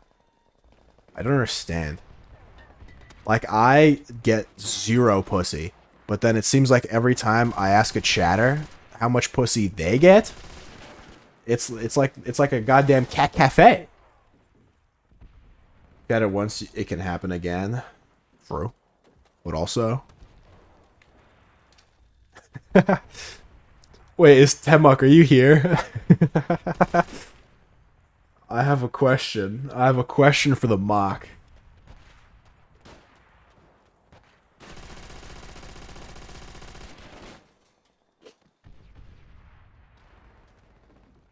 I really hope he's here. Okay. Alright, Temok. So if I go... Sigh.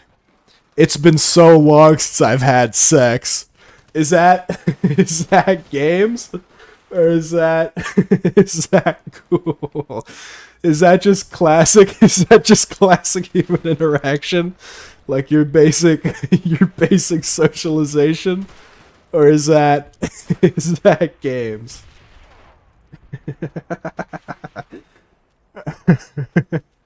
It seems odd to say it. Answer the question. Is it games or not?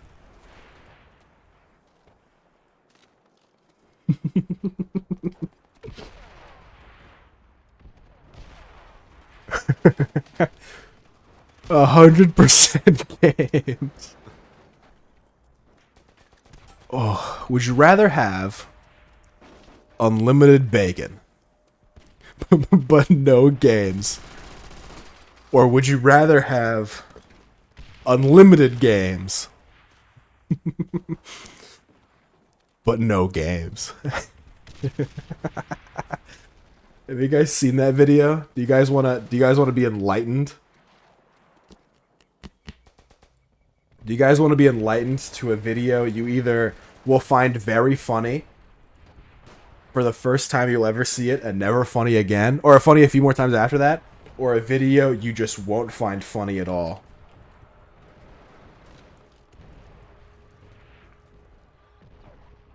Switch to Liberty Mutual and save $652. Dude, I don't know what YouTube is trying to say with this shit. I hate it. Would you rather have unlimited bacon, but no more games, or games, unlimited games, and no games? Completely incomprehensible. That was so nothing. What? That was absolutely. You'd rather have unlimited bacon?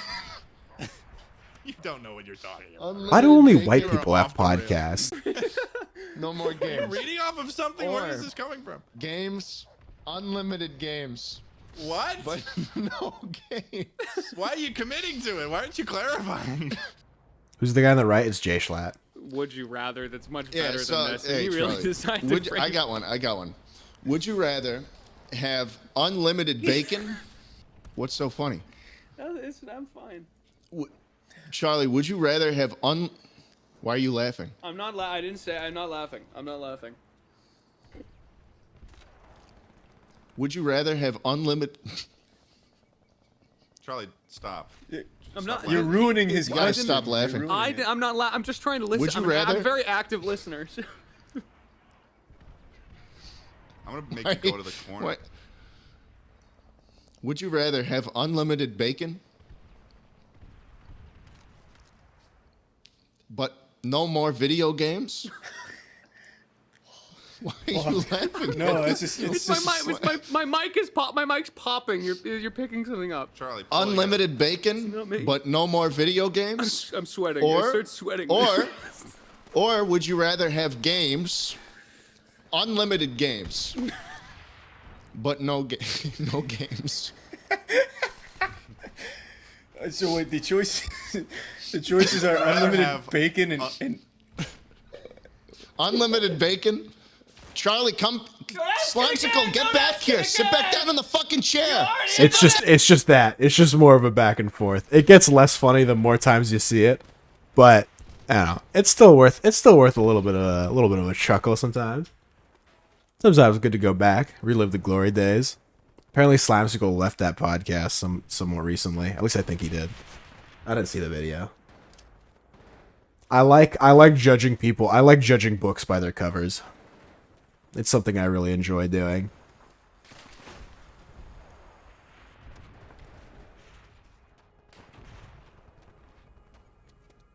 I don't know. I understand the saying. It's bullshit though, that they wouldn't give an interesting book an interesting cover.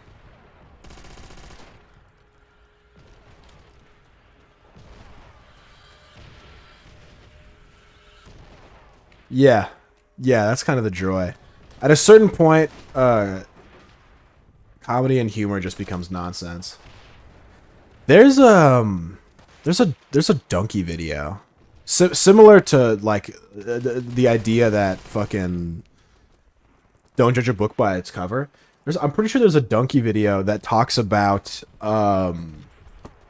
there's two types of video game covers. You either have I forget what he says exactly, but basically one video game cover is you have some like bristled, haggard man with a gun, like looking badass. You have guy with gun and like not guy with gun. Basically. I think there's something more specific he says in that second one. But he was being very convincing about how, like, there's no real interesting video game covers anymore.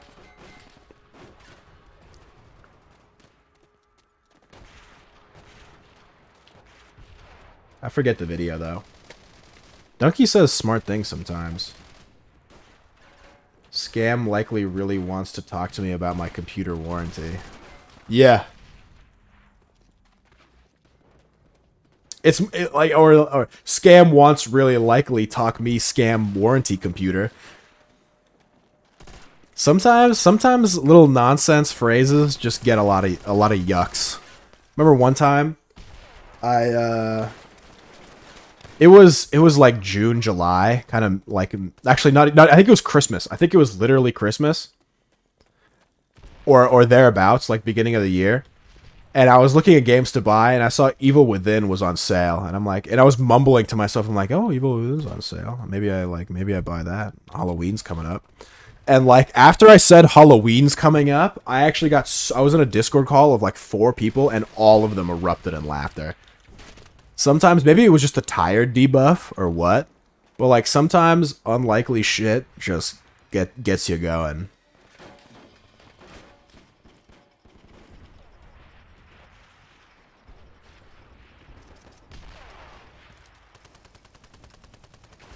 Fuck. I do get giggly, yeah. That's part of the reason why I kind of want to start doing drugs. I want to become a drugs guy. Is because I feel like I'd unlock my full potential. But Dare worked too well on me. Sag. I'm too scared to do drugs. God, I suck at this game.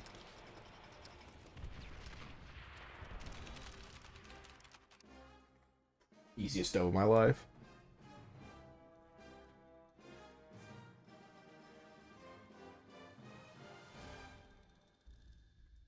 Put Careless Whisper over a video of people.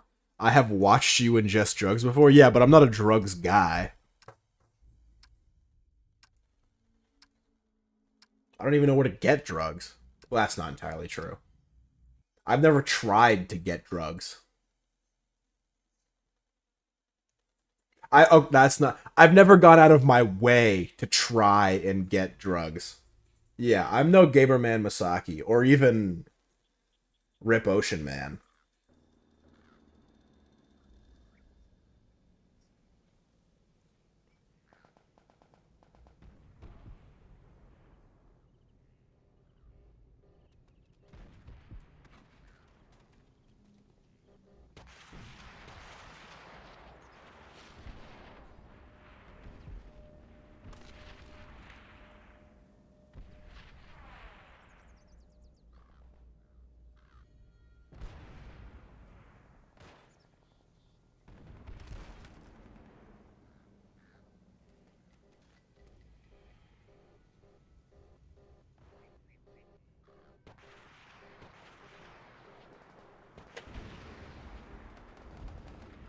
But yeah, I think about doing drugs all the time. I think the problem is is I ingest so much media of people doing drugs. God fucking damn. Right? As we all do. And I see these people, and they're like successful people. They're successful people, and I think drugs can't be that bad. If all these cool, successful people are doing the drugs, I can do drugs. I can be a successful guy. Yeah, I like alcohol too. I think alcohol's great. But there's a different, como se dice?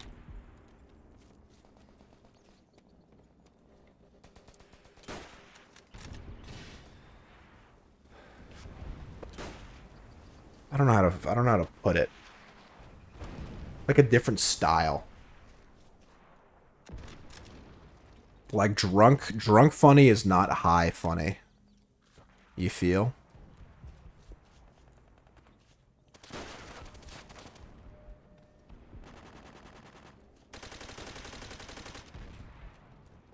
I've never been stoned. Me neither. At least I don't think I've ever been stoned.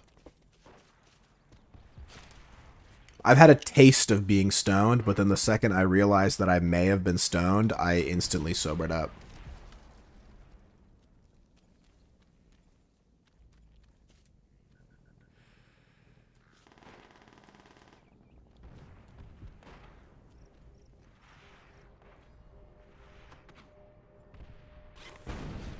Get fucked.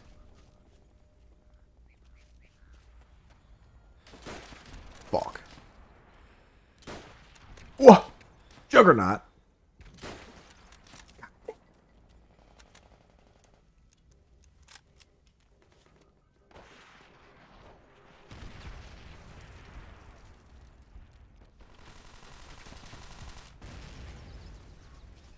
What was I talking about? Oh, doing drugs is I see all these people, all these successful people doing drugs. And I don't think doing drugs makes me successful, but it makes me think that there's no downside to drugs.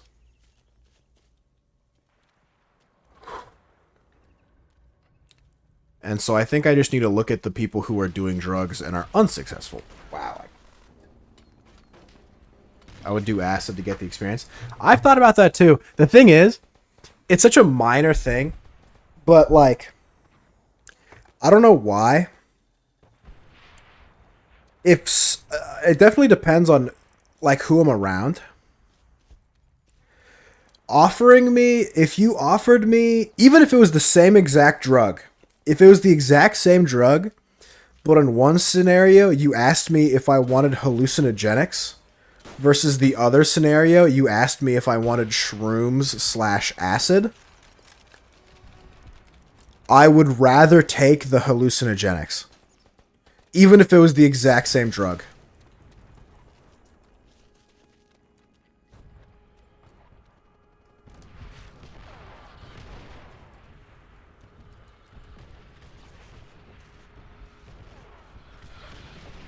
I can't explain it. I think hallucinogenic just sounds more professional. Plus, if it just makes my life sausage party, starring Seth Rogen and Jonah Hill, that's pretty sweet too.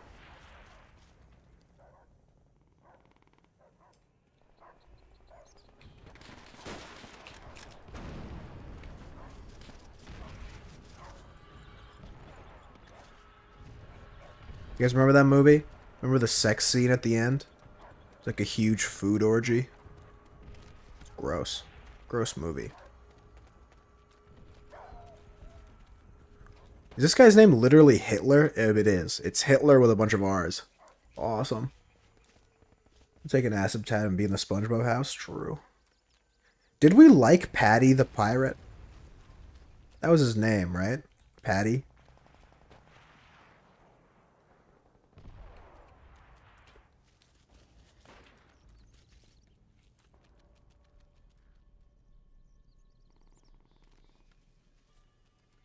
Patchy. Yeah. Holy fuck, I beamed that guy. Oh.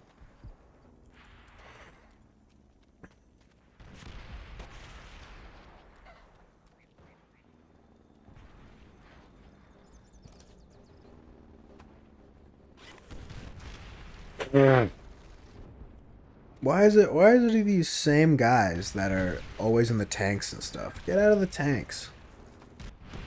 God damn it.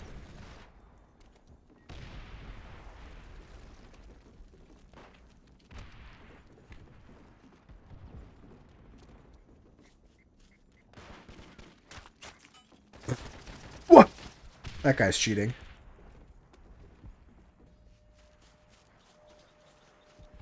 I wonder when Patchy got introduced. Probably not for a while.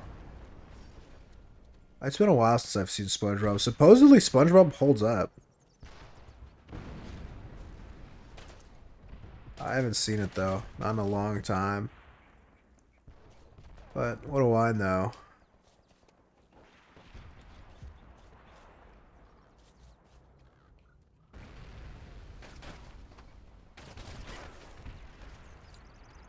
What did it look like from his perspective? Okay.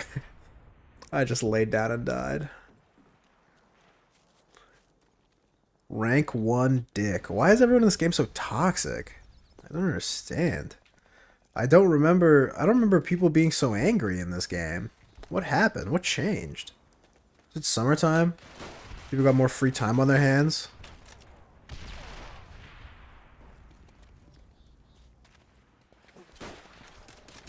Holy.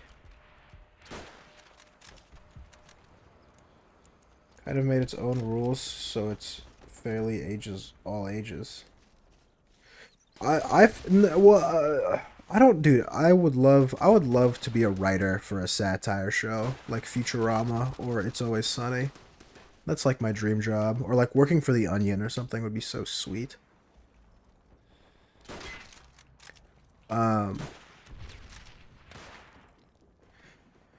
But I've noticed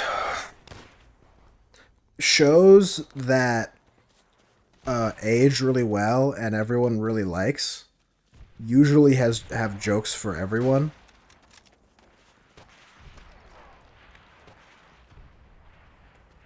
Like they kind of have jokes for all ages. Like think about Nosferatu, right? Like who what that fucking movie came out what? Like the early 1900s? Who watches SpongeBob but also Nosferatu? You know what I mean? It's just one of those things where it's just kind of neat. Yeah, like it's just old as shit. So it's like it's kind of like who is that? It's one of those things where it's like who is that joke for? You know?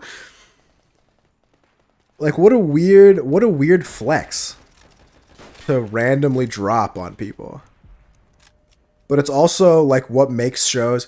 I feel I've always like dreamt when I was younger. I always dreamt of having my own TV show that I like had a plethora of references in it. It's fire as fuck. I think it's super fire. I think it's a great reference.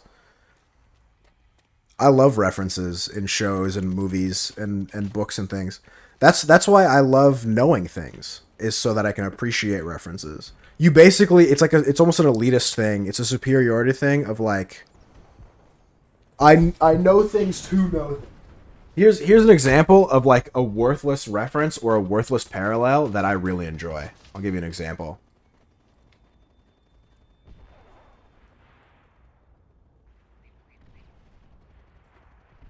Fuck.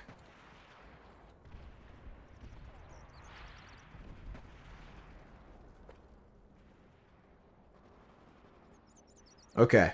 Old Dirty Bastard. 36 Chambers.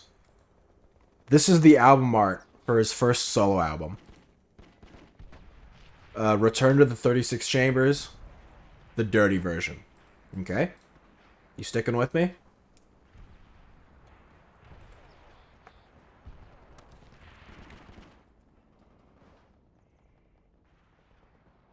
Fuck. What's this? Oh, fuck. Hold on. It's not called... I mean, you get what I'm saying. This one. Call me if you get lost. And this is, obviously, call me if you get lost. Right? You know. I wish I could find a bigger picture.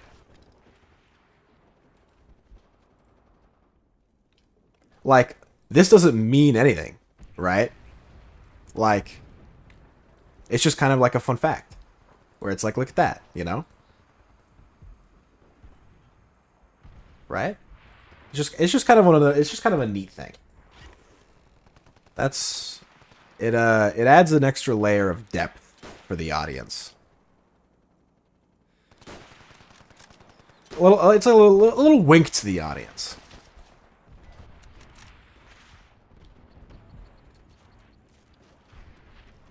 You guys remember that? Remember that joke? Remember the wink to the audience joke? Good old days.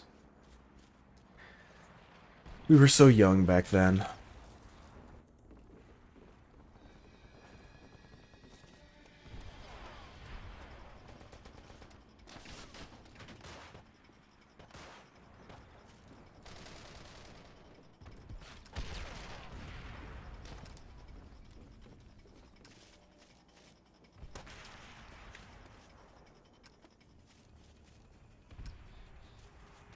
Gurm is coming. What's up, Toshi?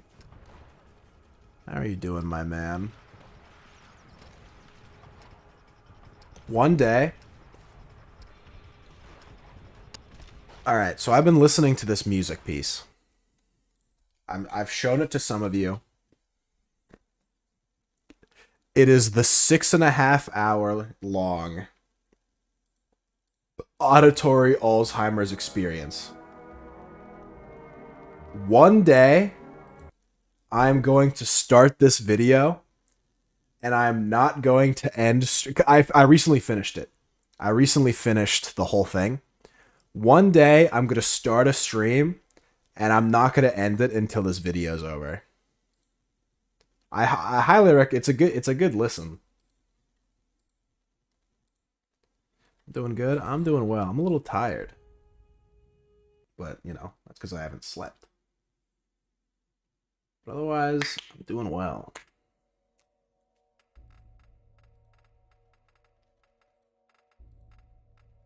Submachine guns. Studying the Type 100. Oh, there you go. What do I have for this? I need better perks. I need the one that makes me do more damage. Actually, yeah. I need yeah, there you go. Perfect.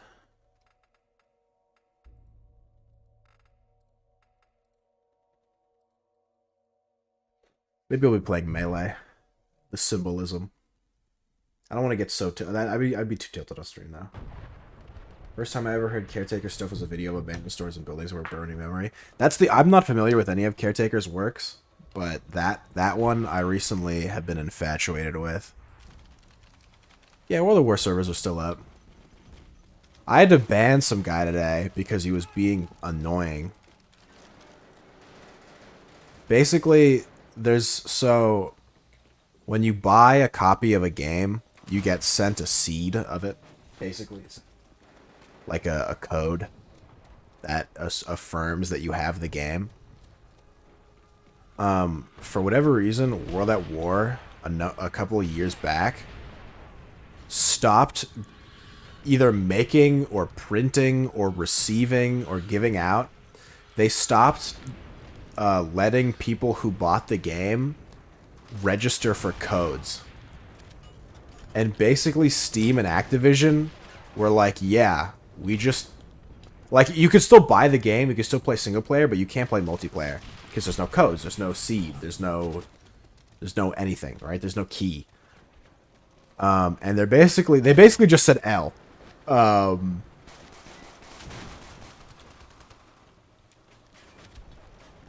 Supposedly there have been some workarounds on like YouTube or something.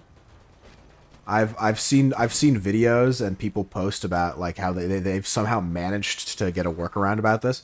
Usually the workaround is just play plutonium, honestly. But plutonium's for nerds. But yeah, the servers are technically up. Just the game won't let you play unless you work for it.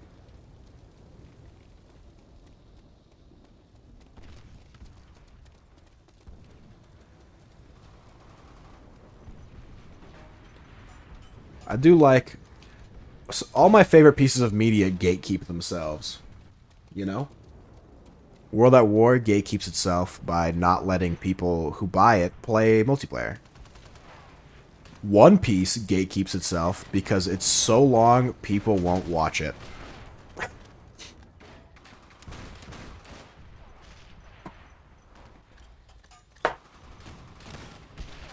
What was the guy doing? Where was this going? How do you mean? Oh, the guy who I banned today? He kept, basically he was like, hey, how do I register for multiplayer? And I'm like, you can't. They're out of keys or they're out of codes. Like, I don't know. You'd have to like Google it or something. And he's like, no, for multiplayer, how do I register? And I'm like, you can't. There's no codes.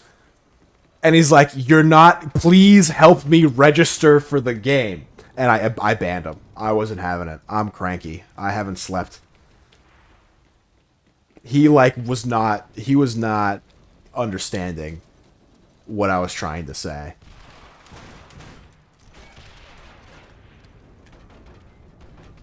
MFers could legit skip to every third episode of Understand. No. You could also read the back of a book and understand what the book is about. But it's not the same.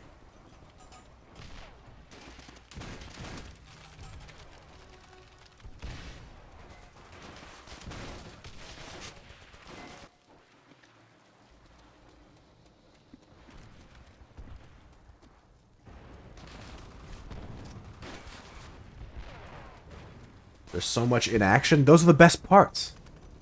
You don't watch One Piece for the fighting scenes. You watch it for when someone is upset and Luffy goes, "Shut the fuck up," and then you cry because he's such a natural born leader.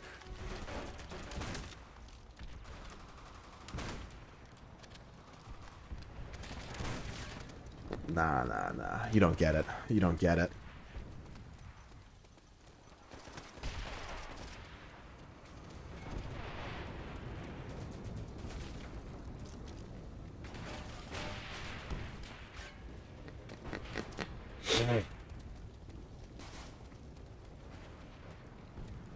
God, One Piece is awesome. Yeah, owned. Through the stall of the bathroom? Really? That's fucked up. I was on for One Piece post Kuma up to the end of Marineford. Wait, you didn't even make it that far at all. What the? What, you only made it like what? Like 500 episodes in? Yeah, what the fuck? Oh, you don't even know. You don't even know. Nah, you don't get it. You don't get it. You only made it like 600 episodes in.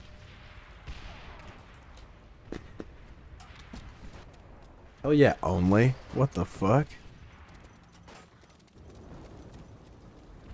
When Train only makes a couple $100,000 from a gamble, he only makes a couple $100,000. When Hat Hunter only has seen 600 episodes of One Piece, he's only seen 600 episodes of One Piece. It's the same. Dude, Train tweeted, I didn't realize Train was such a fucking intellectual.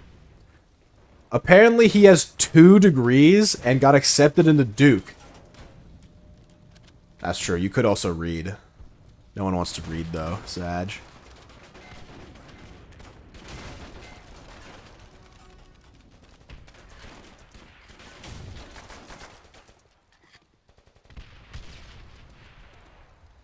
Can I just skip this? Can I just go?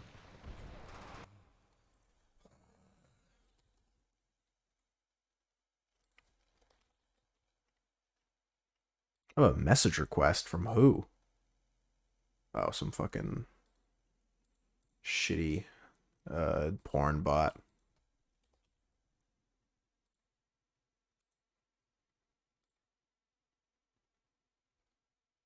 Imagine graduating university with a BS in biochemistry, a BA in analytical philosophy, and getting accepted to Duke just to find yourself 10 years later gambling for 40 hours straight while yelling at a monitor with a football stadium of people watching. Feel strong, man. My streamer.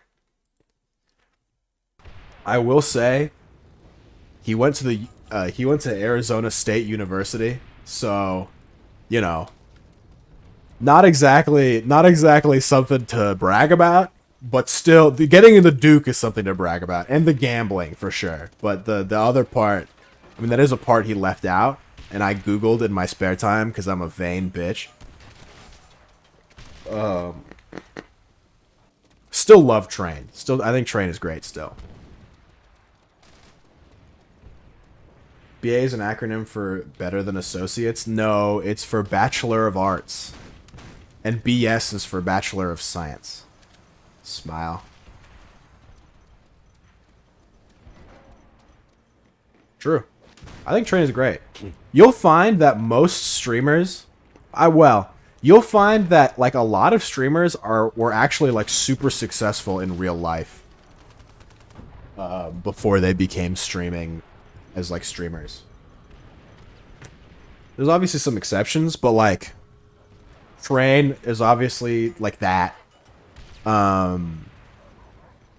Miskiv went to Rutgers and was there on I think wrestling scholarship, and I'm pretty sure I remember him saying his SAT score at some point. It's like shockingly high. Andrea Botez obviously went to Stanford. Well, that one's muddy because she went to Stanford for chess. Basically, if you're a chess champion, any university will take you. But she's also a streamer because of chess, so, you know, kind of up in the air.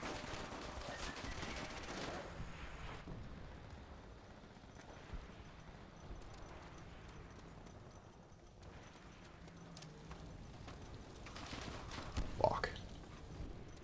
Those are the only ones I could think of in the moment, but it's a lot. Yeah, now show the... Exactly. It happens, dude. Gross score thought there were 6 days in the week. It's you know, sometimes, you know, maybe she's on the Gregorian calendar.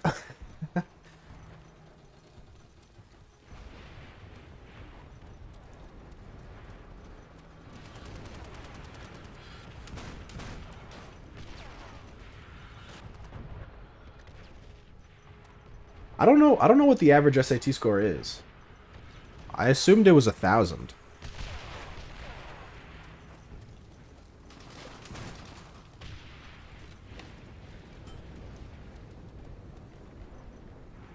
I googled average GPA and it was like high 2 to 3.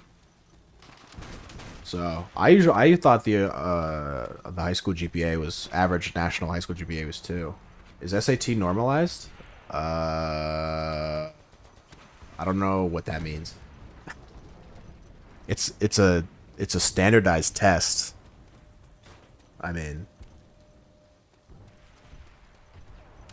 oh, are you saying for like different years or something? It's a pretty normal exam that you take. Is that what you mean?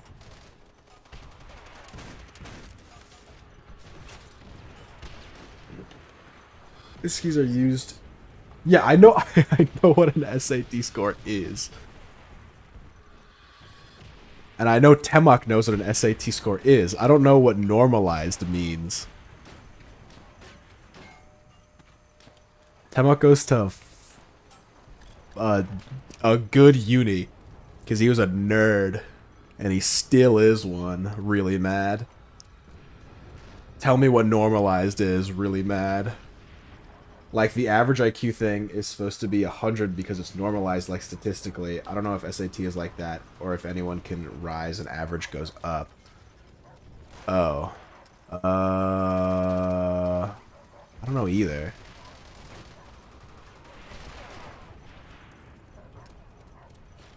I mean, I imagine they have like a hey.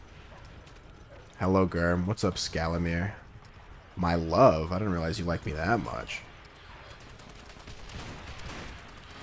I was just recalling about how that payday day where I talked about how I'm never going to have sex ever again and how I'm going to have a ginger child and it's going to be awesome.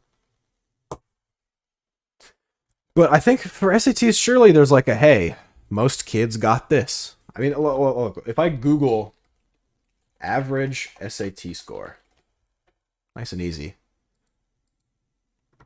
The average SAT score is 1051, so I was about right. It's about 1,000.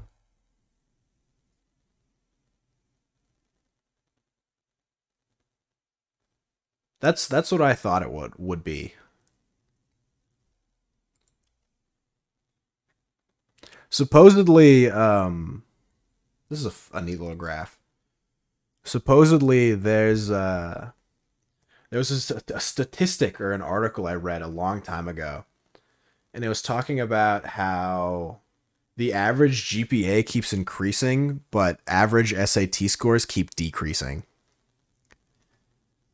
And I think the article was making a claim that like school is getting too easy or like they're too lenient with grades or some bullshit like that. I don't remember what it was, but I mean, it seems to be true.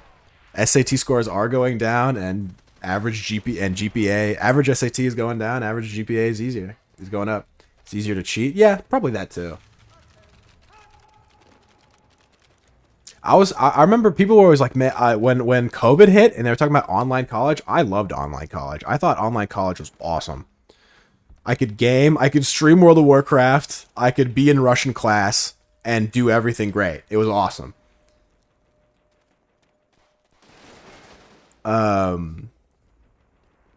But like, yeah, having school be online actually made my life so easy. It made everything so easy. It was awesome. I hate online school. I like it because it's easier to get good grades. I definitely learn less. Like I definitely learned less than if it was in person. But I definitely had higher grades than if it was in person. I wonder if unis will ever just say fuck it and require IQ tests. No way. No shot. Online school ruined you. What the? Why? My school is sick. Yeah, it's very convenient. I can understand that you don't learn dick. Because I technically didn't learn dick either, allegedly. And it was great. It was great because I never had a camera, and other people did have cameras. And it's like a fun little Easter egg when I see people I recognize around campus, but they don't know who I am, but I know who they are. You know, like it's kind of like a little secret between me and me. Maybe one of these days I walk up to them and I go, "Hey, are you this person?" And they go, "Yes." And I go, "Run." and then I start chasing them through the streets. I only run into them sometimes. I will say though, if I'm going to class, like I go to the same class, same day, same schedule every single day. Well, not every single day, but you know, the same Monday I go to Monday class, Tuesday I go to Tuesday class, right? Same shit. I will say aside from people who are in my class, I very rarely see repeat people also going to their Monday class or Tuesday class or Wednesday class. It's very strange.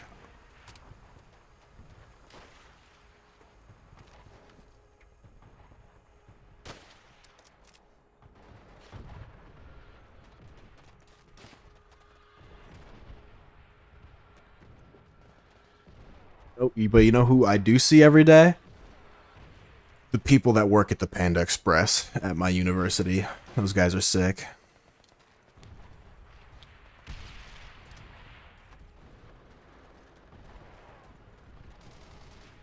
what I would do to game the system is I would ask for 2 water cups because 1 water cup is never enough. Because I used to always order 2 plates.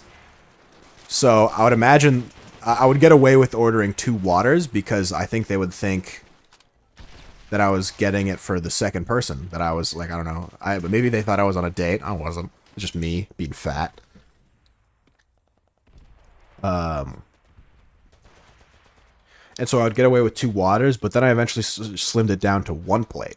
But I would still order 2 waters, and they caught wise. They were like, "Hey man, look, I can just put this in a larger cup for you." And I'm like, "For no extra cost?" And they're like, "For no extra cost." And then I said thank you, and I spiritually dapped them up. And so now whenever I go to Panda Express, I just ask for a large water cup, and they just give me a big old water cup. I love it.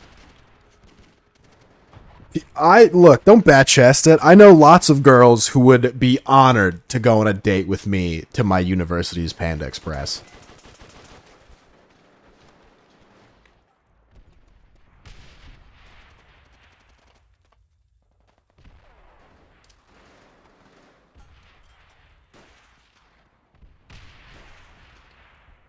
It's so much fucked up. I've learned it's so much fucked up when the nurse shoves an IV in your hand than your arm. Oh yeah, because your hand is like is super sensitive and shit. And there's like ligaments and stuff. Little fun fact. Little fun fact for you guys. The IV, you can still move around it when it's inside you because the needle they put in you is like removable. The needle is just to place the catheter, and then the needle goes away after like the IV is put inside you. The IV is just the tube. So the needle puts the tube in, and then they take the needle out. So it's just the tube.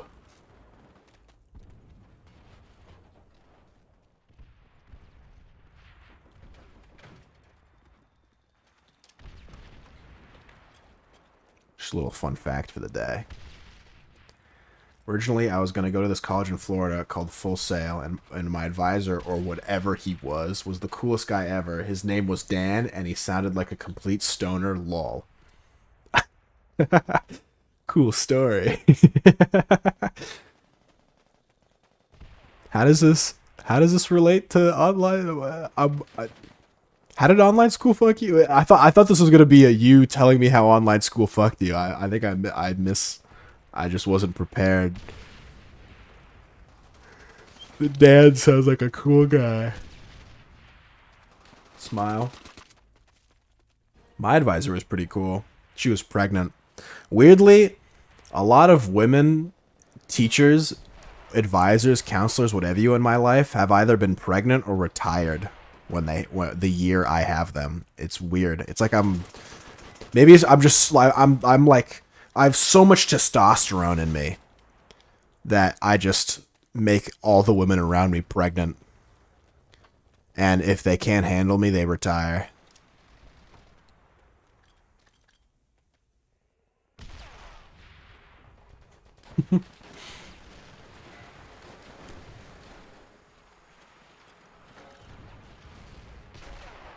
I was trying to find a clip of me. Fucking there's a clip of me. I was thinking about making a highlight montage called like Gurm is mad or something. And it's like me being frustrated and like saying some sort of some outrageous anecdotal thing, like in response to something incredibly minute. And there was one clip. It was Temok asking me how my final went, and I'm pretty sure I was playing Dirty Bomb, but I can't seem to. I'm sure if I really dug deep, I would like find it. But I'm pretty sure I was playing Dirty Bomb, and he asked me how finals were going, and I'm like, it went so fucking bad, like. I was so embarrassed and I felt so bad for doing so bad on the exam. My professor had a miscarriage this year, and I think my results on the exam are going to be more disappointing than than her figuring out that her unborn child is dead, or like something crazy like that, because I'm a madman. Hello, cool kid. That's a sick name. but I couldn't find the clip. That would have gone in the can't even keep track of what videos I'm uploading.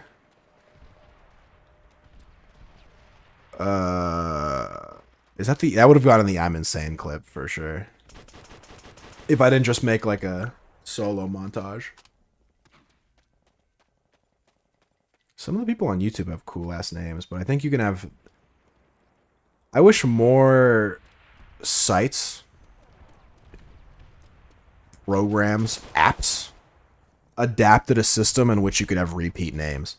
Having repeat names is always... I mean, it's like annoying, right? Because like, what if you run into the guy who also has your name? But it's also kind of fun because then what are the odds those two people run into each other, right? So like YouTube has that, I think. I think Valorant also has that, right? Because you have the number system. It is kind of weird. Why would... It's weird if they add a number system, but you can't have repeat names. That's a very strange thing. Like, I think you could have repeat names in Discord, right? I've never checked. Have you? Yeah, I'm sure you can. Have any of you guys tried? Surely. I think I've seen videos where people do shit like that. For a time on the internet, there was a weird, like, Discord video meta where they would, like, role play with Discord roles. One I saw that was a lot of fun was, it was Mario sitting in a Discord channel. And there were 10 Discord channels labeled, like, well, let's just say labeled 1 through 10. 1 at the top, 10 at the bottom, and in numerical order. Mario was in channel 10. And in channel 1, there was a thwomp. And thwomp are the big stone guys that go like, right? So, basically, it was just showing... It's like a, whatever, 10, 15 second video of the thwomp falling, quote-unquote, through the Discord channels. But in reality, he was just switching Discord channels. And he was falling and falling and falling until he hits channel 10. And he goes, Urgh! And then Mario goes like, wah! And then like the video ends. Is ever a fan of Discord memes? I think they can be fun.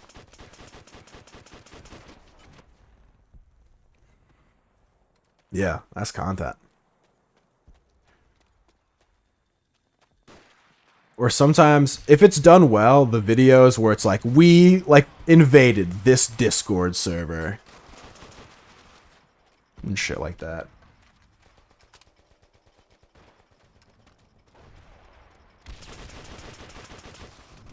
Oh.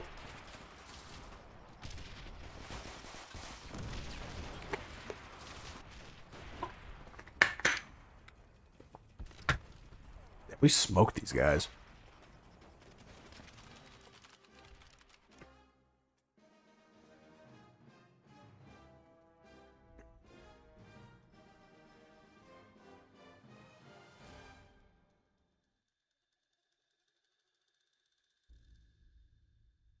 Damn. One of the Mizkif mods who hangs out in their offline chat just tweeted, streamers gotta stop trying to middle ground shit. Destiny platforms Nazis and all right people constantly. Just because you like them on Twitch talking to Canute doesn't mean he's a good person. Lol, idiots. MF do the same shit about sexist pieces of shit, like no wonder your woman demographic is low, loser. Destiny fans crying right now. Oh, speaking of crying, supposedly they're gonna some regions are considering banning Steve from Ultimate. Isn't that so fucking funny? I think that's so funny. Destiny the streamer, not Destiny the game. Destiny the streamer. To be clear, Toshi, Destiny the streamer. Destiny the streamer. Not Destiny the game. I don't know if that's what you were dude what the fucking over, but there's a streamer named Destiny. And he's much more problematic than the game. Well, he's about equally as problematic as the game is. Yeah. Okay. But yeah, supposedly some people are thinking about, they're trying to ban Steve, and I think that's so funny. I think that's so only Smash fans or only Smash players. I swear.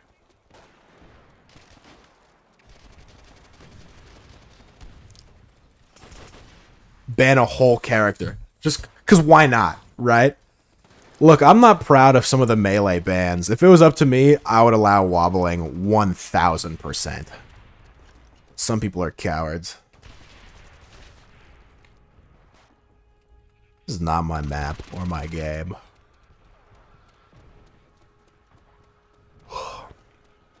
Smash fans. Smash nerds. I don't know. There's something about the people make jokes about Leffen being like he was an O2 shitter born in like a gamer body or some shit. Cuz like it seems pretty consistent. People who like complain and bitch about the game are never in like are very rarely in the top like the top tippy top of the game. Like usually a lot of the melee people like at the top are really nice and don't like bitch that much. Like they don't really, it's not that they're like mean. I mean, some of them are mean and it's not like all of them are nice, but it's like they don't bitch as much about the game because they kind of understand that like, you know, you have to take it as it lays. Not much you can really do about stuff. You got a clear sounding mic, NGL. Thanks, Jack. Thanks for the follow. Melee tournaments become who can wobble first. But the thing is, ICs aren't even that good. Even with wobbling, ICs aren't even that good. With wobbling, ICs have still only won one major time. Look, I'm not going to get stun locked. I'm not going to get stun locked by you and your lack of knowledge. As I was saying, people who sink in a lot of time and effort into stuff usually it takes them a lot longer to well, it takes them, I forgot that was even in the title. It takes them a lot longer to become frustrated with something in the game. They don't get like they're not quick to anger when it comes to minute matchup changes or like stuff that's unlucky. They complain about content's probably the top though because they sit when the new update comes out for 20 hours and do all the new stuff immediately. I think there's a difference between complaining about content in a PvE game versus complaining in a PvP game.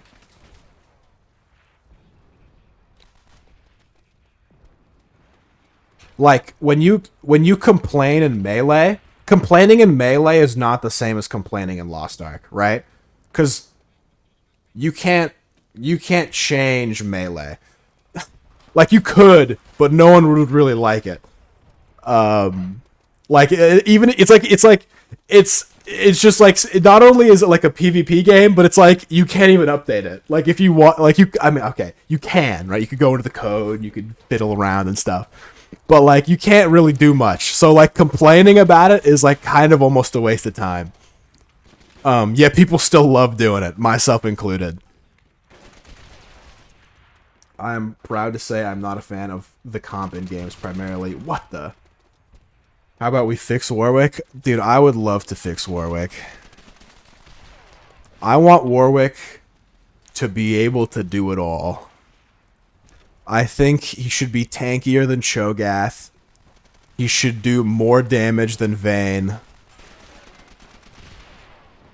And have the AoE of Gangplank ulti. He should have the range of Gangplank ulti with the AoE of fucking Karthus ulti. That's how we fix Warwick. It'd be sweet.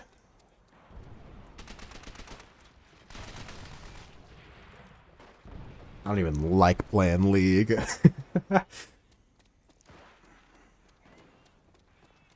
I can't keep up with all the new champs that come out in League. At a certain point, do you think they'll ever stop making League champs? They have to at some point, right? That's what I think. I feel like at a certain point, Nintendo, DreamHack, if we Dream Hack, Dream Freak. What the I don't know what the fuck they're called. Stop making Pokemon games. Stop making Pokemon games. We don't need more Pokemon games. You know, look, Game Freak, thank you. Look, we had a good run. We had a good time.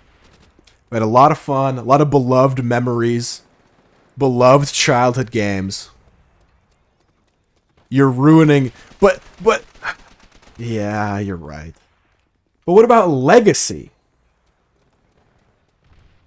MFers be like, I don't like League, then bounce out League lore on a whim. Well, yeah, because I know it. I used to play League, and then I stopped playing League. Oh, is there a new company?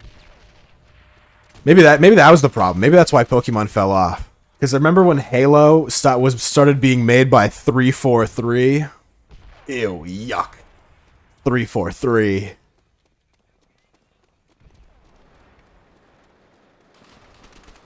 Wasn't Terraria also made by 343? Am I misremembering that? I think I might be misremembering that.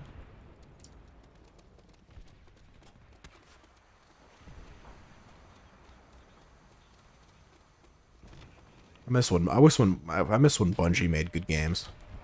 Badge.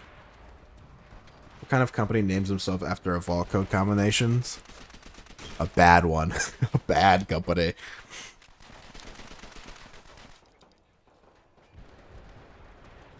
It also feels like it's almost like a weird way to get people off their backs. Cause 343 is owned by Microsoft, right? And Microsoft also owns exclusively Halo. So technically it's Microsoft making the game. But somehow Microsoft is able to offload the hate to 343 as if they're not the ones that make all of the decisions. It's made Pokemon Sword and Shield and Brilliant Diamond and something Pearl and Arceus.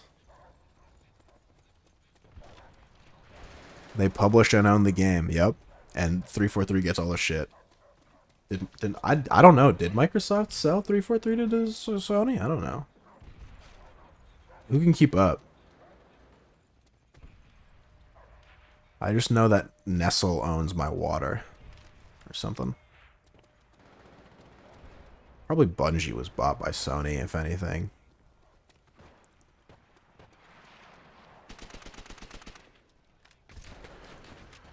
Look, all I know is that games weren't what they used to be.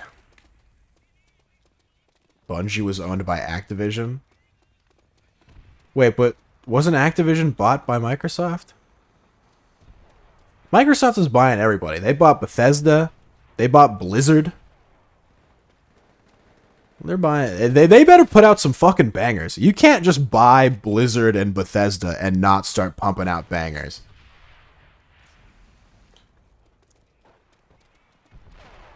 Those are two still pretty solid, pretty respectable game companies. So you got to be able to put out some heat. Their showcase looked promising. The only thing I heard anyone say is Silksong. I'm pretty sure Microsoft bought Bethesda, right? Google.com. Did Microsoft buy Bethesda? Yeah. Microsoft closes $7.5 billion Bethesda acquisition. Smile. I think Fallout 5 is coming this year. They probably shouldn't have stopped after 76, in my opinion. Getting kind of bad. I have made... Bethesda's still respectable. Yes. So their only flop in recent memory is Fallout 76. They're still pumping out bangers. But I'll say it again, and I'll say it till the end of time. I think Fallout 76, if they called it something else, I think it would have been a successful video game.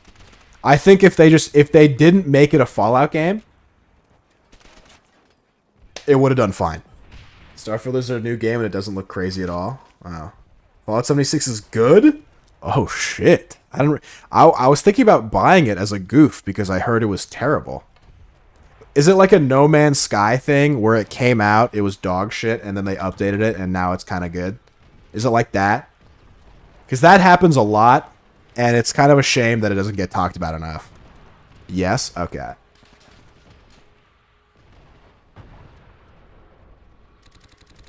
Okay. I can concede that. Because I wish people gave more attention to shit like that.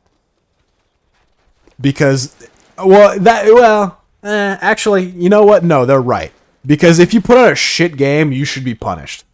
I take it back. Complete 180. If you give me a dog shit video game, it's always a dog. You should have made it good the first time. What were you thinking? If you knew how to make it good, why did you make it bad? Think about it. I hate it. I hate it. I hate this culture where they're making everything's an early access game now. No such thing as a finished video game anymore. Fucking breaking the bank to buy unfinished code.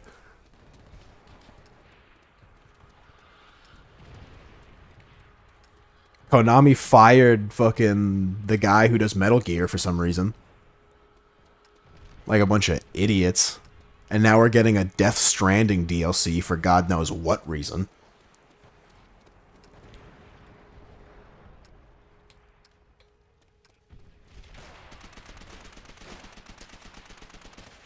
Fuck. How many snipers are there?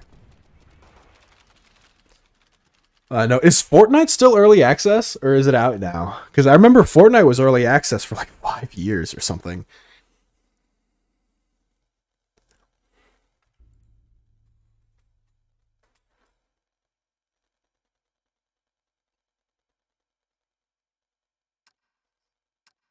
Feel strong, man. Fortnite finally came out. Happy Pride Month. Gage.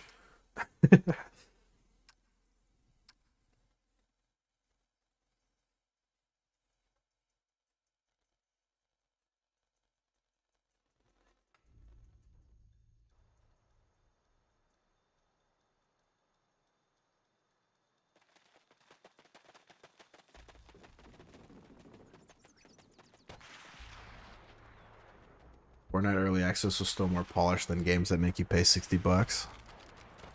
True. Battlefield 2042. Pepe laugh.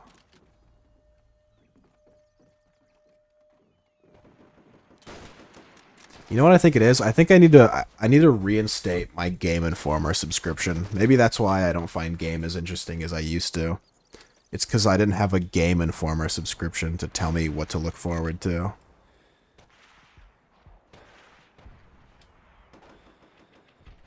What is this guy doing behind the barrels? Fuck! I held my breath for too long. Did you see League of Legends is coming to Game Pass? Pog! That's awesome. What does that mean? Oh, that's kind of cool. I don't mind that. Smite has that. You can get the God Pass for like 20 bucks. At least it used to be 20 bucks. And Smite rules.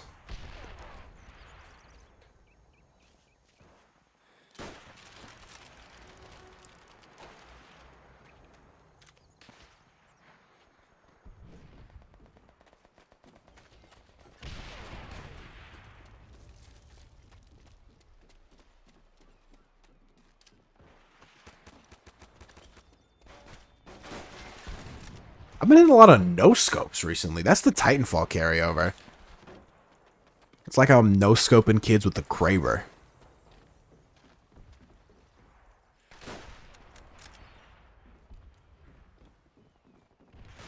Fuck. What's the deal with Xbox Game Pass? I did not grow up with any Xbox shit. It's basically a digital blockbuster. Except you never have to return anything. You pay $5 and then you have unlimited access to a number of games.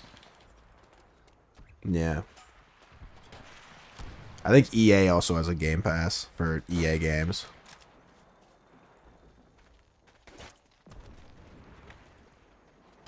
Fuck.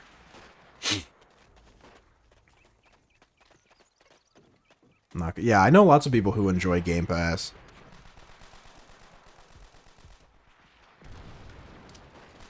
No, it's actually quite good.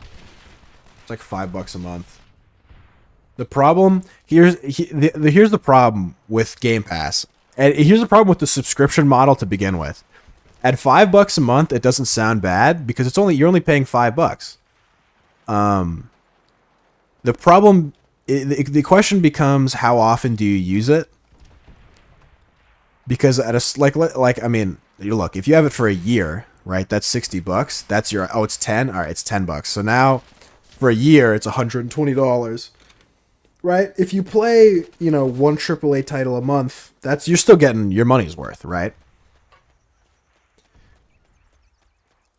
But what happens is after 2 years, it becomes $240 for technically the same amount of games.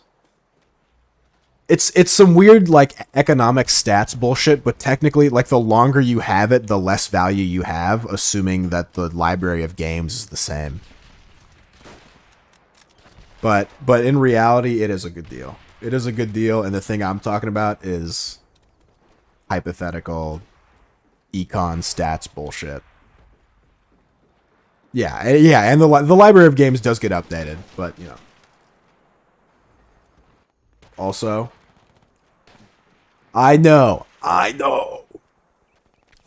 it works, but I'm just saying that look, if it were up to me personally, I would just emulate shitty games from the internet.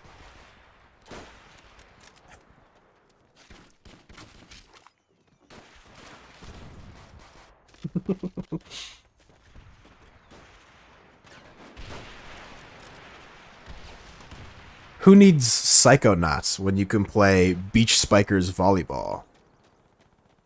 But then you're not playing new games? New games suck anyway. I play very little games, but if I had easier access to games, I'd probably play more, and then maybe you'd like it.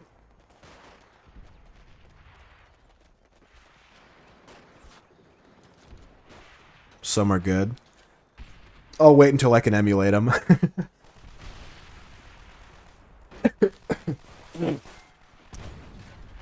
You can't be like, some new games are good, and then be like, this remake of a video game is coming to Game Pass. Surely I can just play the original. Yeah, look at all these new games that are coming out, like Resident Evil 4 Remake. The remake looks better. Isn't that the point of a remake? Is that it's supposed to look better?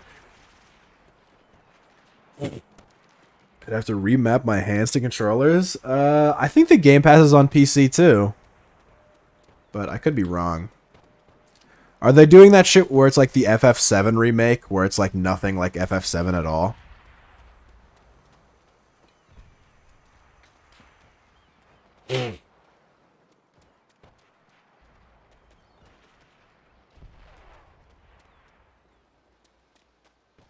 You might miss... I think at this point, a lot of the Microsoft exclusives, like, they're not Xbox exclusive anymore, they're Microsoft exclusives. Where, like... Because they realize, like, look, as long as Sony doesn't get it, we're money. So we'll just, like, let fucking PC players have it. FF7 Remake is like FF7, just a third of the game. Alright, that's pretty cool. I like that. I like charging people full price for a portion of a game.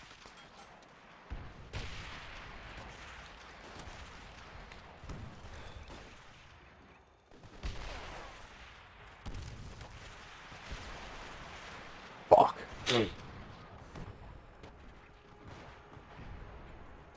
I got it the other day and enjoying it. Yeah, I saw you were streaming it.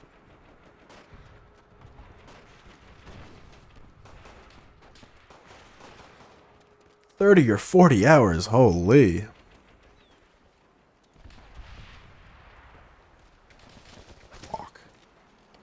I started this match out so strong, and now I'm playing lazy. I already own Arc, but yeah, Arc is free. You know what? You know what's free, Trop, on Epic? Maybe not this week, but next week. I don't know if you keep up with what's free on Epic, but Supraland is going to be free next week. So now the Ukraine refugee pack is even more worthless.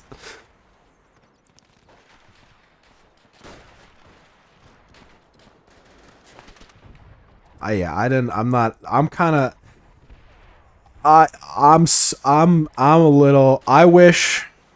wish video games stops trying to copy other video games. I know it's hard not to, but like, I'm real sick of survival games.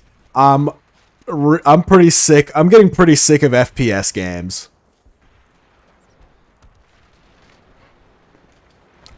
Like, give me something that's not a survival game and that's not a fucking FPS, and I'll be stoked. You played Apex? Yeah. But I played it with my best friend, Float the River. Feel strong, man. I like how you said you played Apex as if I'm not playing a first-person shooter right now. I'm getting a little tired of first-person shooters. Not Horseplayer Squeak? I think they're all asleep. I asked Axis to play.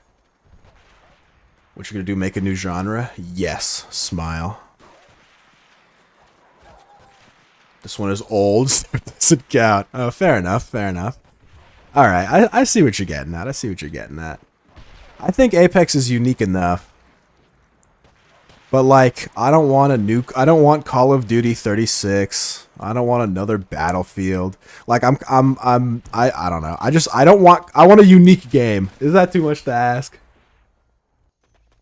I want a unique game that excites me. I'm an easy guy to please. You give me double jumps. You give me wall running. I'm a happy guy. I don't even need the grappling hook. You can just give me the wall running and the double jumps. If I get Apex, will I play with you? Probably. If you, like, catch me at a time where I am not busy. Hello, Horseplay Zero. I'm interested in getting Chivalry 2. Oh, word? I was thinking about grabbing Chivalry 2, but then I thought to myself, even though it's on sale and it's $23, go play Advanced Warfare, Black Ops 3, or Infinite Warfare.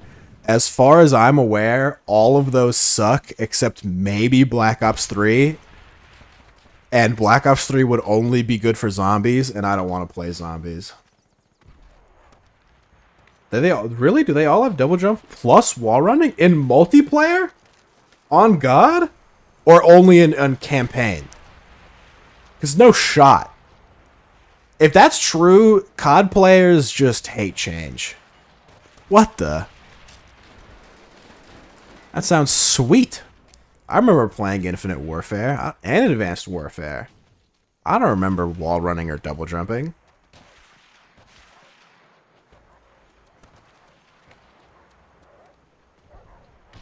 Advanced Warfare doesn't have wall running, but the other two do. That's freaking sweet.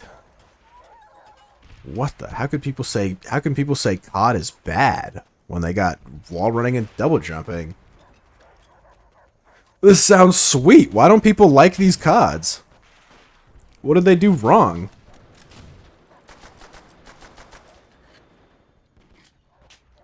Sounds perfect.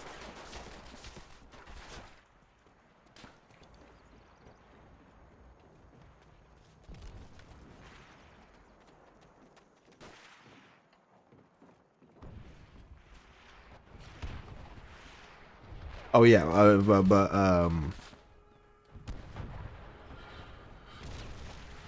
apparently Chivalry 2. I don't know. I've heard good things, but I know some people just play Mordhau instead.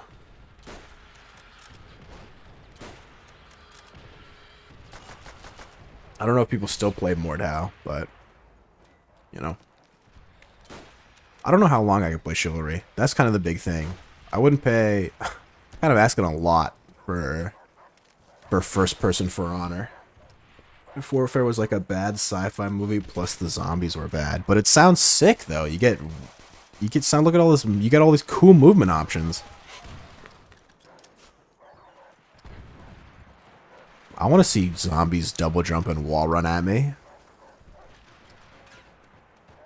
And I want to wall run and double jump at zombies. Sounds epic.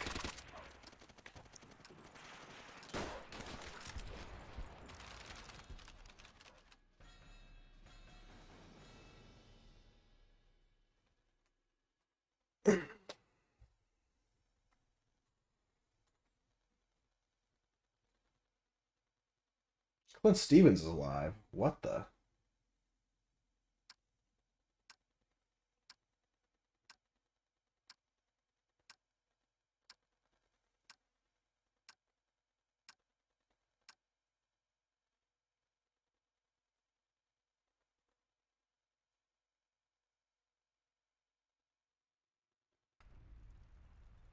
It sounds awesome. I don't know.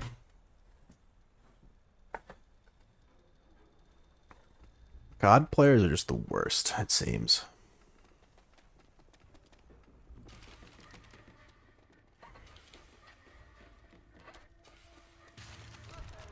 This sounds like the perfect video game. Well, it's not quite perfect, because, you know, they don't have giant mechs or grapple hooks, but, you know, it's a start, for sure. Also, they need a speedrunning tutorial section. That's also a pivotal part.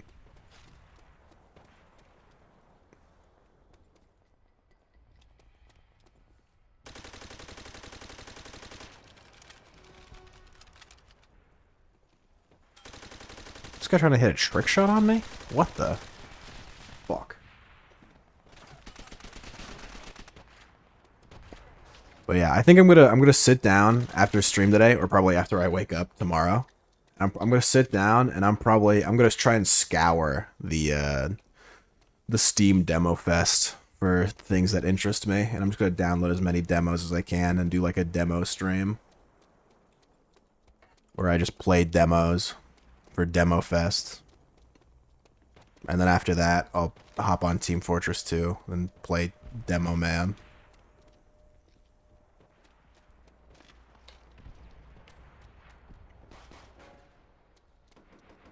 It's gonna be sweet.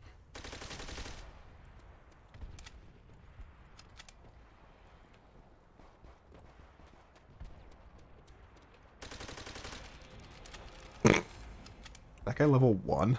Level 6. I feel bad.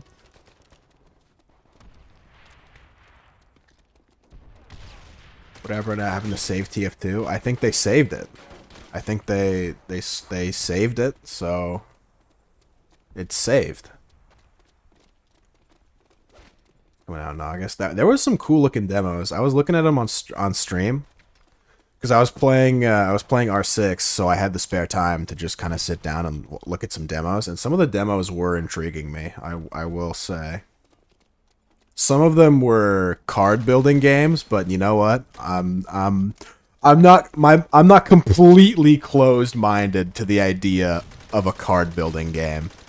I liked Hearthstone. The only problem I have with a card building game is that one Magic the Gathering trailer. That's really my main gripe with it. It's just, for whatever reason, I don't know if it's because they're so profitable, but like, card games have the most deceiving trailers. Maybe that's my problem. I think card games are going to be so sick, and then, because you're watching the trailer, and you're like, oh my god, this game looks badass. And then you play it, and it's a fucking card game. If they introduce it as a card game, my expectations are low. So then when it's actually pretty decent, it's like, oh, neat.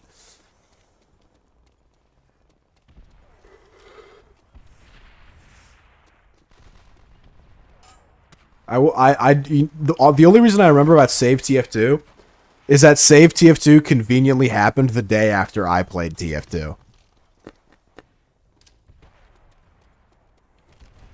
Just another example of my natural-born leading skills leading for causing change to happen on a grand scale. Yeah, I've heard good things about Inscription. I've seen some people play it. It looks like fun. It also looks kind of, I don't know. It seems like one of those games where there's like a strangely diehard fan base, and if you don't get either a specific ending or every single ending ever, you're like a nerd. Or you're a noob that doesn't appreciate the game. Because I've seen stuff, I think I'll like watch Trop play, or Clint Stevens will play, and they'll do something. And I think, like, one time Ian in chat was like, yeah, good thing you did that, because otherwise you wouldn't be able to finish the game. And it's like, what the fuck are you talking about?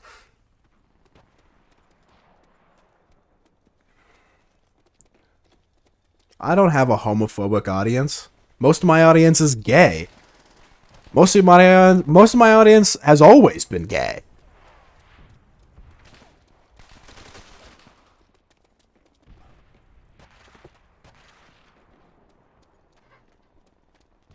Thought it was one. I don't know. I don't know anything about the game. Chat's pretty gay. What the fuck? Why is Bagel playing Super Animal Royale?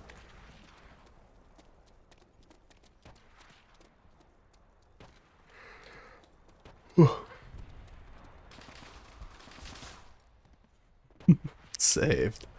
Wait, no, not saved. Toshi, you have to be gay. Think of the children. What would they think?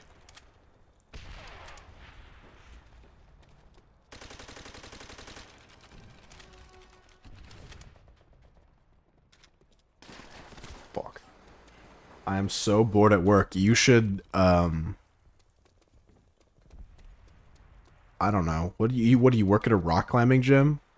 You should go up to the rock climbing things, up to like the pegs, and you should loosen them a little bit so that when people grab onto them, they fall and break something. The children are probably already gay. True. Damn Coco Melon.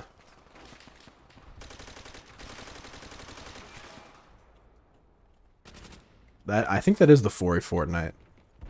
I did that already? Oh.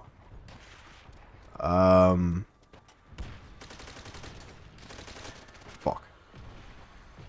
I don't know. What else could you do to punk people at a rock climbing gym? Just start watching gurm495 YouTube videos. Exclamation point YouTube in chat.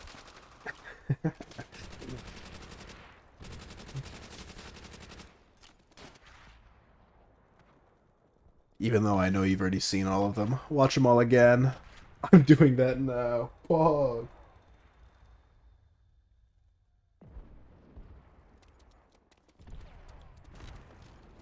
Oh yeah, that do you have TVs in the gym? Can you set all of them to play my YouTube videos? I've always had a dream of me being big enough, and I have like a subreddit, and I've always had a dream of a fan at like a crowded sports bar, and on like the huge overhead projector or like the main TV where usually there's a sports game or some sort of you know, fight going on, that it's my stream. I would think that'd be great. If I worked at T4, I'd put that shit on TV. Yeah, the good old days. I miss when Kadol worked at Kumon. Like the Jerma video. Is that a Jerma video? I don't watch his stuff.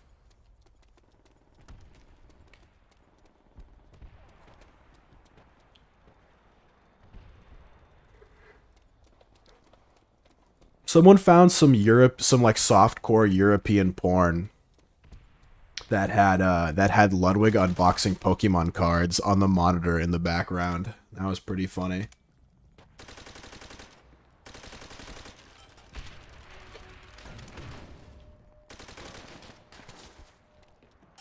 This kid came up to me and asked if I still lived with my parents. LOL. I wonder what that kid's doing now. The bar is real. Bar video.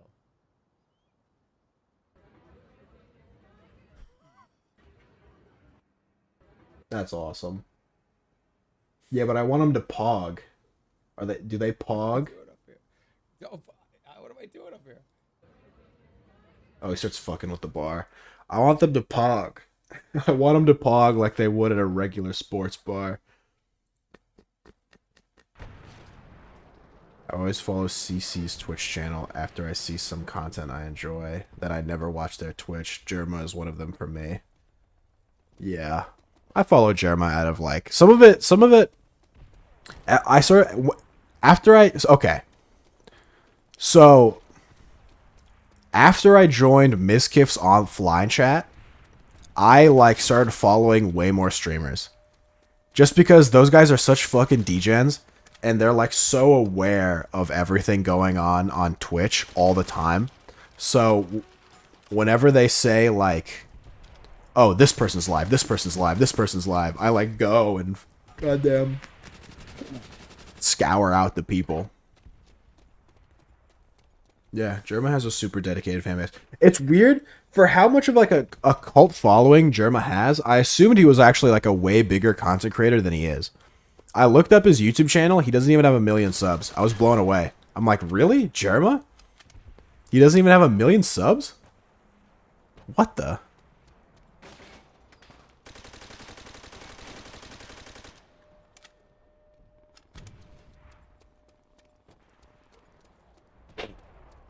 Like, he's such a large and beloved figure, you thought you'd think he'd be bigger, but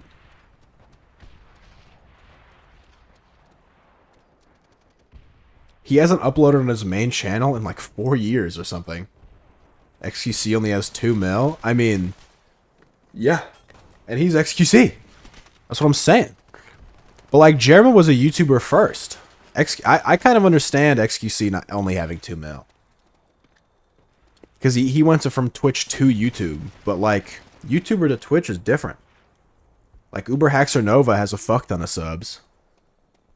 iDubbbz has a fuck ton of subs.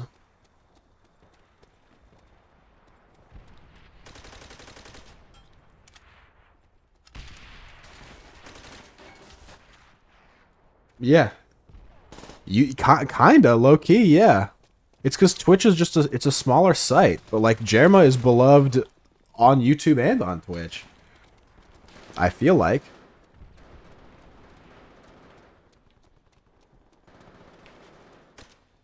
But maybe I'm just not understanding.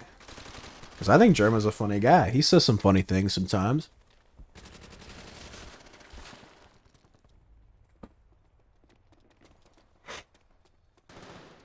That's true. YouTube is just such a huge ocean.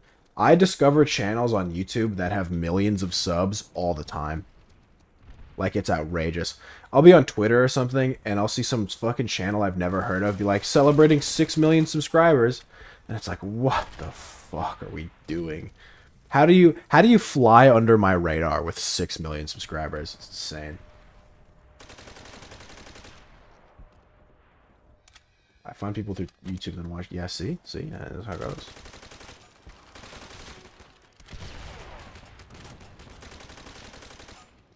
I'm gonna die.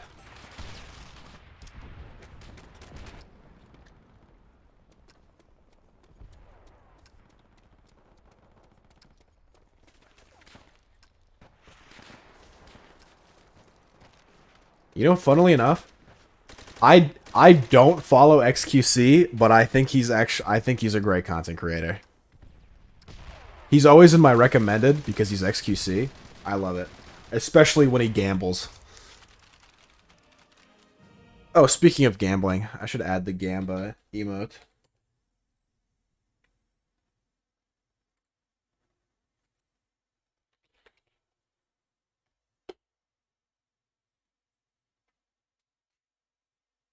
No, I like XQC. I think XQC is great. I like when he goes.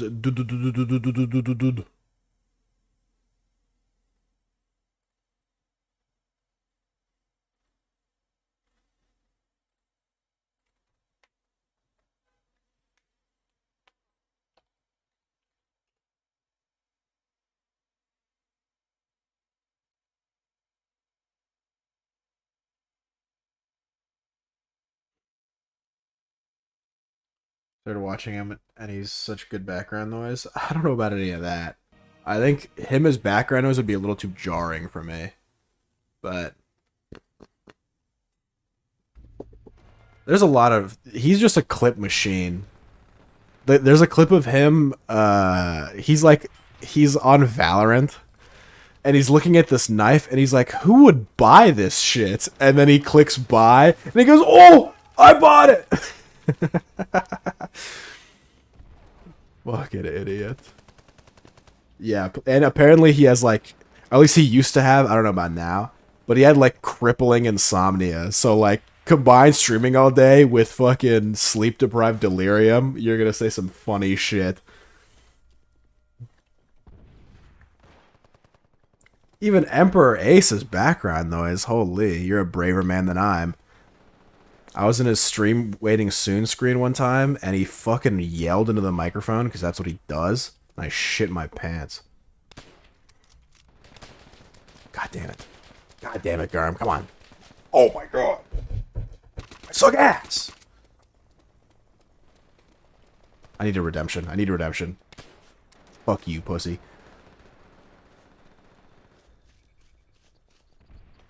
I just sent and rewatched the clip. Is this the, Yeah, I love this shit. Oh my god, I actually changed this.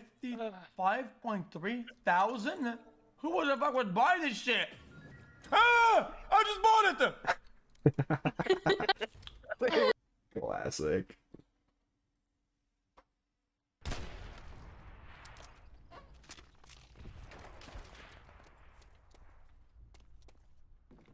I mean, there's a reason he's king.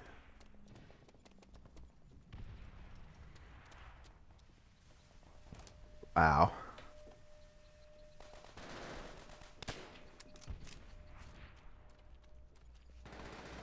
Yeah, I was watching that stream too.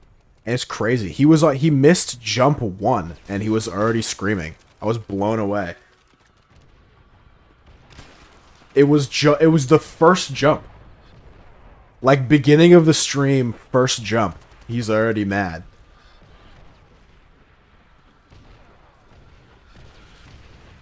Man's got a short fuse. I remember when I played Jump King. People didn't like it when I played Jump King. I had a good time.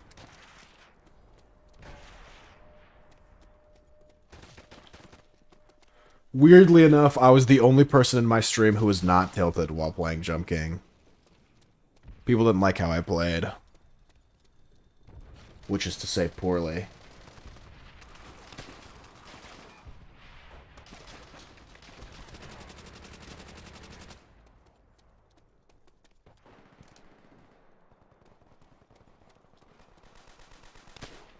Oh, dude, I almost fucking domed that guy.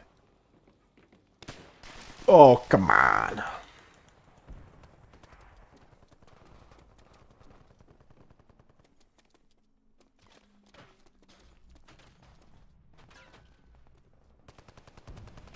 Playing for content is hard.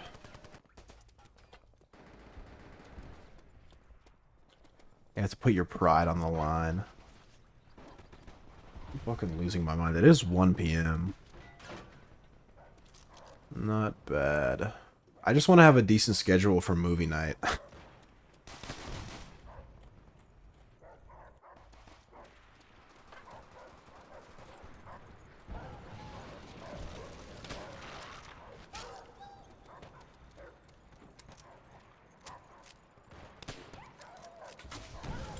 Oh. Rest in peace. That dog just imploded. I had it. Oh, speaking of implosion. My 8th grade science teacher got fired for teaching us about spontaneous human combustion. Because apparently that's a thing. Apparently there have been several cases of humans spontaneously combusting. Meaning, like, they just randomly erupted in flames, and our teacher was teaching us about it. I don't even remember her saying anything about it, just that, like, it happened, basically. And she got fired. Sag. She was hot. Who's sending an attack dog? Some schmuck on the enemy team.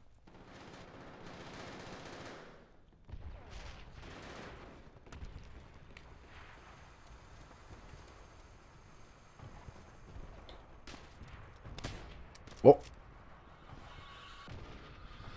Now we play the game. Did anyone here play Sniper Elite 5? Was it good? Dude, that's the type of shit. Like, I like sequels to games sometimes. As long as they're not obvious cash grabs and they're still pretty good games, I like sequels to games. But, like, do we really need a Sniper Elite 5? You know? Like, is there really anything new happening compared to the first 4 Sniper Elites?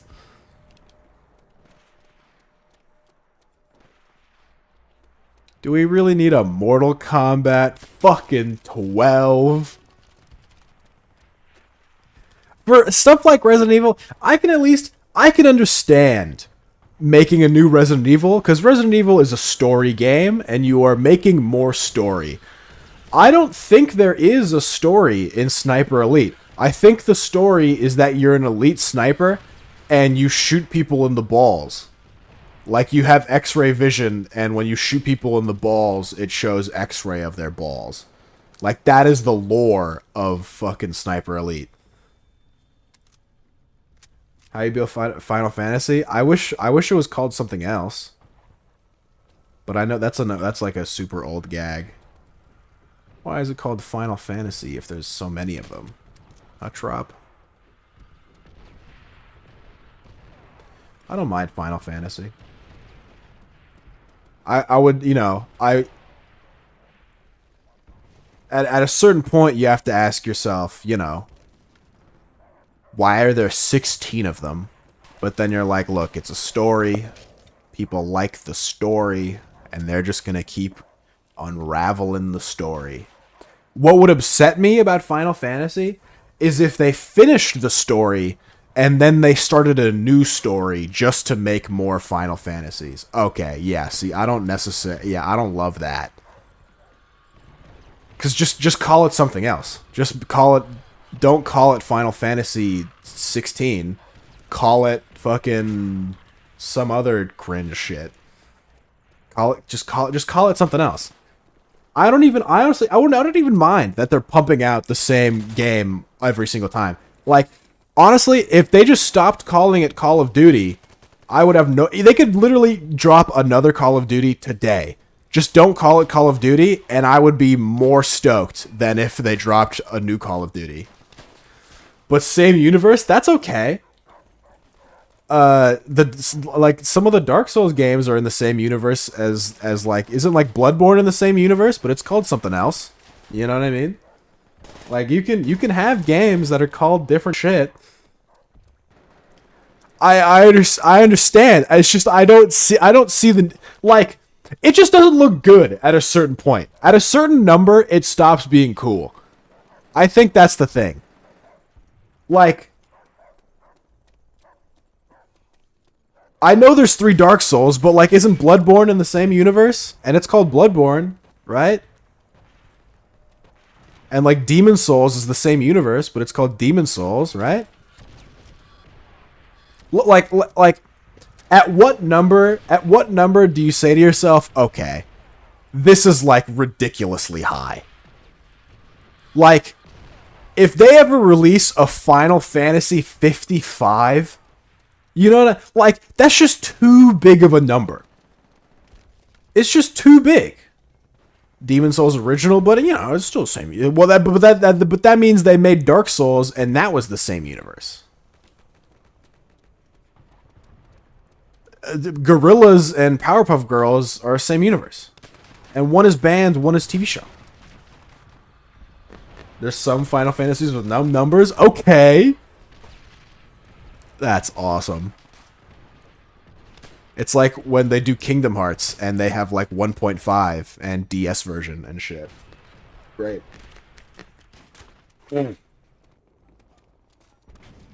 It's just so...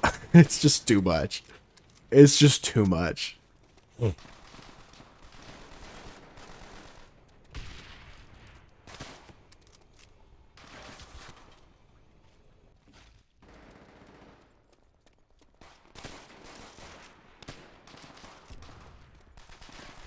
It's just so much. It's just so much. It's just so much.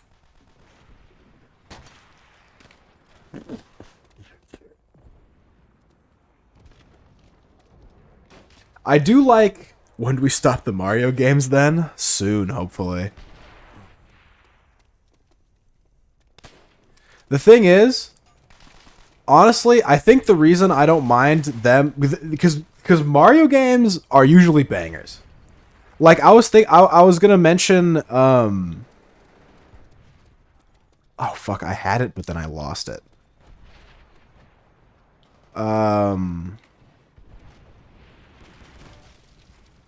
There was some game series I was going to mention. I don't mind them. I was going to say I don't mind them making this game series over and over and over again because that game series is bangers. Like those are good. Those are good games that they're making. Oh, okay. I was talking about when do we stop Zelda games? When they start being bad. I will say one of the things that, at least what it seems like, is one of the things that keeps Final Fantasy fresh is at least they're like making a different video game, kind of. Like they're still JRPGs or whatever. But, like, if you look at Final Fantasy 1 and you look at Final Fantasy 15, they are, like, very different video games, right? Versus Call of Duty, this Call of Duty and whatever, Modern Warfare 2 again are, like, not very different. Right? And so, like, Mario games are different. Like, they're making new different Mario games and they're all pretty decent, so they get a pass. What about Persona? Pepe laugh. They don't want to know what I would do to Persona.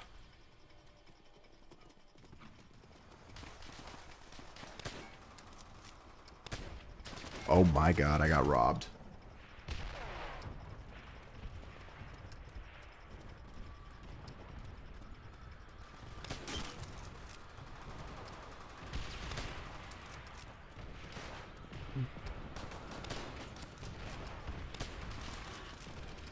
Honestly, I think you can make any up to 10.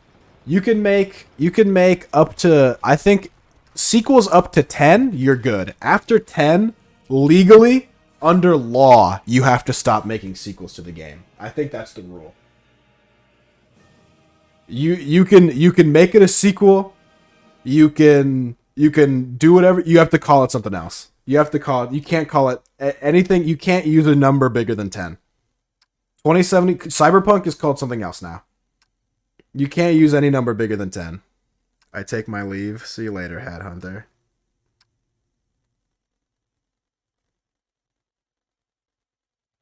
How about no? What the... I'm gonna fix the gaming industry. I'm not the hero they want, but I'm the hero they need. Jackbox should have stopped making games 3 Jackboxes ago. I'll fucking say it, dude. Each Jackbox is getting exponentially worse than the last.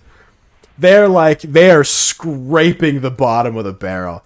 They're starting to reach the concrete floor under the barrel.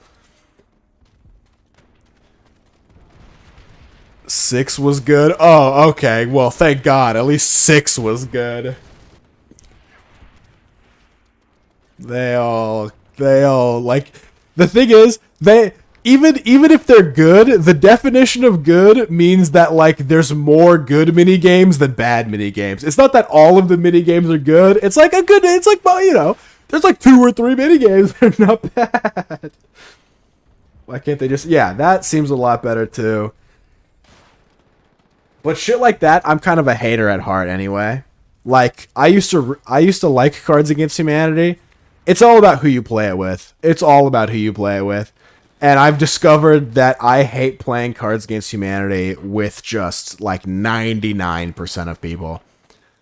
And I hate playing Jackbox with 99.9% of people. How about we stop making Lego games? Why? Lego games are like different. I'm down to stop making Lego Star Wars games because I think we got enough of those. Yeah, Jackbox humor does come from inside jokes. I agree.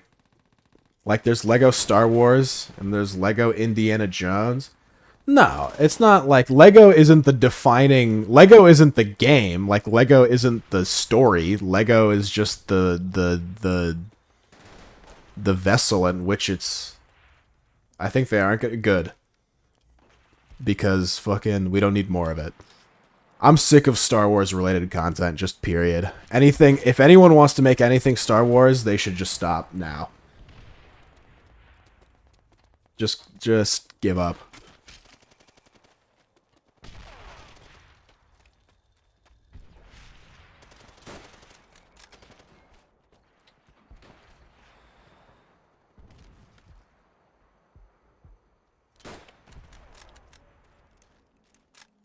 Actually, I think Respawn Entertainment, which is the very people who are doing Titanfall, are making another Star Wars games.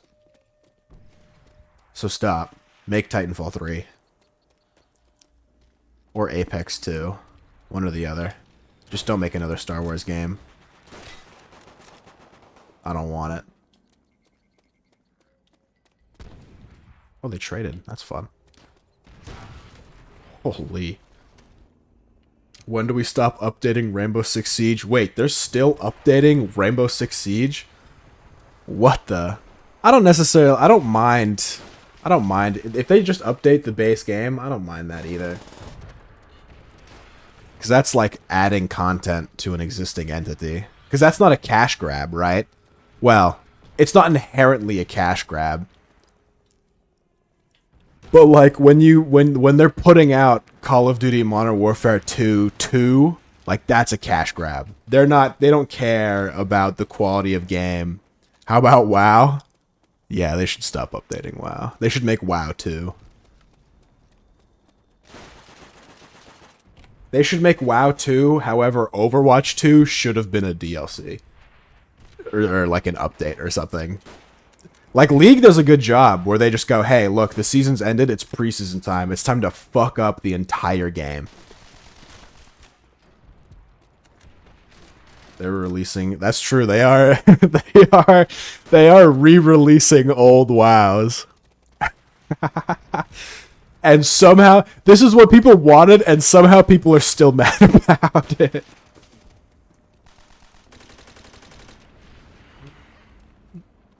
I don't know. I don't know what the... I think... Yeah, you know what? We should just rescind them all. Just recall all video games. And start making new ones. You know how people do book burnings? We need to do game burnings.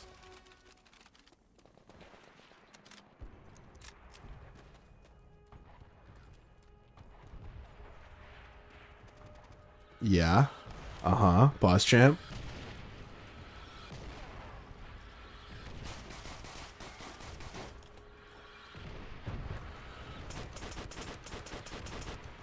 I thought everyone hated the new... I thought everyone has hated every WoW expansion past Cataclysm, but turns out that's not the case. At least Float says that's not the case. Yeah, I don't know. I don't know. I think, like... You can be addicted to stuff. And addicted is a very loose term. But, like, certain games and certain players, they just straight up are actually addicted to the video game. Like, there's actually no other way to put it. Like, some people, it's like, oh, you know, they just kind of like playing and stuff. Like, people who play WoW legitimately have problems that they need help with. They need to be sent to rehab centers.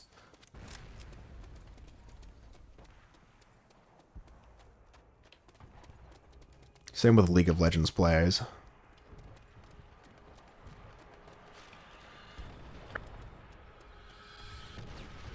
I probably shouldn't go that way. Need to log into Lost Ark. You know, Lost Ark's new. They should make Lost Ark 2. That should, like, it's just like, I don't mind that they obsess over a video game. I mind that they obsess over a video game they seem to absolutely fucking despise. I don't mind, like, if someone is doing something they enjoy, I have no problem. If someone is doing something of their own volition, but then complaining about doing it the whole time, then I start to have a problem. Because it's, you complaining and whining is annoying as shit when you could just stop playing the game.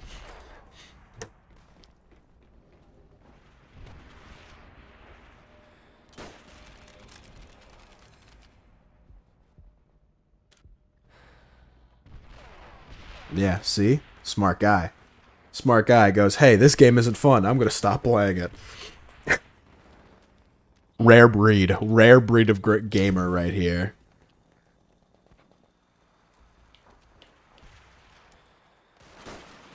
Wait, don't do Toontown like that. Scalamir's right here.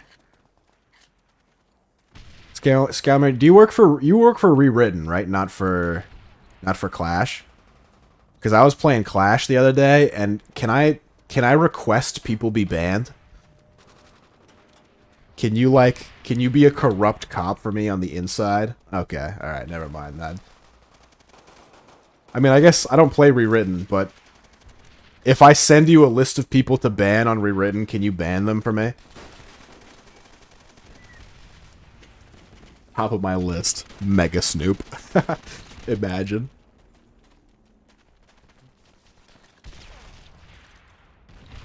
No? Come on. What if I say pretty please?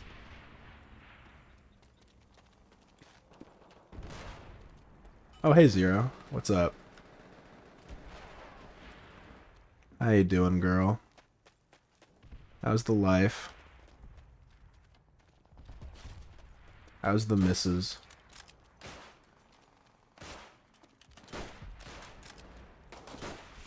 Holy fuck, that guy got owned.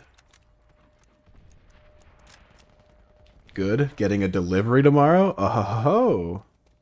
Pray tell, what is being delivered tomorrow?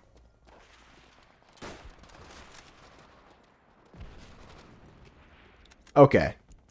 Weed? Nice. Alright, Zero. Pardon my frankness, but I don't know a lot of girls. So I have a very small sample size, and I'm assuming you probably know more girls than I do. Okay. It is not a period-related question, but I was wondering how common is it for, I don't know if you've ever talked about this with your gal pals, how common is it for you guys to have a dildo and or vibrator? Because I was thinking, like, society isn't perfect, right? And there are some double standards that I don't mind. And one of those double standards is I think it is weird for a man to have a fleshlight. And or, like, whatever, sex toy. But I don't think it's weird for a woman to have a sex toy. But then I was thinking, I don't know how common it is for women to have sex toys. More than you think, can't say a number. Okay, okay. Like, if a guy told me he had a fleshlight, and he used it unironically, I don't know how that would come up in conversation, but I would definitely, like, think less of him, right? He now has to crawl himself out of a very large hole that he has made for himself. Like, he has to be an Oxford physicist and, like, loving wife and kids. Maybe his, like, wife had a hysterectomy and that's why, or something. Like, a user. It's not like a drug problem.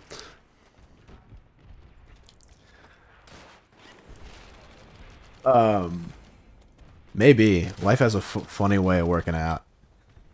But, like, if I was talking to a girl and she was like, yeah, I have a vibrator or something, I'd be like, oh, cool. Like, what brand do you use? Do you use fucking Samsung? Imagine.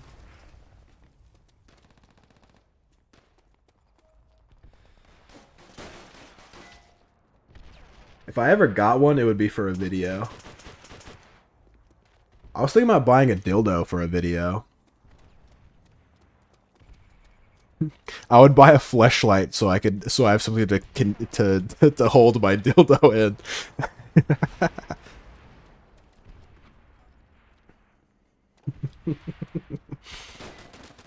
Oh, I hit him? No way, I'm goated.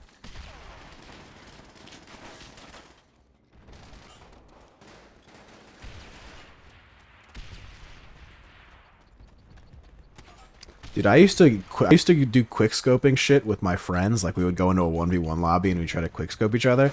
I don't know how, oh, wait a minute. I was gonna say, I don't know how we did that shit, but maybe I just don't practice like I used to.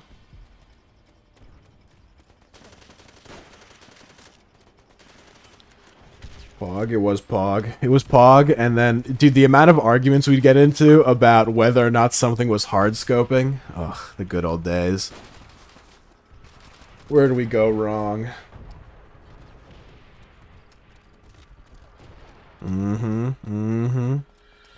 I bust down with it, sexual style. That was on Black Ops 2. I somehow ended up on, like, Black Ops TikTok. Like, Call of Duty Black Ops TikTok. And people were talking about how the original Black Ops was, like, the best COD because no one was sweating on it. And the original poster was like, what the fuck are you talking about? You were like a child. How would you even remember? How would you even know if you were being sweated on?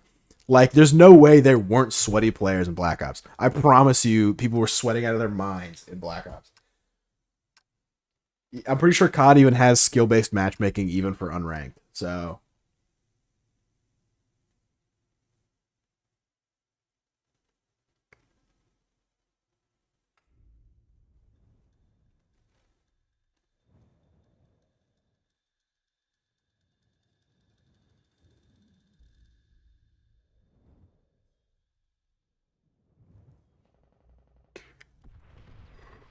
Oh, I'm losing my mind. Oh, I just chose the Nazi side. Oh no. I don't like Nazis. Oh, thank God. Finally. Being auto fuck, what's the word? Auto balanced in a good way. Feel strong, man.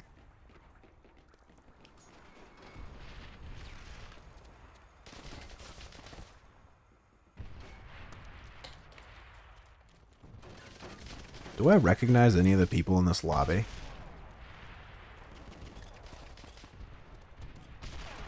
You know, believe it or not, I actually don't. What are the odds? Actually, how many people are on right now? 545. Holy. Those are summer numbers, baby. Usually there's only like 300 or 400 people on. 500. Humana. How many players? I'll ask you guys. You guys seem like you know a thing or two about video games. How many average concurrent players should a game have before you consider it dead?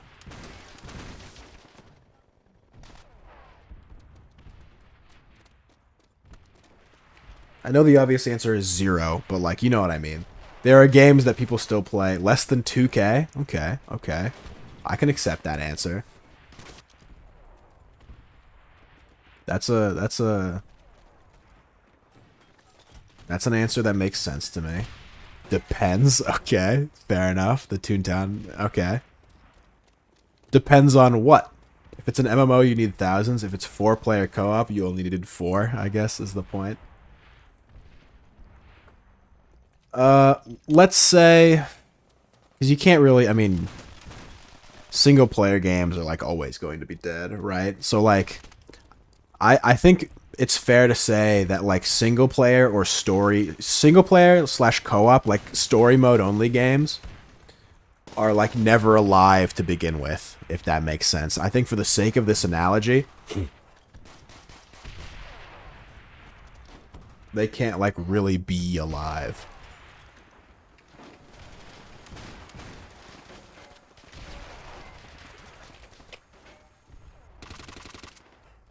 Oh, but then again, it's see, it's tough.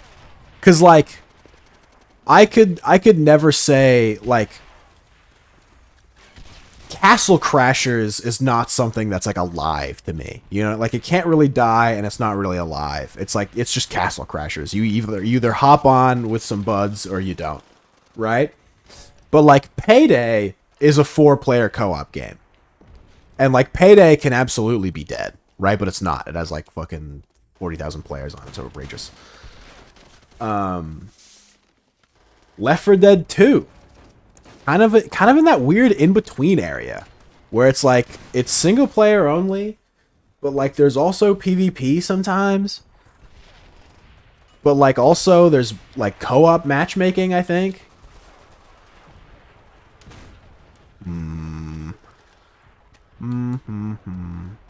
It is a conundrum.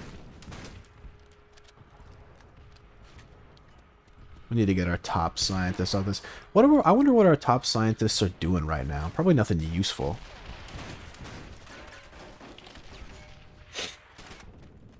Anyone find it suspicious that NASA is just doing all sorts of stuff all the time, but like also somehow nothing?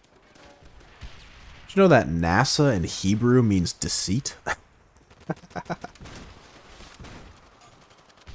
I love it. I think conspiracy theorizers are awesome. You can't find a match in a reasonable amount of time. What the? Alright, I could accept that.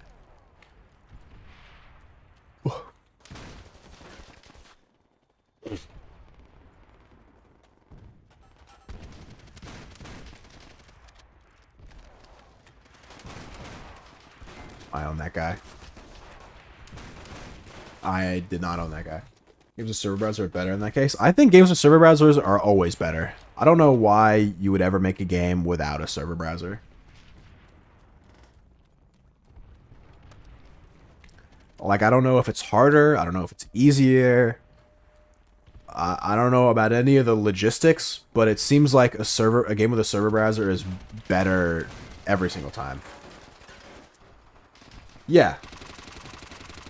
I agree. Like Dirty Bomb, World at War, like games last longer if they have a server browser, for sure. I totally agree.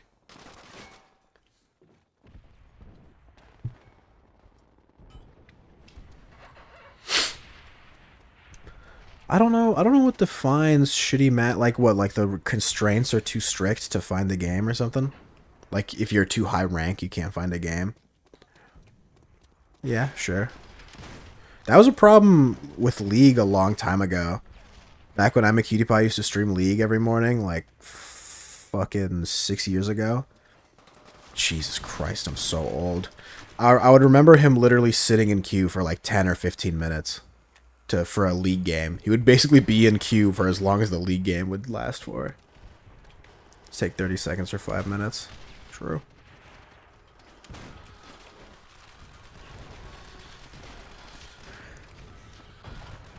Yeah. I do really like server browsers. Server browsers are sweet. And the thing that what makes server browsers nice is, in theory, if you love a game, you could static it. Like you could make static for. That's what happened for Brink. You guys remember when I tried to play Brink that one time? Like, Brink is dead. And then I saw there was, like, a Discord. There was, like, a group for the Brink Revival Discord. And I'm like, I'll join the Brink Revival Discord. Let's see what's happening. I joined the Brink Revival Discord. The Brink Revival Discord was also dead. This video game is somehow so deceased that it kills everything around it. I was blown away.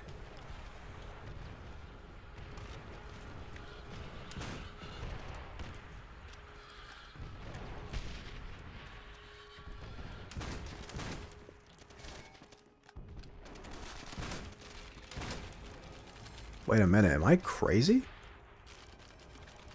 Wait, airstrike inbound on my position. I hope not. Brink has 19 players on it right now. Holy! Wait, that's so many. When I was playing, it was like... I literally couldn't join any server. And that game has a server browser. Maybe they finally got together, played a couple games. It was awesome.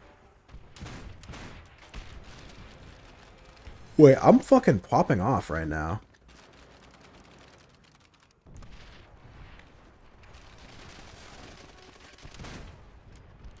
Can I get dogs? Boss Jam? I'm scared. No!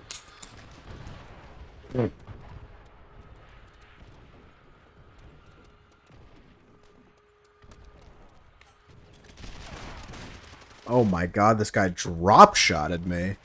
It's not that deep, bro. You don't have to drop shot me. I'm just having a good time. Oh, hello.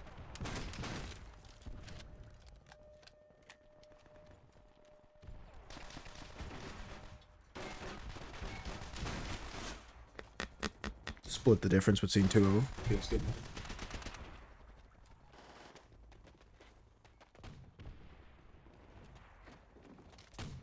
Oh. Oh. I also wish, you know what else I wish was happening in video? I wish more video games had friendly fire. I think if Toontown had friendly fire, that would be a big game changer for me. I don't know how that would work. I don't know if it would still be turn-based. People who made Brink made Dirty Bomb? Yeah, they did. It's pretty obvious, too. Like, there's a lot of parallels. I think Dirty Bomb is a better version, for sure. Scalamir, what can we do about adding friendly fire to Rewritten? Do you think... do you think any of the ADA group would like that change? You can't? Sag.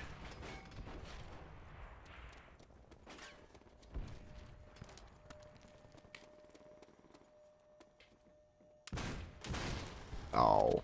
Oh. Oh! Why would you peek behind cover while we're loading, bud? You fool. Closest you get is throwing snowballs. That's not true. Horseplay invented PvP Toontown with the fountain, remember? Or like horseplay and pants and stuff. Remember that? They like played it for like 6 hours straight. And then never again. It was awesome. Friendly fire is considered greening? Oh, that's right. Greening is a bad thing.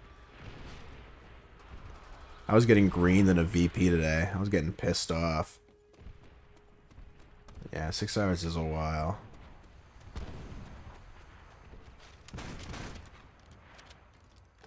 Or I guess I was getting greened in a VP yesterday? No, today. No. Yesterday. Yeah, yesterday. At some point in the last 12 hours, I was getting greened in a VP. Well, 24 hours. And I was getting frustrated.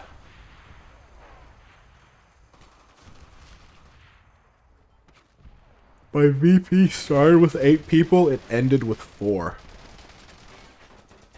We lost half the tunes to what I can only assume was a nationwide power outage.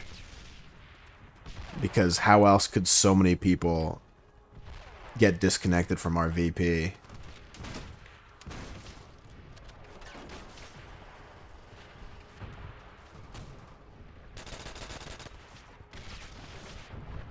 Supposedly I have an Oklo planned in a couple of days. If you guys want to come.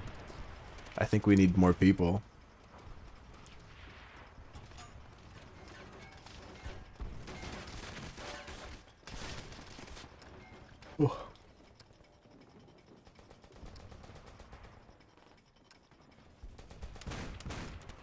Oh. Oh my god, this guy's name is Smiteless. Do you think he plays Smite? I'm looking for Fortnite squad buddies. Oh, Poggers. I love Fortnite. Supposedly meaning, I think Rainy has set up static for me to Oklo on Friday or Saturday.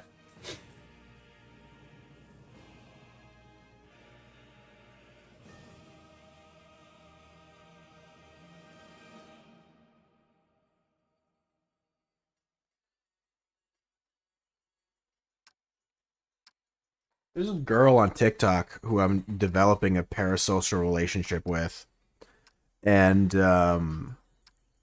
she's so hot, but her glasses are so unique. She has glasses where one is a circle and the other one is a square, and I imagine maybe because it's different prescription. Talking about our Oklo that we're doing this weekend. And Trop is going to Vegas. Are you going to go visit the Toontown house? Or are you going to do him dirty again?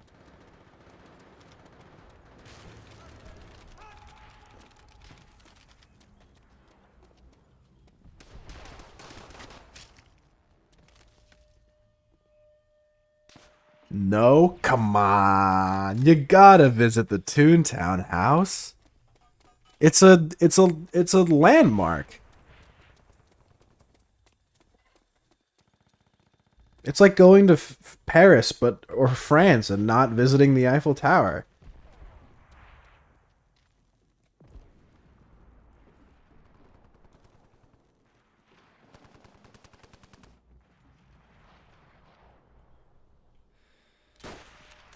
Holy fuck, I beamed them. Come on. I mean, Tannis recently moved into the Toontown house, and you love Tannis, right? I hate Juggernaut.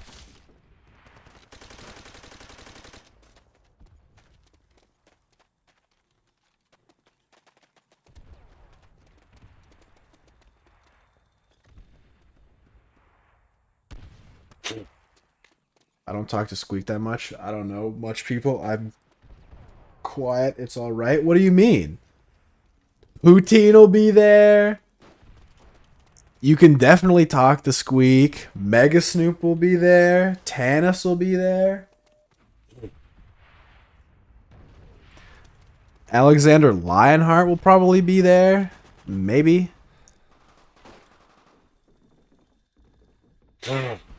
Those are your boys. Ah, you don't know.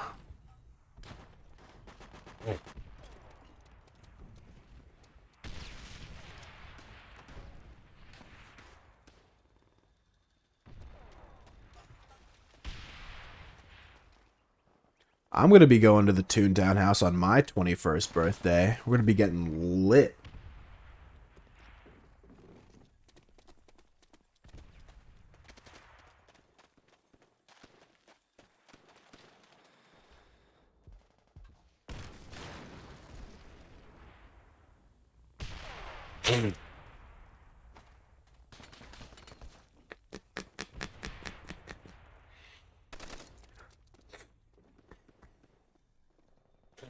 Holy.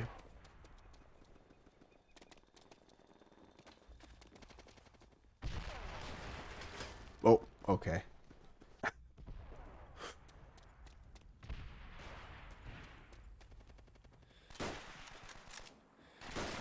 Oh, I was going nuts there for a second. I think this might be my last game.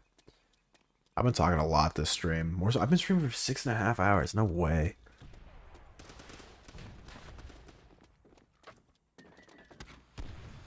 I haven't streamed. I don't do very long streams anymore. I don't have the tenacity like I used to. My throat hurts and shit. I'm starting to get old. I'm starting to get that I can't sit around. Like I used to be able to sit in my chair for hours. Maybe it's because I'm in an uncomfortable ass chair. But like I feel like recently I've had to stand up more often and move around, which is probably a good thing, regardless of the reasoning. Well, win-lose. Because if I'm in a more comfortable chair, I don't feel the need to stand up, as I'm not uncomfortable or in pain. Which would mean, and I would imagine if I'm symptomless, that means I'm not, like, sick, but I guess I'm sick either way. The question is, am I more quote-unquote sick in a comfortable chair or an uncomfortable chair? The human body's a marvel. I need to start going for walks more. Maybe that's the eyebrow stream I should do. I just go on a walk.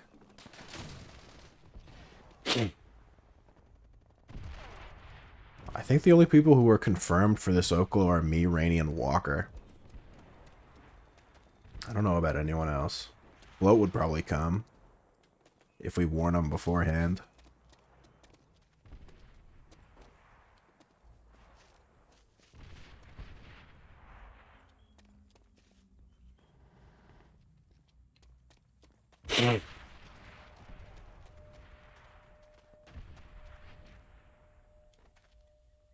A fate truly worse than death. Oh, fuck.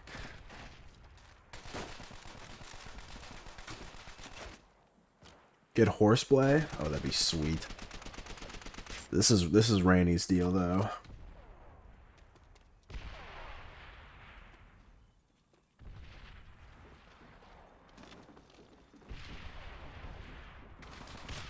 That's a... Oh, I thought that said Kyle. But it actually says Crocodile 1210. Thought it said Kyle B 1122.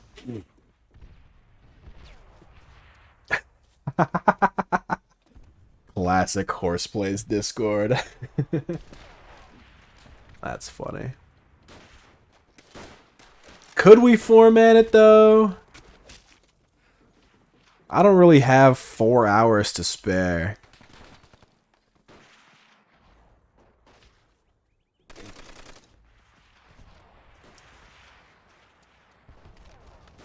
Look, I know you guys did Limits of Litigation. I did not do Limits of Litigation. I don't think I'm qualified.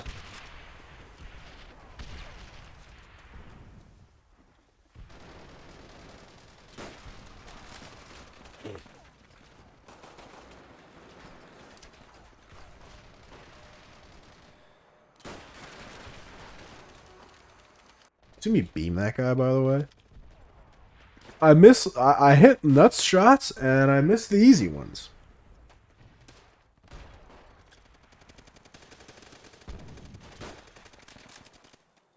There's an anecdote somewhere.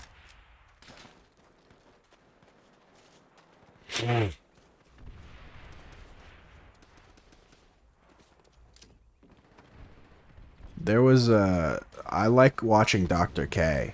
I don't know if you guys know who he is, but he's a streamer that goes by the alias healthygamer_GG.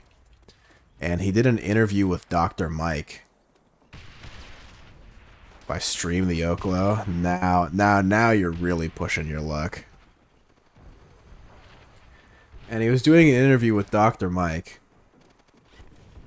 And Dr. K proposed a really interesting conundrum and thought experiment for me. And it was, would you rather have a medicine that's 100% effective but only 5% of people take it? Or would you rather have a medicine where 100% of people take it, but it's only 5% effective? Because, right, we're talking purely on results. The results are exactly the same.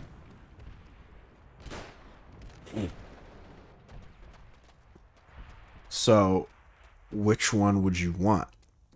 And I think Dr. K was saying, he was either saying, I think they're on opposite sides. And it's real interesting because they're both like doctors, respectively.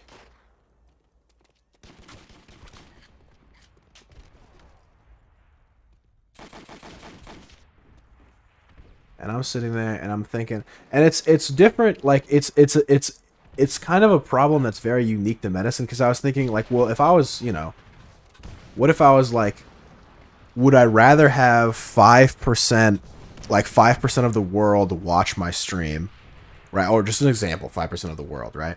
5% of the world watch my stream and love me, or would I rather have 100% of the world watch me, but only 5% of the world love me? And I was like, that's not the same, because then in theory, the other 95%, not that they hate me, but like, they don't like me, and some of them are bound to hate me. That means gonna be like talking shit about me and my mama and stuff. That's fucked up. Kind of really only works with medicine. And it's somewhat realistic with medicine, because some people do refuse to take medicine. So if they refuse to take it, what do you do? Even if it is 100% effective.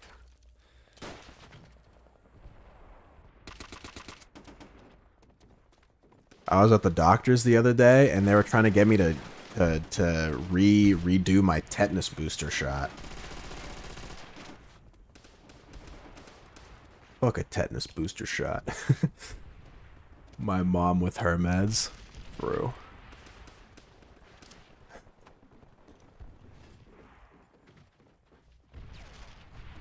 Dude, there's so many expired pills in my parents' car that have a bunch of Russian writing on them. And like a horse on it for some reason.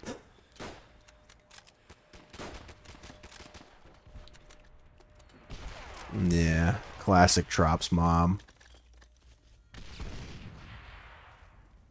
I'm telling you, Trop. You drop him in her pho. No questions asked. She won't even know. She won't even know the difference.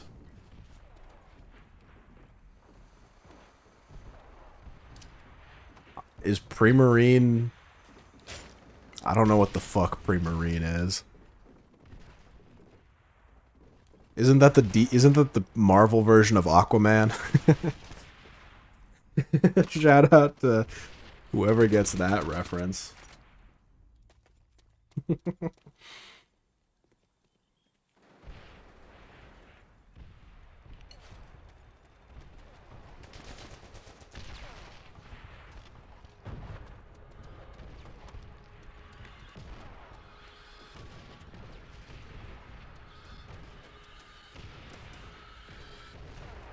Here's the big one, is now playing Destiny 2. If I remember, that's a guy I met at camp like 8 years ago. It's crazy how time flies. Synthesized with pregnant. Why are you capitalizing so much shit? Oh, you're doing the Premarine is slang. Wait, mare? Like the bunny? Like the rodent?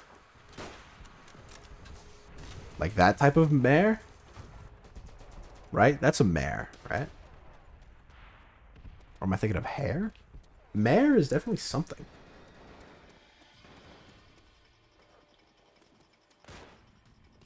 Mare is a horse. Oh, you're right.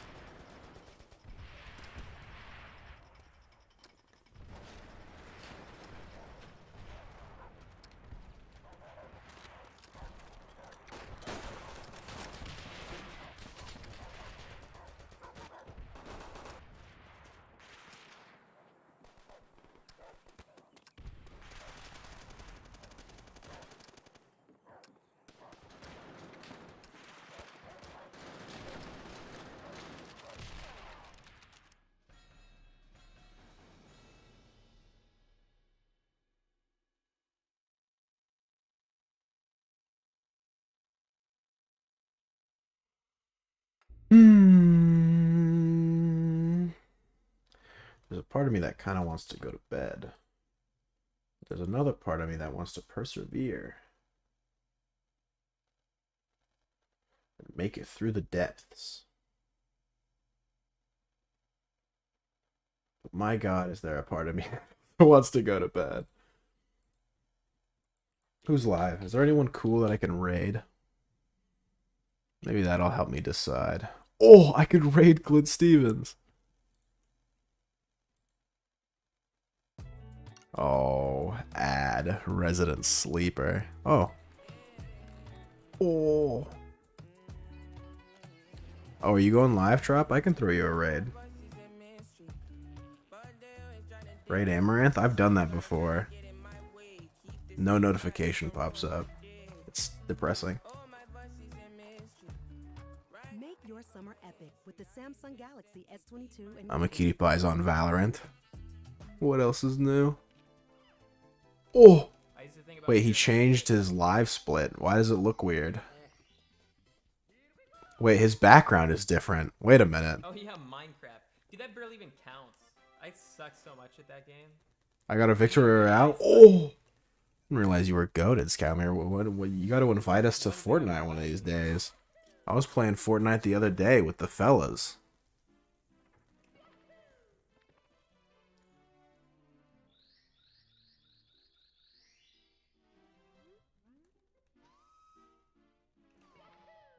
God, clip is awesome. Alright, so my eyes... Oh, Miskiff is live. What's Miskiff doing? YL.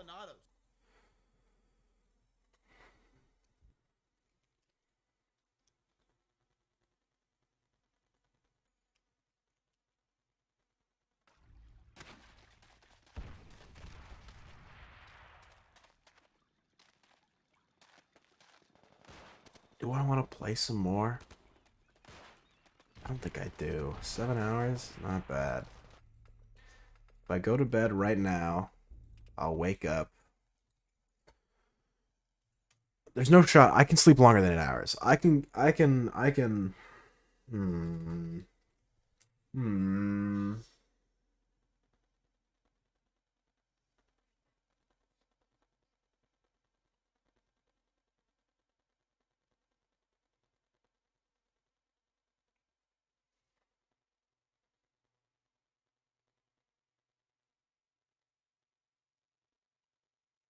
I'm always winning, baby. I'm hold on, let me DM this person. Who are you? Someone added me. This person added me. I don't know who the fuck they are. They added me like a month ago. And they finally said hey to me like a week ago. I said, what's up? What's their deal?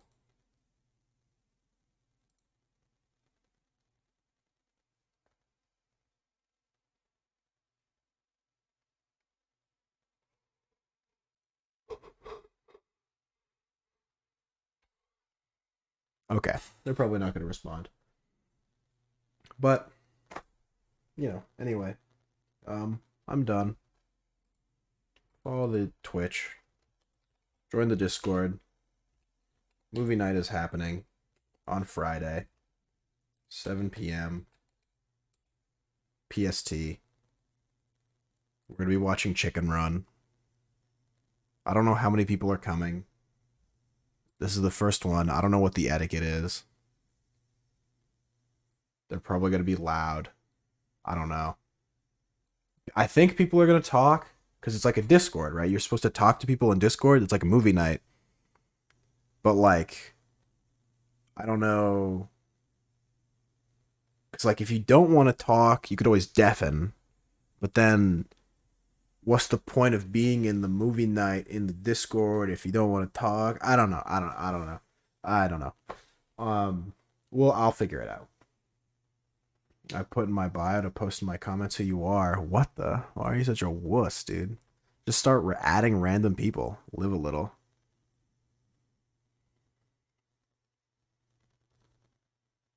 But we don't talk? That's so weird. Is that weird? I don't know. I don't know. Because it's like, because it's, right, because you're in the Discord. What's the point? Like, look, I don't know. We'll figure it out. We'll figure it out. We'll figure it out. We'll figure it out. It's in 2 days. It's in 48 hours plus 5 hours, which is 53 hours. It's them making fun of the movie. Yeah, that's what I imagine it'll be. It'll just kind of be fun, little jabs at Chicken Run. But Chicken Run's pretty good. And some people haven't seen it. I imagine most people have, but some people haven't. So those guys can enjoy the movie. And that's some of them can. Right, movie that's gonna be great. Tell your friends, tell your mom. They can watch too. But I'm done. So